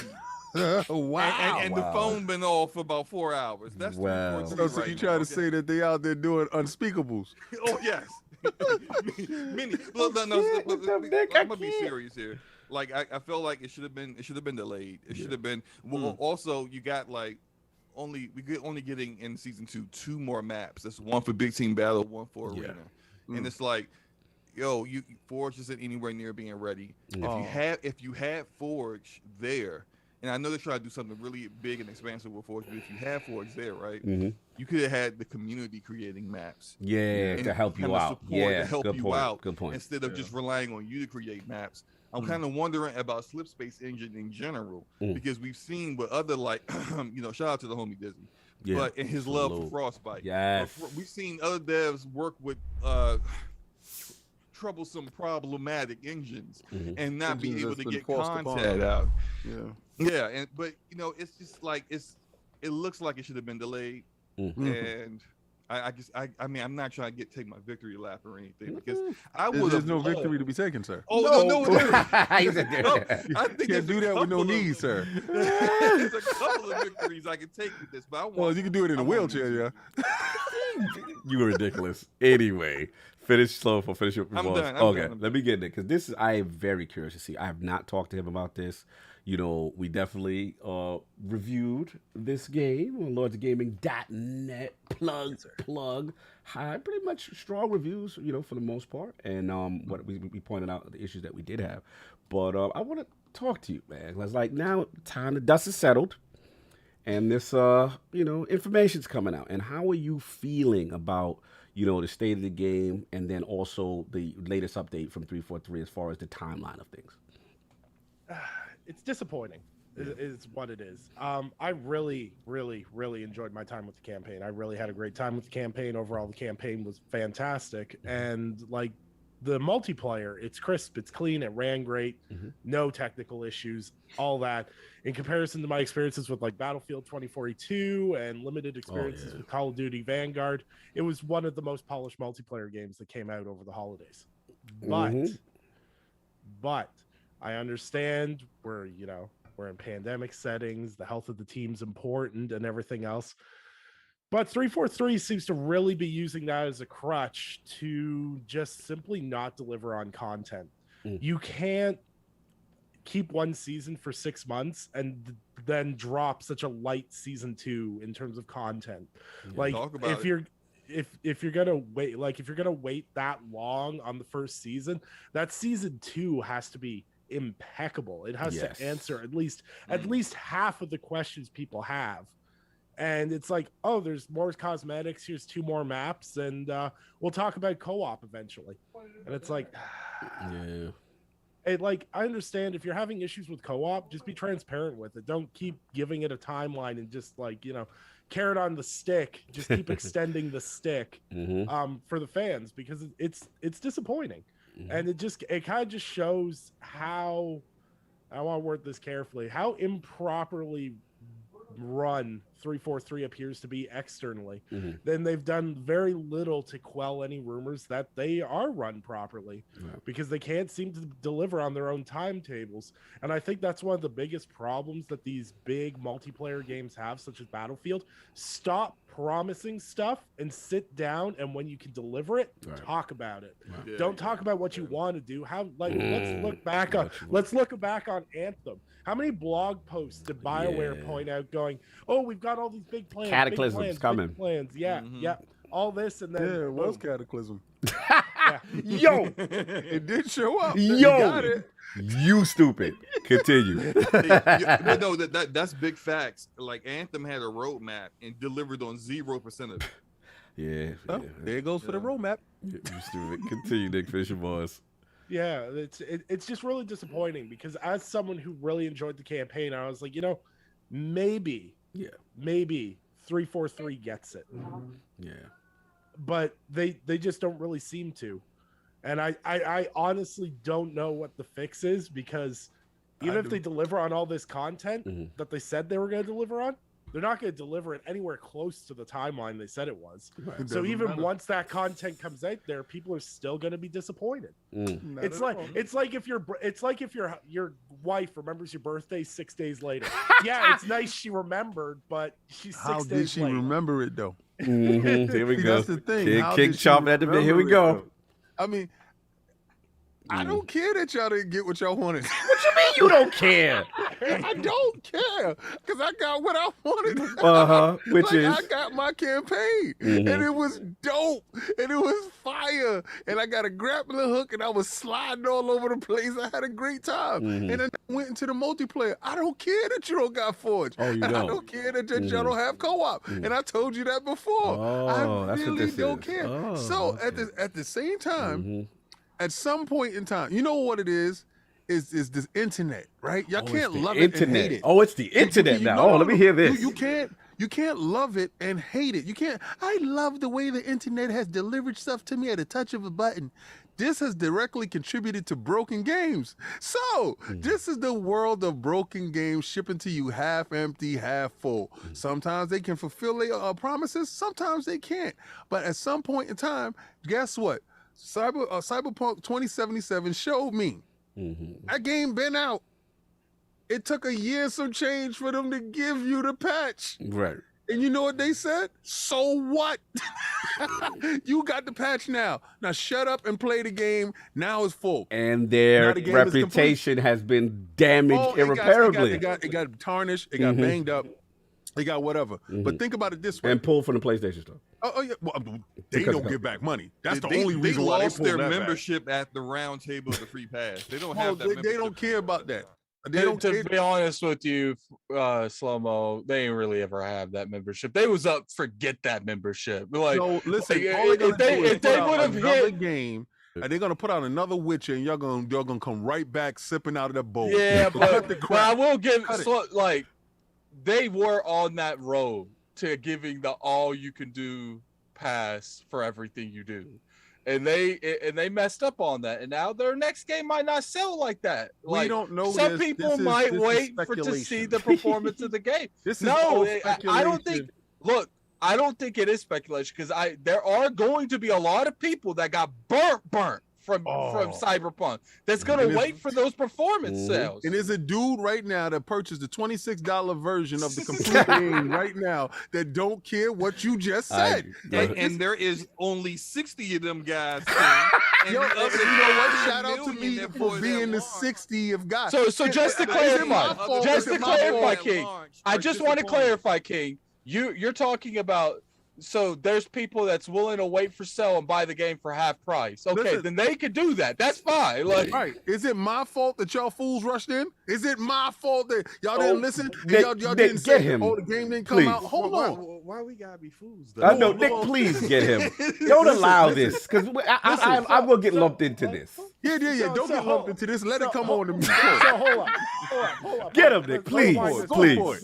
You couldn't help yourself, and you spend your $65, and you win it. What happened? All right. Get him, Nick. What I will give you with Halo Infinite is they delivered exactly what they advertised. Yep. They went, this is Halo Infinite. Here's your single player. Here's your multiplayer. That's what they advertised. They said no co-op, anything else. Fine. They didn't lie to you about what was in the game. Nope. Cyberpunk goddamn lied to you, rigged the review process, and only we're gonna talk about that too later. We can talk about it now. No. We're gonna talk about some rigging review process later in the next segment. But again, I hear you. Go ahead, sir. Go for it. Oh God, I haven't talked to you about Gran Turismo. I forgot the way you just brought the up way that, I already see that. He gave us preview bars about where he at with that. Nick, go for it. Nick, go. So, I can't with him. Get it, Nick. Because there's a lot of dudes out there that spend all that money for Cyberpunk, and you know what? Y'all didn't get your refund back from Microsoft. And if you was too slow at the Sony store, you wasn't getting it back anyway. So that's the only reason why. Don't act like, oh, it was a quality controls issue and we decided to pull it because we didn't like the quality. No, you didn't like people who asked for their money back and you took it off the shelf. Remove that from the shelf so these dudes don't get that because they don't give back money. All right? That's the real issue. It had nothing to do with the quality of the game. Right? They don't care about the quality. They put out a lot of garbage games. All right, they don't care about the quality. The minute you call back and you say, "Yo, let me get my money back for X, Y, and Z," they ban your account. So don't even front. It was too much $60. It was too much $70 to get back. You know how it goes. They tell you straight up, "Yo, What? Yeah, they're pretty bad They'll on lock that. you out of your account. You do a chargeback, and they're like, okay, you took it to there. We're just gonna get you up out of here entirely. exactly. It's like you're being punished for bringing up bad things. Like, See, and this is gonna be a motif going forward. They want you silenced. So please don't ever bring up the quality fact. They had a quality control issue. PlayStation is so above of quality. Not at all. They don't give back money. So let's talk about the broken game that was sold to you. Broken game was sold to you. The internet fixed it over a period of time with patches and stuff like that. And finally, right now, you got a complete game. At some point in time, this Halo is gonna be the complete game that somebody wants.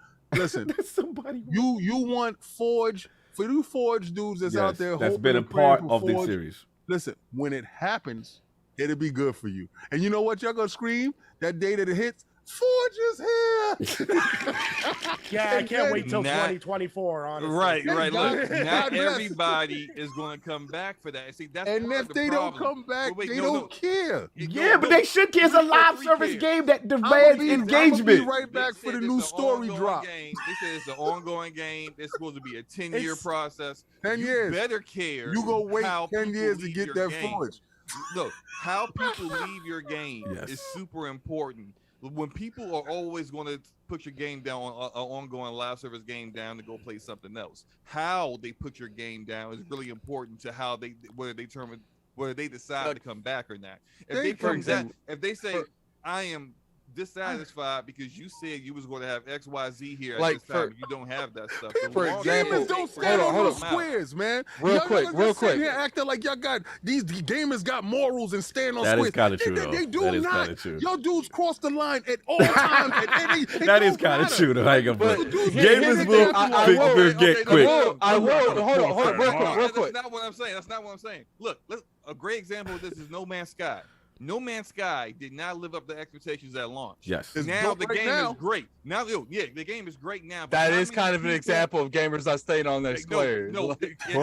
How many people actually came back to play when it was? We won't never know this. You sitting there trying to grab a metrics out of the sky. Games knows this. You know what they also know? Nowhere near as many people came back to that game as the people that played it at launch and was like, y'all lied to be disappointed. I'm out. I don't know about that because the game is doing very well. That's what I'm trying to say. Like, if anything, I would say more people are there right now than they were at launch. There's no square to stand on. No. Look. It's becoming increasingly more clear that all you guys are Destiny fans because you guys don't have any standards for what. I didn't say anything. Don't lump me into nothing. This is all me. That is him. That is that man talking. I didn't get my bars yet. Getting delayed. I'll let that man finish. When y'all attack, please attack me singly. Like, because I attack people straight up. So it's my philosophy isn't Cog's philosophy, isn't Addict's philosophy, isn't other people's philosophy. I don't care what anybody thought when Halo released. It released. I don't care. It can't. And dudes is like, oh, we co-op. It's not me. It's not Halo, Master Chief, and the Chiefettes. It's just me right here playing this game. So I talked to you about it. Yo, did you get past this part? That's cool. The singular story stuff, I'm having fun doing this right here. When the co-op part do come out, I might play with somebody in co-op, but I've really dissected the whole thought process of it. And I said, you know what? I've done most of this Halo stuff by myself. And anytime I did do multiplayer, I've done multiplayer in the same fashion that I've done it. So they released two things that I've done in the same way that I've done it, right? Now, that talks to me. Now, when the Forge dude gets Forge, I'm telling you right now, if they launch Forge in the next 2 months, Forge comes out. All that back talking that the Forge dude was talking today. Yeah, but listen, all the Forge dude back talking that he's doing today, he's gonna cross right across the street and inside Forge. And all that talk is, and if they prompt and if they deliver how Forge supposed to be, oh yo, you know that in the Forge right now I can make the steps and everything. I done made a map. You could come check out my map because I'm the #1 Forge dude. So again, it doesn't matter. There's no square to stand on because once they give you what you're looking for, you'll be right back there. And Slow-Mo, if those people don't come back, good on them. because you know what they're doing, playing something else, Right. because something else occupied their time. Right. But if they really cared about the stuff that they're talking about, they care about that they're championing so much. When it does come out, there's no way in hell you can sit there and talk about, oh, I'm not gonna eat that cheesecake because it didn't have cherries on top, and they put cherries on top of the cheesecake. You eating the cheesecake, so but stop it. You gonna eat it. That's my point. The longer they wait to actually come out with content that people want, the more people are going to be like, I got other stuff to play. And then sometimes they never come back. And they're not going to come back. In a live service game, which demands on engagement. And you know what? This is how I'm not a Microsoft shill, and I'm a gamer. This is how I'm not a Microsoft shill, and I'm a gamer. If they don't come back, then you messed up, and next time you do better. Okay, that's it. Fair you enough. lost them. Fair enough. Addict got his hand raised. King. Yes, please, Les. I know you wanted it delayed. Like you trying to say 2-3 months, fam? They talking like 6 to 9 months for it's showing up. Like it can come out tomorrow. I'm not playing it. Here's the thing, though. Here's the thing. Halo can be saved when Forge comes out, but it can't just be Forge. They need something to bring the masses back, like some giant story expansion or something, and they bundle that with Forge. And it can't just be that too. They need to have like the classics map pack that comes with that too, where you have Forge, you have a story expansion, and you got like 10 of the old maps all bundled together. Would you come back then? I would come back then. I love Forge. I'm gonna come back for Forge. No, but see, I never. If you put enough rubies inside the bucket, they all come back. But here's the thing: I never said I was never gonna come back to Halo. Okay, I'm just. I've always look how I treat Destiny. Destiny is definitely the definition of a mistress. I only go around there every couple months. But yeah, I'm sorry. I'll show up at the last couple weeks and do everything I need in Destiny and move on. It's just like that's how it came to be. Halo, I kind of fell off on it because a lot of the game modes that I enjoy is not on there. I never expected them to be on there like full time because people are like, where's Griffball? Griffball's never been there full time. Like, I never understood that mindset. For the most part, Griffball's always been a seasonal thing. Yeah, and it's just like, look, like they messed up and. I get it. How they did the unlocking of the armors and stuff like that was trash. And the way that I was grinding to kill myself to do that. So I just left it alone. Yeah, look, let me jump in. This is funny. My thing is this. You know, I've been on, I think me and Matt, we talk about it. Like, I have definitely been on Team Delay from the jump. I've always been on that. And I didn't understand, you know, this mindset that it had to drop, like especially when Forza was outside, and I was just like, Forza Horizon is outside, is doing phenomenal. So I didn't understand, and I get it. You know, it was hella high water. This thing is coming, right? All right, cool. And you banked on the early success. My point is kind of like what Attic said, which is like, I just hope as a result you don't risk the long-term health of this game. Now that King is right too. That, you know, when the content drop, when it does come, dudes that's talking gonna come back and play for the most part. But this is what I said, and Slow-Mo, you'd appreciate it.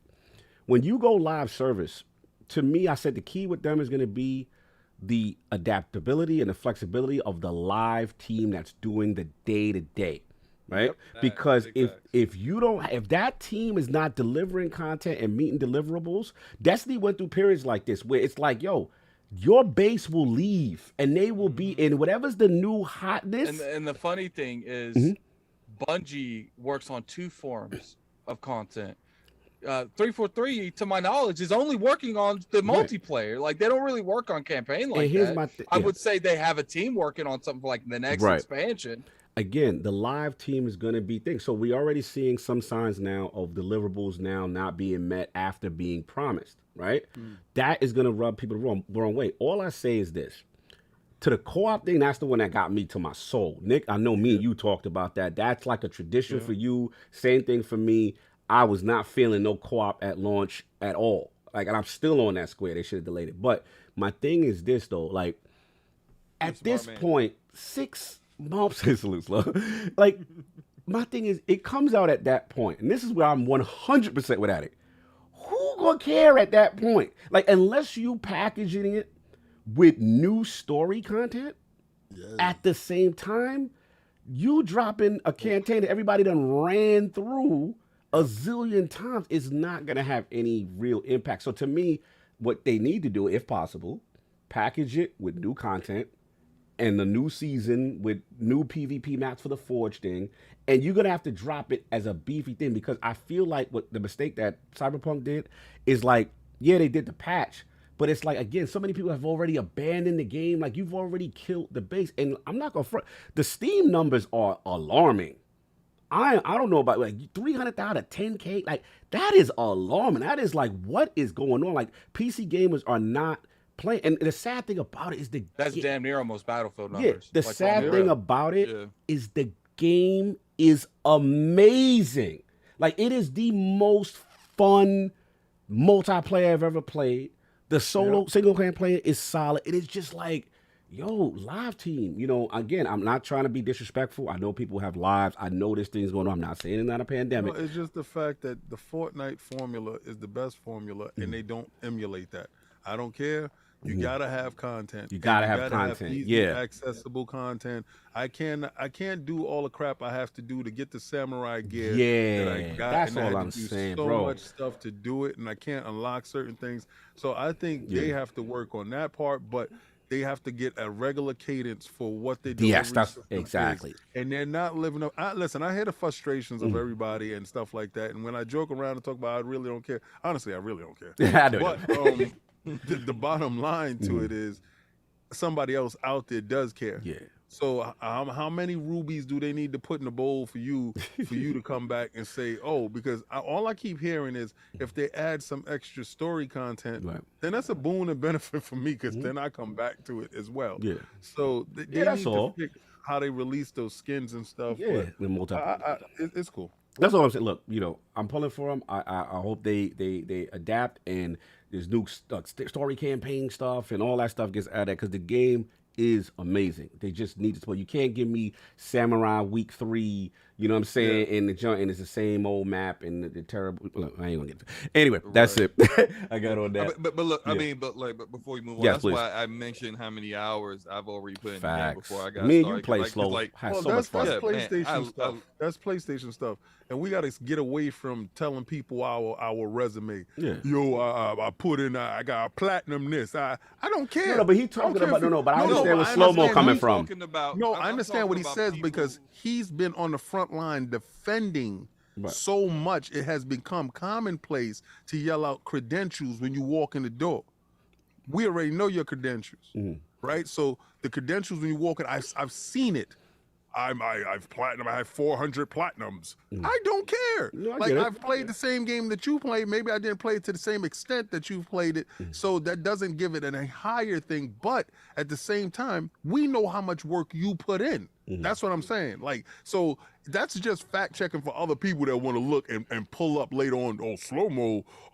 Let them go check your resume. If they care so much about your resume, let them go check your resume and let them just sit there and be quiet with your resume. You are solidified. They don't have. Let them go find out.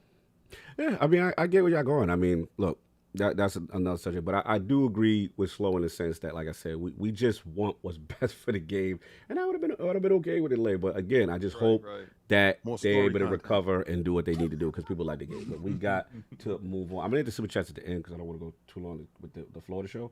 But this gonna be quick. Yeah, this will be quick. This one is King's topic. Yeah, so I don't know how King wants to approach this, but Gran Turismo has released, and you know, again, for the most part, what was it say, like almost like an 88 Metacritic? I didn't even get a chance to double check that because I'm playing Destiny for 12 hours, so apologies for my lack of having that info available. But yeah, like it's been for the most part well received. Release date seems to be making this release date, you know, which there might be some needs online there, but. You know, I will say that there is some controversy. Okay, respect. There is some controversies in the sense of, I believe, microtransaction model, and then also I guess people are pulling up that it's from a detail standpoint that the backgrounds people or something are not as detailed or whatever. So, King, the floor is yours. You brought this to the table. What are your thoughts on Gran Turismo? I want to say. that I didn't expect the game to release. Yes. And I thought it was missed this day by a couple of days, but it didn't, and it hit. It came out, and they did it, and I know why they did it now. They weren't too sure about Horizon. So if I knew the internals on it, because if they were really sure on Horizon, I think this game would have been pushed back a little bit to give Horizon some breathing space. But right now, these two games actually together make a good collaboration. All right, so you have this game, and what they did was, and this is the sly, sneaky part about their review process, because the review process needs to be re-reviewed. Right, because they had the microtransactions and all that stuff locked off for those people that did get a chance to review it. And if you didn't give Sony a favorable review on certain things, you kind of locked out of that situation. So you get this game, and you don't get to know that the moment the game does go live and the microtransactions then goes live. Right. You have a game that before, if you was playing Gran Turismo Motorsport, what was it? The sport game. Yeah, like, you just buy the joints. Yeah. You can buy the joints for like $5, like, you know, in the currency. That has scaled up to inflation levels of like $40, $20 to $40. On now, for a free-to-play model, that works. But we're talking about a $70 game that you're paying for, and then the microtransactions inside said game is quadruple to triple what the previous game was. Point of contention. There's a lot of people talking about it. The problem with that is that's absolute false advertisement, right? Especially when it comes to the review process, because the reviewers weren't able and privy to have that information before the reviews go live. Also, there's a point of contention with the ray tracing. The ray tracing is only available in photo mode.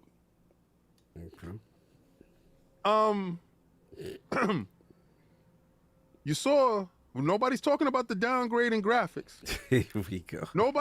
Everybody's walking past the downgrading graphics. If you see the trailer from the E3 trailer, that beautiful ray tracing, and it's the moving, and the cars is hitting the corners, and it's dipping and it's sliding. And then when you see the actual game, it looks like the same boring Gran Turismo.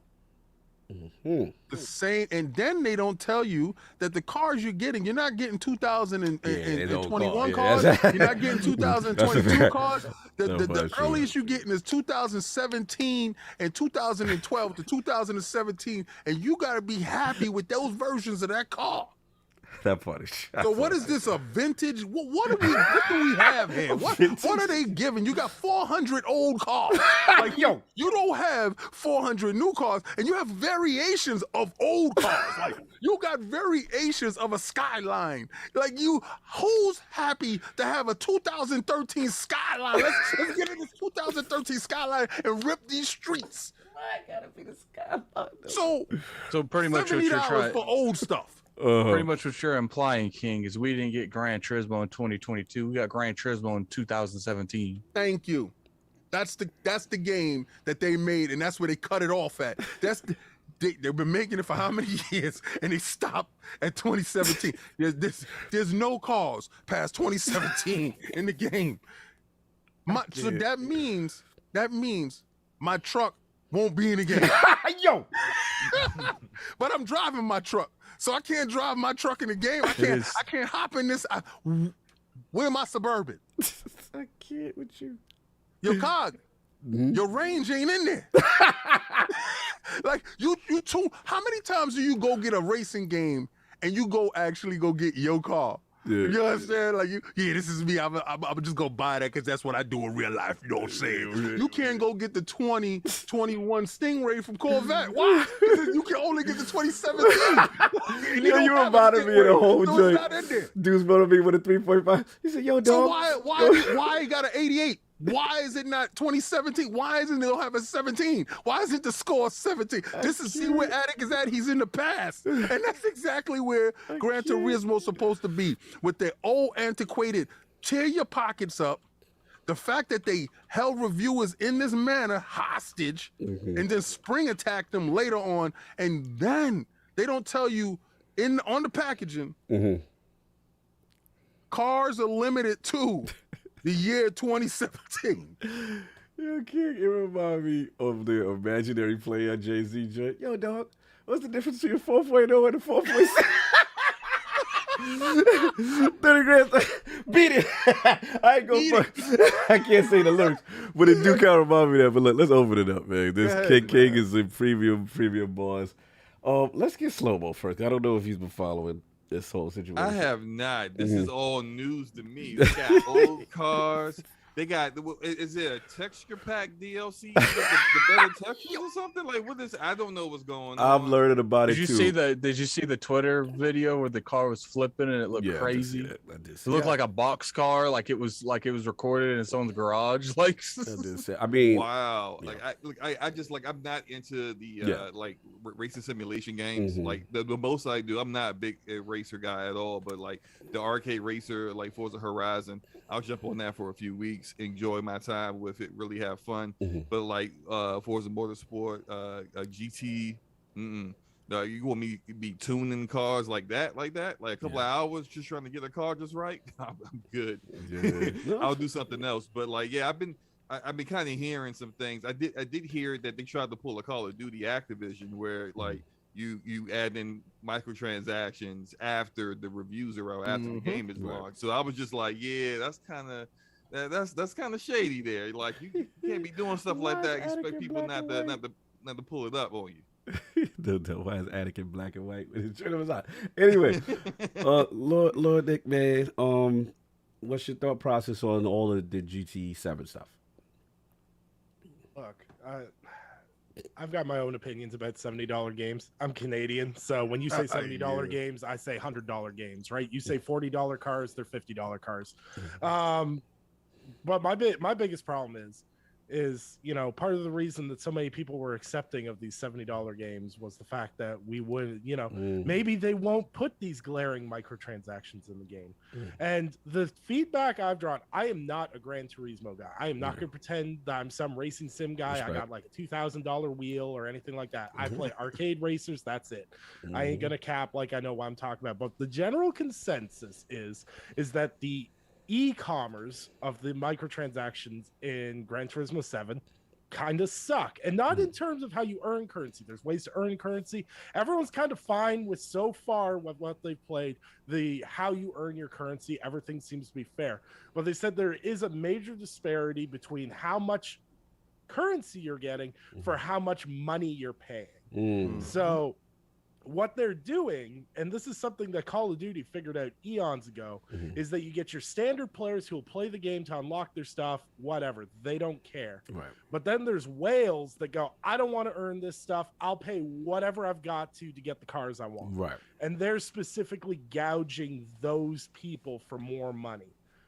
Whether that's right, wrong, or indifferent, that's up to people to determine, and I will leave that argument up to people that are playing this game, and if they have a problem with that, they should voice their opinions with it. No doubt. But I got you, Slow. But my biggest one, and this comes as someone who reviews games pre-embargo, I wish game developers and publishers would stop sneaking stuff in on launch that we can't review in the process. Because then we're not giving honest reviews. There's nothing worse as a reviewer is writing a review, putting a review out, and then somebody gets a copy of that game in their hand and they're like, oh my God, how did you miss this? Right. And then you're like, well, it wasn't there when I was reviewing the game. And they're like, oh, BS, The thing is, at the end of the day, if you're going to give out review copies, it should be the full experience of what you are selling, within reason. Because if this had been in there day one and then sliding them in like under the railing as part of like the day one patch, that's just not cool. And you know, if Gran Turismo guys feel a certain sort of way about it, I 100% understand them. If they don't, more power to them. No doubt. Slow-Mo, you got your hand up, and yeah, you know, here's completely ignorant about this stuff. Slow-Mo here question. Is this a live service game? It has to be online. To be? It has to be online. Well, it's got crazy microtransactions. I would assume it is. All right, so like usually, like, and maybe this is just me, that I don't mind like if you're going to like charge obscene amounts of money for individual things in the game if a game is free. If it's a free game, yeah, I mean, because people gotta make money. No, it's definitely not free. It's definitely not free. That's just it. This isn't a free game, but yet you're still charging microtransactions like this. Like now, you can't have your hands in both, have both hands in like that. You either gotta choose to charge this amount of money and then not charge people like that, or maybe you have a few things here and there, but the prices are much lower since they already paid that premium price to get in. And they pay the premium price to get into the club. Right. You shouldn't be charging them crazy money once they're already in there. But then there's the other side of $25 to use the bathroom. Exactly. Like now, like if it's free, then I get it. You need to make money somehow. If they really care, once if they play the game for free and they really love it, they sure charge them whatever, you know. Right. But like to do both, I think that's really messed up. Well, what their argument is they're saying that through natural gameplay, you will get credits in this game, this currency, and then that eventually, just by long-term play, you'll supposed to get the cards you want. That's also a mobile game, a mobile game like thing where they do give you a trickling of money to make, that of ways to generate in-game revenue to get what you want, but the process is so slow, and it's so frustrating that people just spend the money anyway. So because progress is locked behind badges is locked behind these those licenses that you get, that you have to go through every course. So you have to use this car, you have to go progression is mad slow in this type of game, in this game in general, because you have to go through board with a certain car to do this, to get to the next level, and the trickle down is so low that it forces, like Nick said, the whales in order to go out and purchase to advance. Right. So it's like pay to play. So basically, in the last Turismo game, you could just purchase cars directly at a set price. Yeah. Now they're saying that players can only get the cars of the game by this in-game currency credits, which range from, like I said, about $3 for $100,000 credits, or $20 for $2 million credits. And then basically what they were saying is that some cars in sport could cost $5 or almost $40. You know what I'm saying? Yeah. So basically they're saying that it's meant to encourage their credit costs are trying to get players to try to grind for their cars and then in-game credits. But the basic point is you got to get that currency, you know what I'm saying, to be able to do what you want. So, yeah, I mean, it's interesting. I'll jump in before Attic. Actually, he's in black and white because he's the car enthusiast. So let's get his thoughts first. Let's get the car enthusiast here. Well, I mean, when it comes to the microtransactions, I'm okay with charging people shortcuts that don't want to do stuff. I'm not okay with inflating a game and trying to encourage you to do it. A big example is Assassin's Creed. I don't like that they inflate the experience and then we got this time saver. They literally call it time saver. This time saver, $10 double XP. When in all sense, that's probably what the game was originally supposed to have in terms of experience. So they have to charge you for it. Yeah. Not for that. Now, as far as like the review process, that's slimy. I think reviewers I feel like when stuff like that happens, the industry should speak more vocal about that. Like it shouldn't be something, because I didn't feel like no one was really saying too much. Like like any of the big sites. Like if someone sneaks a patch and they change a drastic thing such as putting microtransactions in a game, you should immediately go back and revisit that because that's what they do it on purpose, so they can kind of get away from the aspect of a review process in general. They're like, oh, this is the worst part about our game, let's save this for after we give you after the game launches. We've seen publishers and developers do it weeks after a game comes out. It is what it is on that, and the biggest issue I would have is I can't play with any, like, look, man, I'm broke. I play these games to drive expensive cars. Like, and if my cousin got a more newer car than that's on this game, that's an issue. Like, no, I mean, and that definitely, actually, I think that's my issue too. Yeah, the whole, I wonder why, licensing wise, they couldn't get newer cars. But the thing that, shout out to Video Games Chronicles, they have it, and they said, so pretty much the issue is cars that used to be like $5 in the old G, because I don't play GT like that, so I'm learning this stuff right now.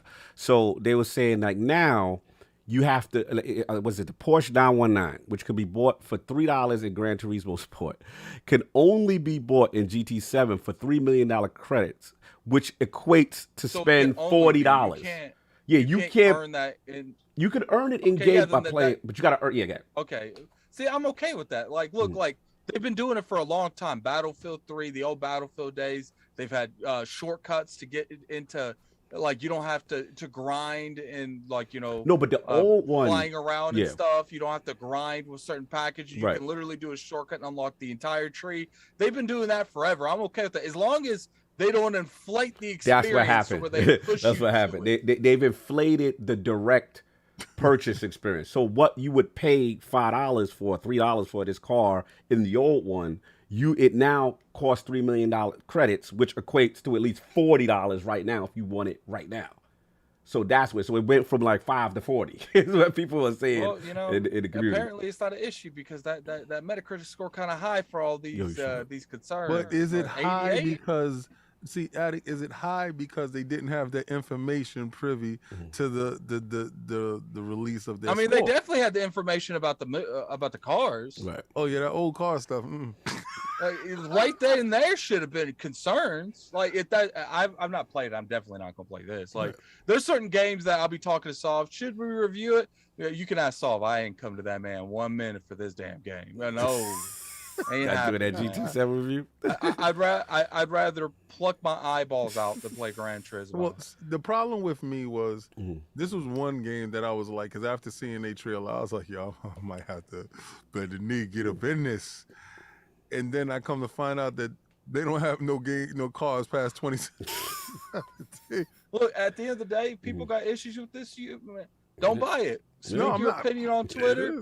Tag all the represent. I mean, obviously do it respectful. Don't like go out there talking wild. Which you know, I ain't your daddy. You want to talk wild, you can talk wild, but I wouldn't do it. It's like, look at the like, if you speak about it, man. Yeah. Make a podcast about it. We talking about it, man. We've been on here for almost 5 hours talking about something. Everybody go.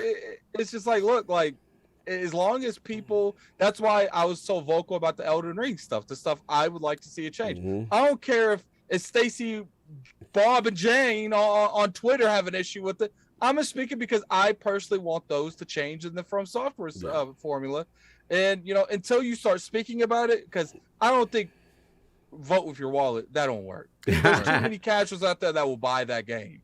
There's just way too many. There's been very few times I've seen in gaming industry, in the industry since I've been covering it, where there were so many people speaking with their wallet, it actually meant something. And most of the time, it wasn't even speaking with your wallet when the game wasn't even out yet. The game wasn't out, so there's no way that you could speak with your wallet. It was the masses amount of people attacking them on Twitter and social media that got the job done. It wasn't speaking with your wallet. Yeah.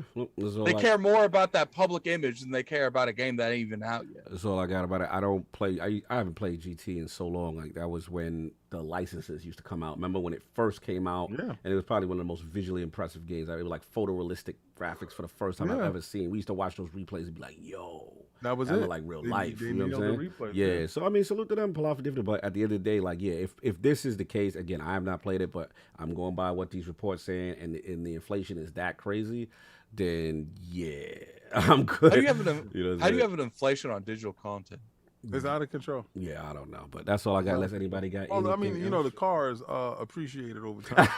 Yo, I'm done with you. You wait till you have to pay for the gas in the cars. Yeah, right. 'Cause you know how gas is right now. When you got to pay real gas in the game, you got gas up. You got pump up. Once they have BP and all that other stuff up in there, you got to swipe your credit card at the side of your joint to get your car. You can't drive for the day. That's the real free to play model. You can't drive today. You got no gas. You refill the ball on the back. Yeah, it is. Oh, wow. Don't give no ideas out. Hey, that's in the next joint. Wow, I am done. So, and I honestly see how Forza are going to smash it in the face. All they got to do is offer cars this time. Yeah, Attic is done. Let's get these super chats. Get up out of here. Crackers. Yeah, get the crackers. He dying. That man dying. Yeah, shout out. All right, so let me see. We got a trip. JD Gabe, I think we read him. Good afternoon, Lords. I haven't started EldenRing yet, but I will be getting into tomorrow. Shout out to Donald Taco 10 $10 super chat. Y'all over-exaggerating it. The base gameplay is perfect. I guess you're talking about Halo Infinite. The only thing missing is content. Once the content is there, the game will be healthy. It's not like Battlefield 2042 where it has no hope of coming back. Facto. Rubber Knob with the $5 Australian. Morning Lords. Just speaking for myself, I'm still loving Halo. Almost capped the season. Game needs more modes and weapons though. Flame, $5 super chat. I blame Halo's sudden multiplayer launch for the death of Halo overall. I'm so glad I never played it, and I never will. Stop the cap for Halo. Dragon Flame with the very explosive take. Okay. You know what I'm saying? Scatolites, excuse me. $5 super chat. Sea of Thieves, 25 million gamers 3 years after launch. Halo will be fine. Agrees with King. Brett Bingham, $5 super chat. Good afternoon, Lords. I just bought EldenRing. It's my first From Software game. Oh no, what have I done? Don Otaku, $5 super chat. But Forza, Sea of Thieves, Grounded, Flight Sim, and Age of Empires 4 showing up with all this content. Consistently got 343 looking down bad right now. So he gave a counterpoint in his own point. Hargeet Shani, $10 super chat. Given PlayStation plays favorites with reviewers, we know reviewers getting codes are inflating their ratings. To keep those codes coming, need to move 5 to 10 points in PS meta scores to get real scores. Sad. Okay, Hargeet Shani, feeling... No, he's not lying, but go ahead. Oh, Lord. Here, feeling away about the review system. I make sure... No, it's just, certain things... Spitting his truth. And that's what I got there on the super chat. Let's get the poll. Get up on... let's get the final tally on the shirts to see if I was right. I was right. And I don't have to play anything. So I do apologize for all you guys that thought that was going to happen. It did happen. Shout out to you guys that actually love me, that didn't have me, force me to have to play EldenRing. You need 4 more. 4 more? No, we don't. We need 4 more rounds. Yeah, I know what to do. Anyway. I got another 10, 15 minutes for those 4. No, we don't. He got a poll and we out of here. Hold up.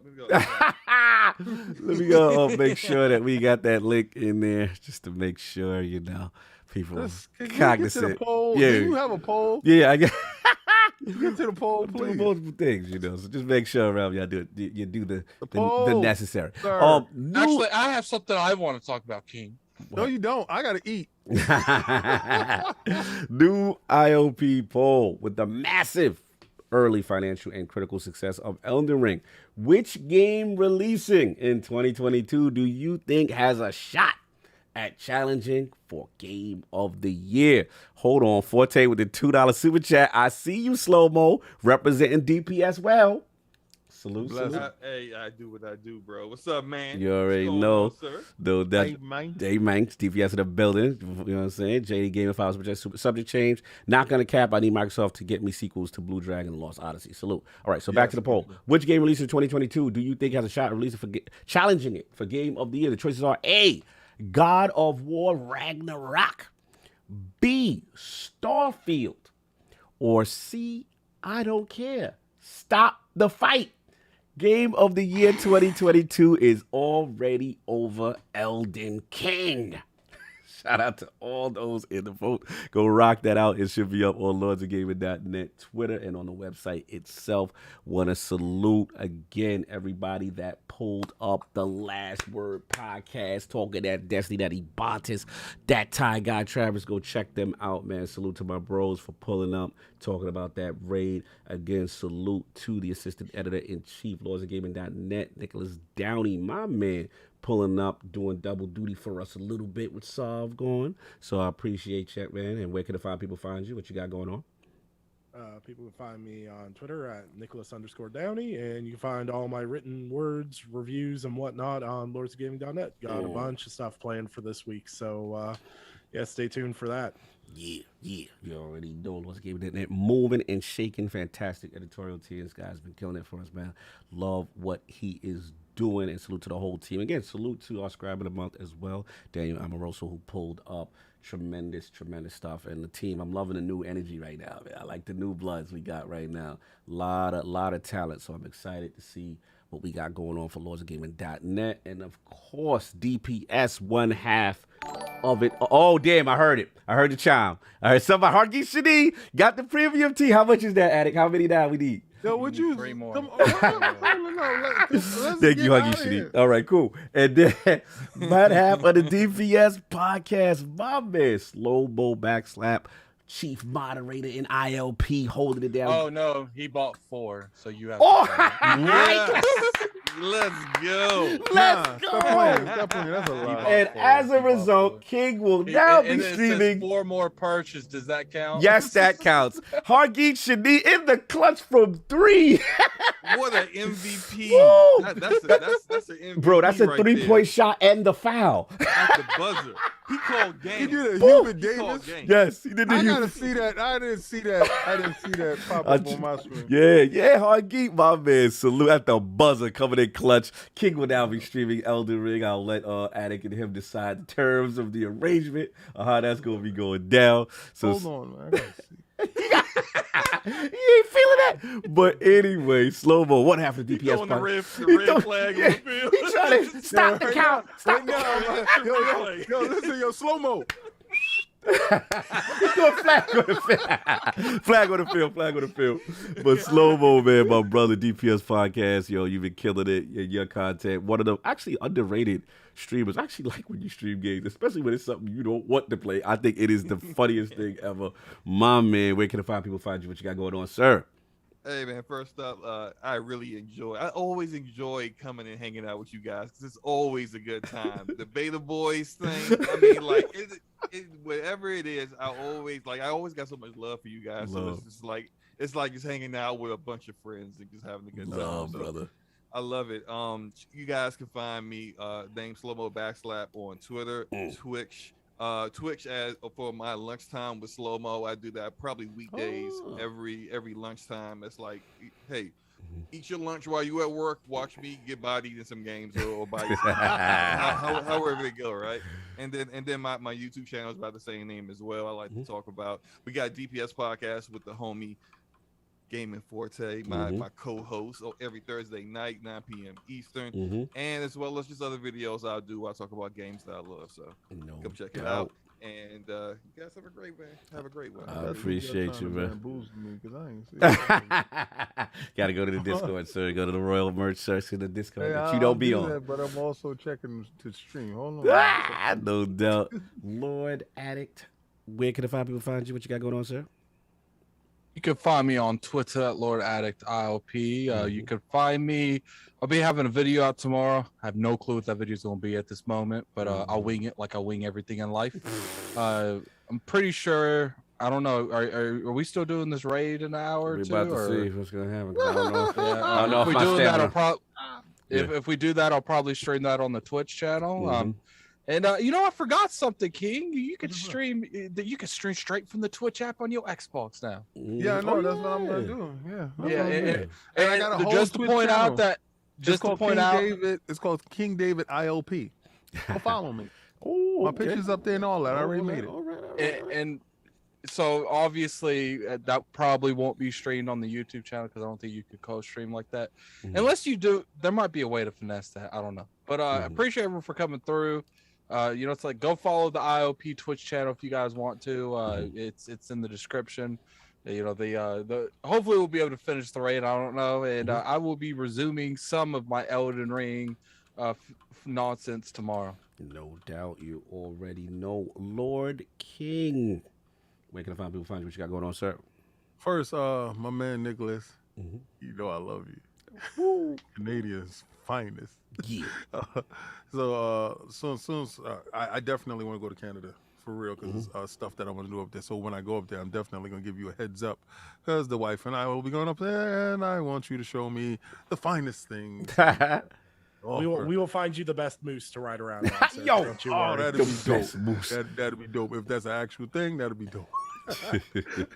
Slow mo, guys, my dude. Hold on, Kate, you like this. Apparently Horizon sales went down by 80% when EldenRing dropped. I knew it would, and it got beat. Like I told you, EldenRing put the EldenRing on it. Pause. And that's it. Slow mo, my dude. I love when you show up. Please bring your camera next time. Oh my God. I knew that was coming.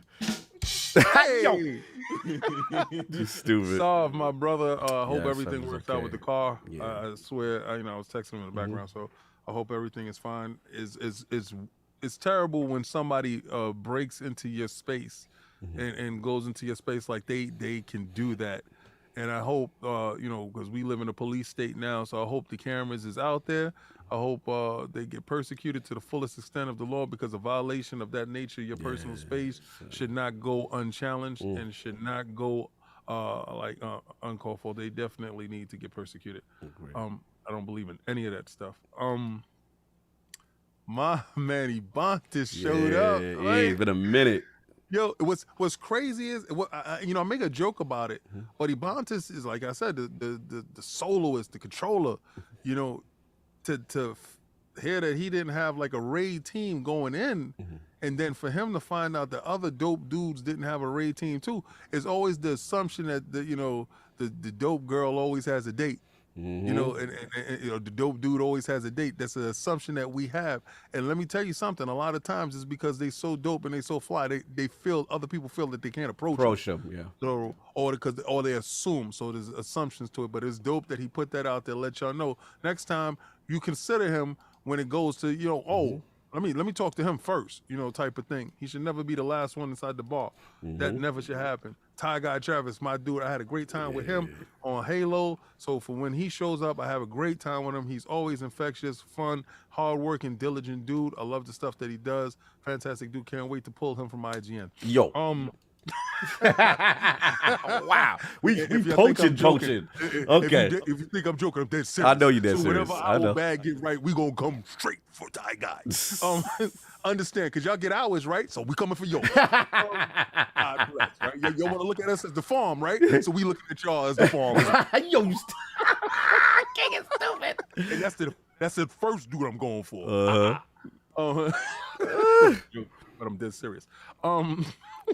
Catch me on Twitter, King David OTW. Yeah. Catch me on Twitch, King David ILP. That's dope. Yeah. That's where I'll be streaming it from. Since you guys wanted to do that, Hard Geek, me and you gotta have a conversation, because you didn't have to do that at all. Like, me and you gotta have a conversation. I just followed your Twitch channel because I can't wait to see this stream. Yes.